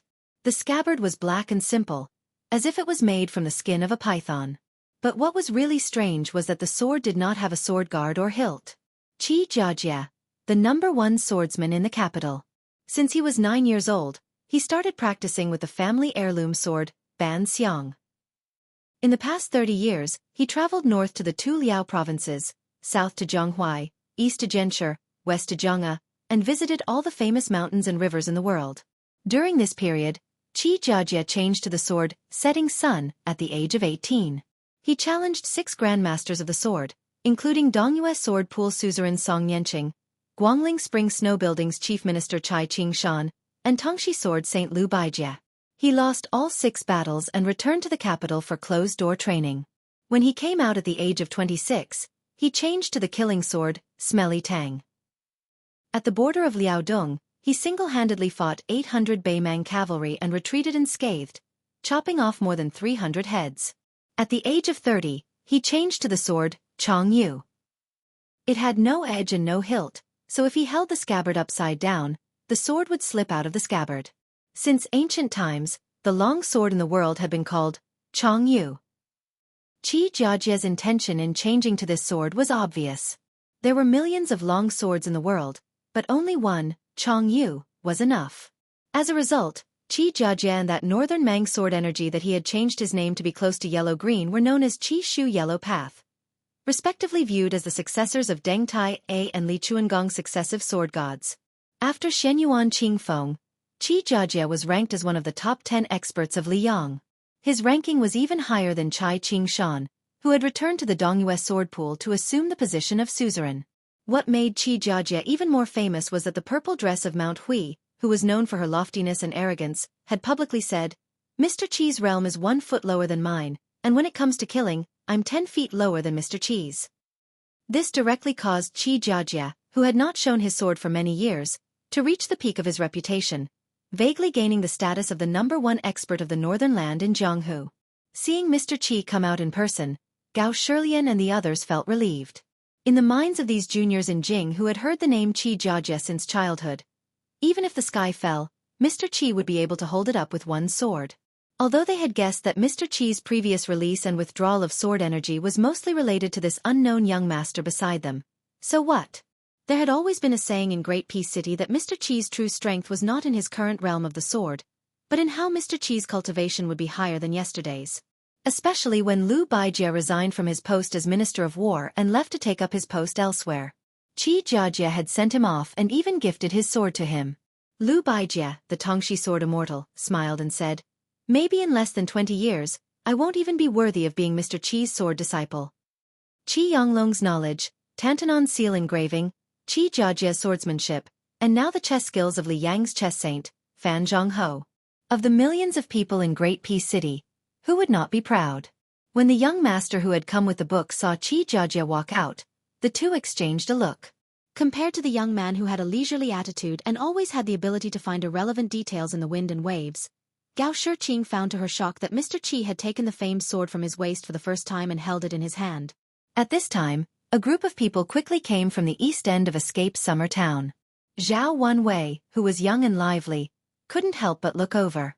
There were 4 people in the group, men and women of all ages. He only had his eyes on one person. As they came closer, the youth could finally see the person's appearance and could not move his eyes away. It was a woman of the same age who had just started to show signs of being outstanding. Her face, which had some baby fat, was thinning. A beauty with an oval face floated out of the water. Her robes were as white as snow, and she carried a white scabbard long sword on her back. She also had a simple red sandalwood hairpin on her head. The hairpin was like a sword that flew through her hair. In this moment, Zhao Wenwei was mesmerized. The saying that there were beauties in books was a lie. How could they be as beautiful as the real woman outside the book? Everyone had their own eyes. Gao Shiqing's first eyes were on the handsome young master in green robes and holding a sword. She exclaimed, "Li Yibai of the Dongyue sword pool?" Li Yibai was not only famous in Liang Lake, but also in Jiangnan and even in the officialdom of the capital.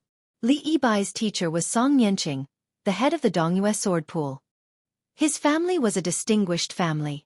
In the past, the top 10 magnates of the spring and autumn period valued family status the most. Except for the intermarriage of the 10 families, even some of the imperial families who were not of orthodox birth disdained to form an alliance through marriage. However, the Li family that Li Yibai belonged to could become the next best marriage partner of the 10 magnates. In the spring and autumn period, there were only 8 families that received this honor: Li, Pei, Yu, and Xie. Among them, the Pei family fell into silence after the Shenzhou continent sank. The most famous person in the family was actually a woman, Pei Nanwei, the concubine of the old king of Jing, Zhao Heng.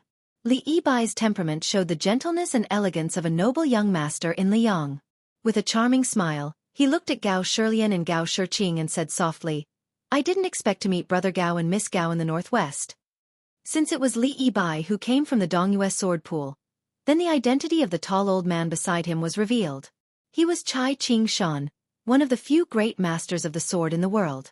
Presumably, Qi Jiajie's majestic sword Qi that filled the small town had attracted this group of people. After Chai Ching Shan entered the small town, he did not look at Qi Jiajie, who was at the same level, but at the young man holding the book. Li Yibai ignored the strange atmosphere under the eaves of the inn and introduced to the Gao siblings with a smile. "My martial uncle Chai was a good friend of the holy monk of the dragon tree in his early years. When he heard that the white-robed monk was going to preach at the Lotus Peak, he specially brought us to Bailiang. As for these 2 children, they are martial uncle Chai's beloved disciples, Song Tinglu and Shan Yi. What are you waiting for? Quickly call Brother Gao and Sister Gao." Chapter 1537. The handsome young man, who was not tall but had an extremely long sword on his waist, responded with an "Oh." He politely greeted Brother Gao and Sister Gao, and then continued to stare at his peer with vigilance. He was furious. This guy wants to stick his eyes on my junior sister. What does he want to do? Does he want to take my sword? Only when Song Tinglu looked at Zhao Wenwei did everyone notice that he was staring at the girl in white with a strange name. Zhao Wenwei's sister, Zhao Chunyuan, didn't know whether to laugh or cry. Her silly brother, who only liked to read, practice, and paint with his father since he was a child, finally had his first awakening of love? Zhao Wenwei asked softly, "Your name is 321?" The girl, who had long been accustomed to this kind of thing, said indifferently, "My surname is Sean. I'm not 321. Today, the girl in white's simple and polite words were remembered by Zhao Wenwei, who would die of Wenjin in the future, for a lifetime. Song Tinglu snorted coldly, "Brat, don't try to get close to my junior sister. I can beat 100 weak scholars like you down without using my hands. When the time comes, beat me up. Don't say I didn't warn you." After such a commotion, the three boys and girls, each with their own thoughts, gathered under the eaves, which were slightly hostile after the strange young man and Xianxia appeared one after another. Suddenly, the atmosphere relaxed a little. The scholar, who had just closed the book and tucked it under his armpit, suffered such an unexpected calamity for no reason. Not only was he not angry, he even smiled and gave the young Song Tinglu a thumbs up. The seemingly naive Zhao Wenwei said happily, "You know it even if I didn't warn you. You're also a scholar." Yin Chongqing gently knocked on his brother-in-law's head and scolded, "Learning to read and write can't be used to argue." Standing under the stairs, Chai Qingshan looked at the young man under the eaves. His scholarly aura was not as good as Yin Chongqing's, and his Jianghu aura was not as good as Li Bai's. However, even Qi Jiajia and Qi Jiajia, two gurus, still couldn't suppress this person's potential momentum. Only Li Bai, who had reached a high level in Jianghu, could slightly sense it. Yin Chongqing, Gao Shilian, and others were not Jianghu people after all. Shan Yi suddenly asked curiously, "You have sword qi on you. Are you also a swordsman?" The man took out the book from under his armpit and waved it. He said with a smile, "Greenwater Pavilion sword practice record of 60 years. Have you heard of this secret manual?"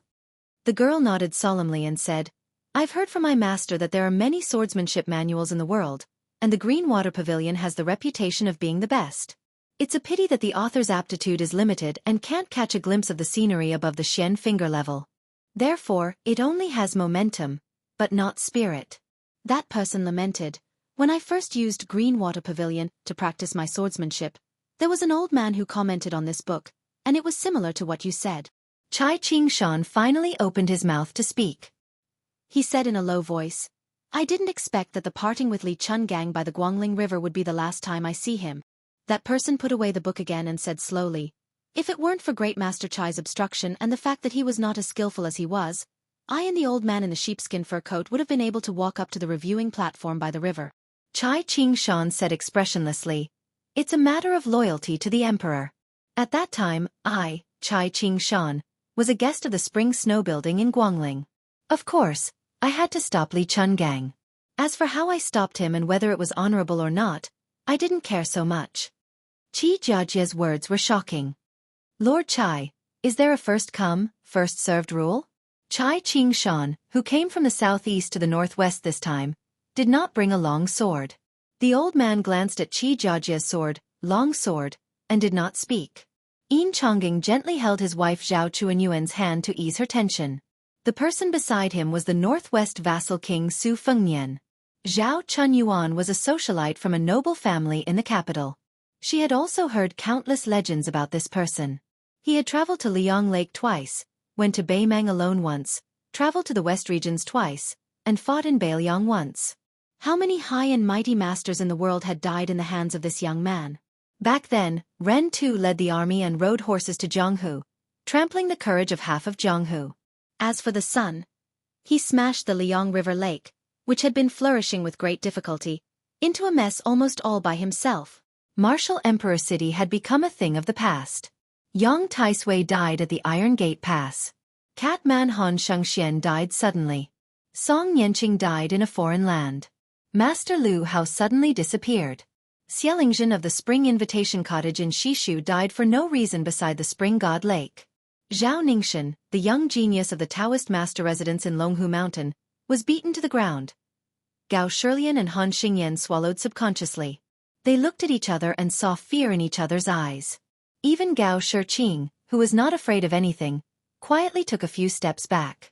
Su Fengnian, who had rushed from Mount Wudong to the escaped summer town at the foot of the mountain, did not feel as if he was facing a great enemy when facing the two sword masters, Xianxia and Xianxia. He turned to look at the bloody battle on the other side of the street and turned back to look at Gao Shilian who was standing beside Yin Chongqing. You are the son of Duke Yan, Gao Shiji. My spy from Fu Shui mentioned that you would come to Mount Wudong with Xianxia and the others. So when Xianxia released his sword energy, I came. Other than telling Xianxia not to do anything unnecessary, I also wanted to thank you.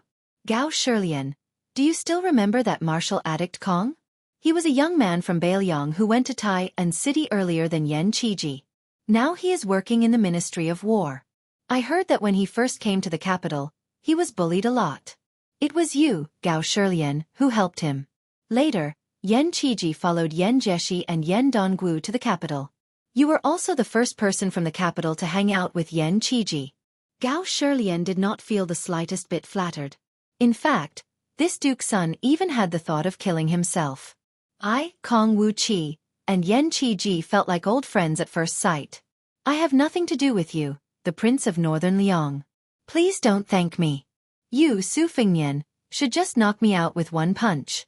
Otherwise, when I return to the capital, rumors will spread all over the capital. Won't that bad-tempered father of mine break my legs? But Gao Shilian sadly found that he only dared to listen and could not say a word. Xianxia asked, "Are you done?" Su Fengnian shook his head and said, "No hurry. It just so happens that I am waiting for someone here." What? Are you going to stand up for Wang Yuanran and his group of playboys? But let me say this first. No matter how much trouble they make, it is still the same. For example, that Lu Chengfeng who sneaked into the capital from Hezhou, the grudges from his early years are in the past. Wang Yuanran, who fought with me at Jianghu Embassy in Taiyan City, is about the same. But if you, Xianxia, intend to interfere, then their originally insignificant debt will be counted on you, the #1 swordsman in the capital. Su Fengnian smiled for no reason. If we really want to calculate, there is indeed a debt between us. Xianxia clenched the famous sword he had been with for more than 10 years. He was calm and composed. He laughed and said, "Let's do it together." The young man, Zhao Wenwei, clenched his fist and waved it quietly. Mr. Qi was indeed Mr. Qi. Even when facing one of the 4 grandmasters of martial arts, the king of Bailiang, he was not inferior in terms of speech, momentum, or the style of a master. Su Fengnian, who had his back to the inn and was facing the street, did not look sideways. He said softly, "Okay, then please draw your sword first." Chapter 1538. As soon as he said this, Yin Chongqing, Han Xingyan, Li Yibai, Song Tinglu, and Shan Yi were all shocked beyond words. To Xianxia, who had the potential to become the Grand Master of swordsmanship, he said he couldn't even draw his sword out of the scabbard? Perhaps in Jianghu for 1,000 years, only ancestor Lu, who passed the gate of heaven but never entered, could say this. This guy with a book under his arm, was he trying to oppress others with his power? Although Xianxia didn't dominate the martial arts world with his abundant qi, he was able to become the best swordsman in the capital. His strength was close behind the 14 Wu judges. It would be ridiculous if he couldn't even draw his sword. It was clear that a battle was imminent, but Chai Qing-shan, who was inexplicably involved in the center of the storm, didn't move. He didn't intend to take Li Yibai and his 2 disciples away, nor did he circulate his qi to prevent any accidents. Obviously, if Su Fengnian and Xianxia were to fight freely, there wouldn't be much difference whether they were in or out of the town. Chai Qing-shan must have bet that the confrontation between the two would be a gentleman's fight. The 2 sides would form a tacit agreement to fight within a square inch, so as not to implicate the people in the town.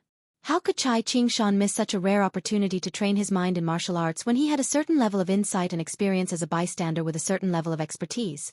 How could Chai Qing-shan miss such a rare opportunity? Xianxia tilted the famous sword Chong Dao, which was cast from the Jinglong sword furnace. It was 3 feet and 3 inches long. His 5 slender fingers didn't reach out to draw the sword, but the Chong Dao suddenly sounded like a dragon's cry. Less than an inch out of the scabbard, the yin suddenly felt a cold wind blowing against their faces. This time, after a slight stop, the Chong Dao's length suddenly increased to more than 3 inches. The Chong Dao left the scabbard twice, both times very smoothly. But in this world, things could be done once or twice, but not thrice. The Chong Dao didn't move at all. The three people from Dongyue Sword Lake, who had sharpened their hearing after practicing martial arts, could already hear the constant sound of mosquitoes and flies flapping their wings. Yin Chongging and the others also noticed that outside the eaves, on the streets of the town, dust gradually flew into the air, forming land tornadoes. They spun slowly, like a group of women in yellow dancing gracefully. Finally, at an extremely slow speed that even Gao Shiqing could see with the naked eye, the long sword left its sheath by another inch or so. However, Qi Jiajia's Sichuan brocade robe, which seemed to be untainted no matter where he was, began to tremble slightly, like a dragonfly touching the surface of a calm lake, causing ripples. Under the scorching sun in Escape Summer Town, the place where Qi Jiajia stood under the eaves of the inn happened to be alternating between light and dark. Originally, it was difficult for ordinary people to perceive the light, but now it was not only clearly visible, but also distorted in an instant. Song Tinglu and Shan Yi blinked at the same time, thinking that their eyes were playing tricks on them. However, after blinking, those strange lights were indeed like snakes. At the same time, the small tornadoes on the street shattered and dissipated. The saber finally came out of its sheath another inch. Gao Shiqing was completely unaware that she was already sweating profusely. The black hair on her temples was wet and stuck to her crimson cheeks. Zhao Wenwei also subconsciously loosened her fists and spread out her palms to wipe the sweat on her robe. The white-clothed girl with a sword on her back was also an outsider, but in fact, she was more nervous than Gao Shiqing and the others. She whispered to the boy of the same sect, "Song Tinglu, do you think Qi Jiajia's sword can be completely unsheathed?" The sword at his waist was actually 4 feet long. Song Tinglu thought for a moment and solemnly said, "Call me senior brother, and I'll tell you the answer." The young girl wore a sword-shaped red sandalwood hairpin, and her willowy eyebrows were as thin as swords. Therefore, when she frowned, she appeared particularly heroic. However, the young girl quickly smiled brightly and sweetly called out, "Senior brother." The boy shivered as if he had seen a ghost during the day. He then pretended to be stupid and laughed. "The answer is, I don't know." Given the girl's temper, if it was in the past, she would have already drawn her sword and slashed the future sect master of Sword Lake until he ran all over the mountain. However, today, she took a deep breath for the first time and let Song Tinglu go. The latter soon understood the reason behind it and rolled his eyes. Compared to Zhao Wenwei's irritation when she glared at her junior sister in the past, the boy, who was quite energetic, had suddenly turned into a frosted eggplant, and he looked listless. There was no helping it.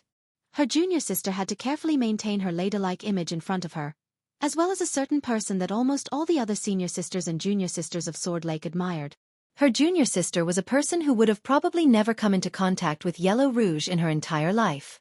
However, after arriving in Yuzhou, every time she saw a cosmetic shop on the street, she couldn't move her feet away. At that time, even if she had to make a scene, she should have told her master not to agree to come to Bailiang with her junior sister. After the dust that had created the small tornado dissipated, it was blown up by the wind. Su Fengnian waved his hand and gently scattered it. Qi Jiajia bent the fingers of his sword-wielding hand and turned it into an illusory grip on the saber. The saber spun rapidly, as if thunder was rolling in his palm. Seizing the opportunity, the saber was forcibly pulled out of its sheath by 3 inches. However, a spider web appeared on the bluestone floor under the Northern Sword Hero's feet, and the cracks continued to expand and extend outwards. Gao Shilian was so frightened that he hurriedly pulled Zhao Wenwei back in a hurry. The young couple, Yin Chongging and Zhao Chunyuan, both saw Sir Qi's white robe begin to flutter. Then, the movement became louder and louder, flapping in the wind like a war banner on the battlefield. Zhao Wenwei, who previously had the leisure to secretly size up the white-clothed girl, felt uneasy. She wanted nothing more than to cheer for the immortal Sir Qi. She desperately hoped that Sir Qi would pull out the entire saber in one spurt of energy, and extinguish the arrogance of the young king of Bailiang. However, to be honest, after seeing this notorious Northwest vassal king with her own eyes, putting aside his provocative words, he was no different from those outstanding scholars Zhao Wenwei had seen when she was studying in the diligent department of the Imperial Palace and Zhaojiaoing Imperial College. He had a good background, a good appearance, and a good temper. He was the kind of person who could be hated even if she didn't like him. When Qi Jiajia finally raised his right hand, he put 2 fingers together and hovered in the air an inch above the saber. Qi Jiajia's momentum suddenly changed. If before he was like the 5 great mountains towering over the central plains, now he was like the Guangling River surging eastward into the sea.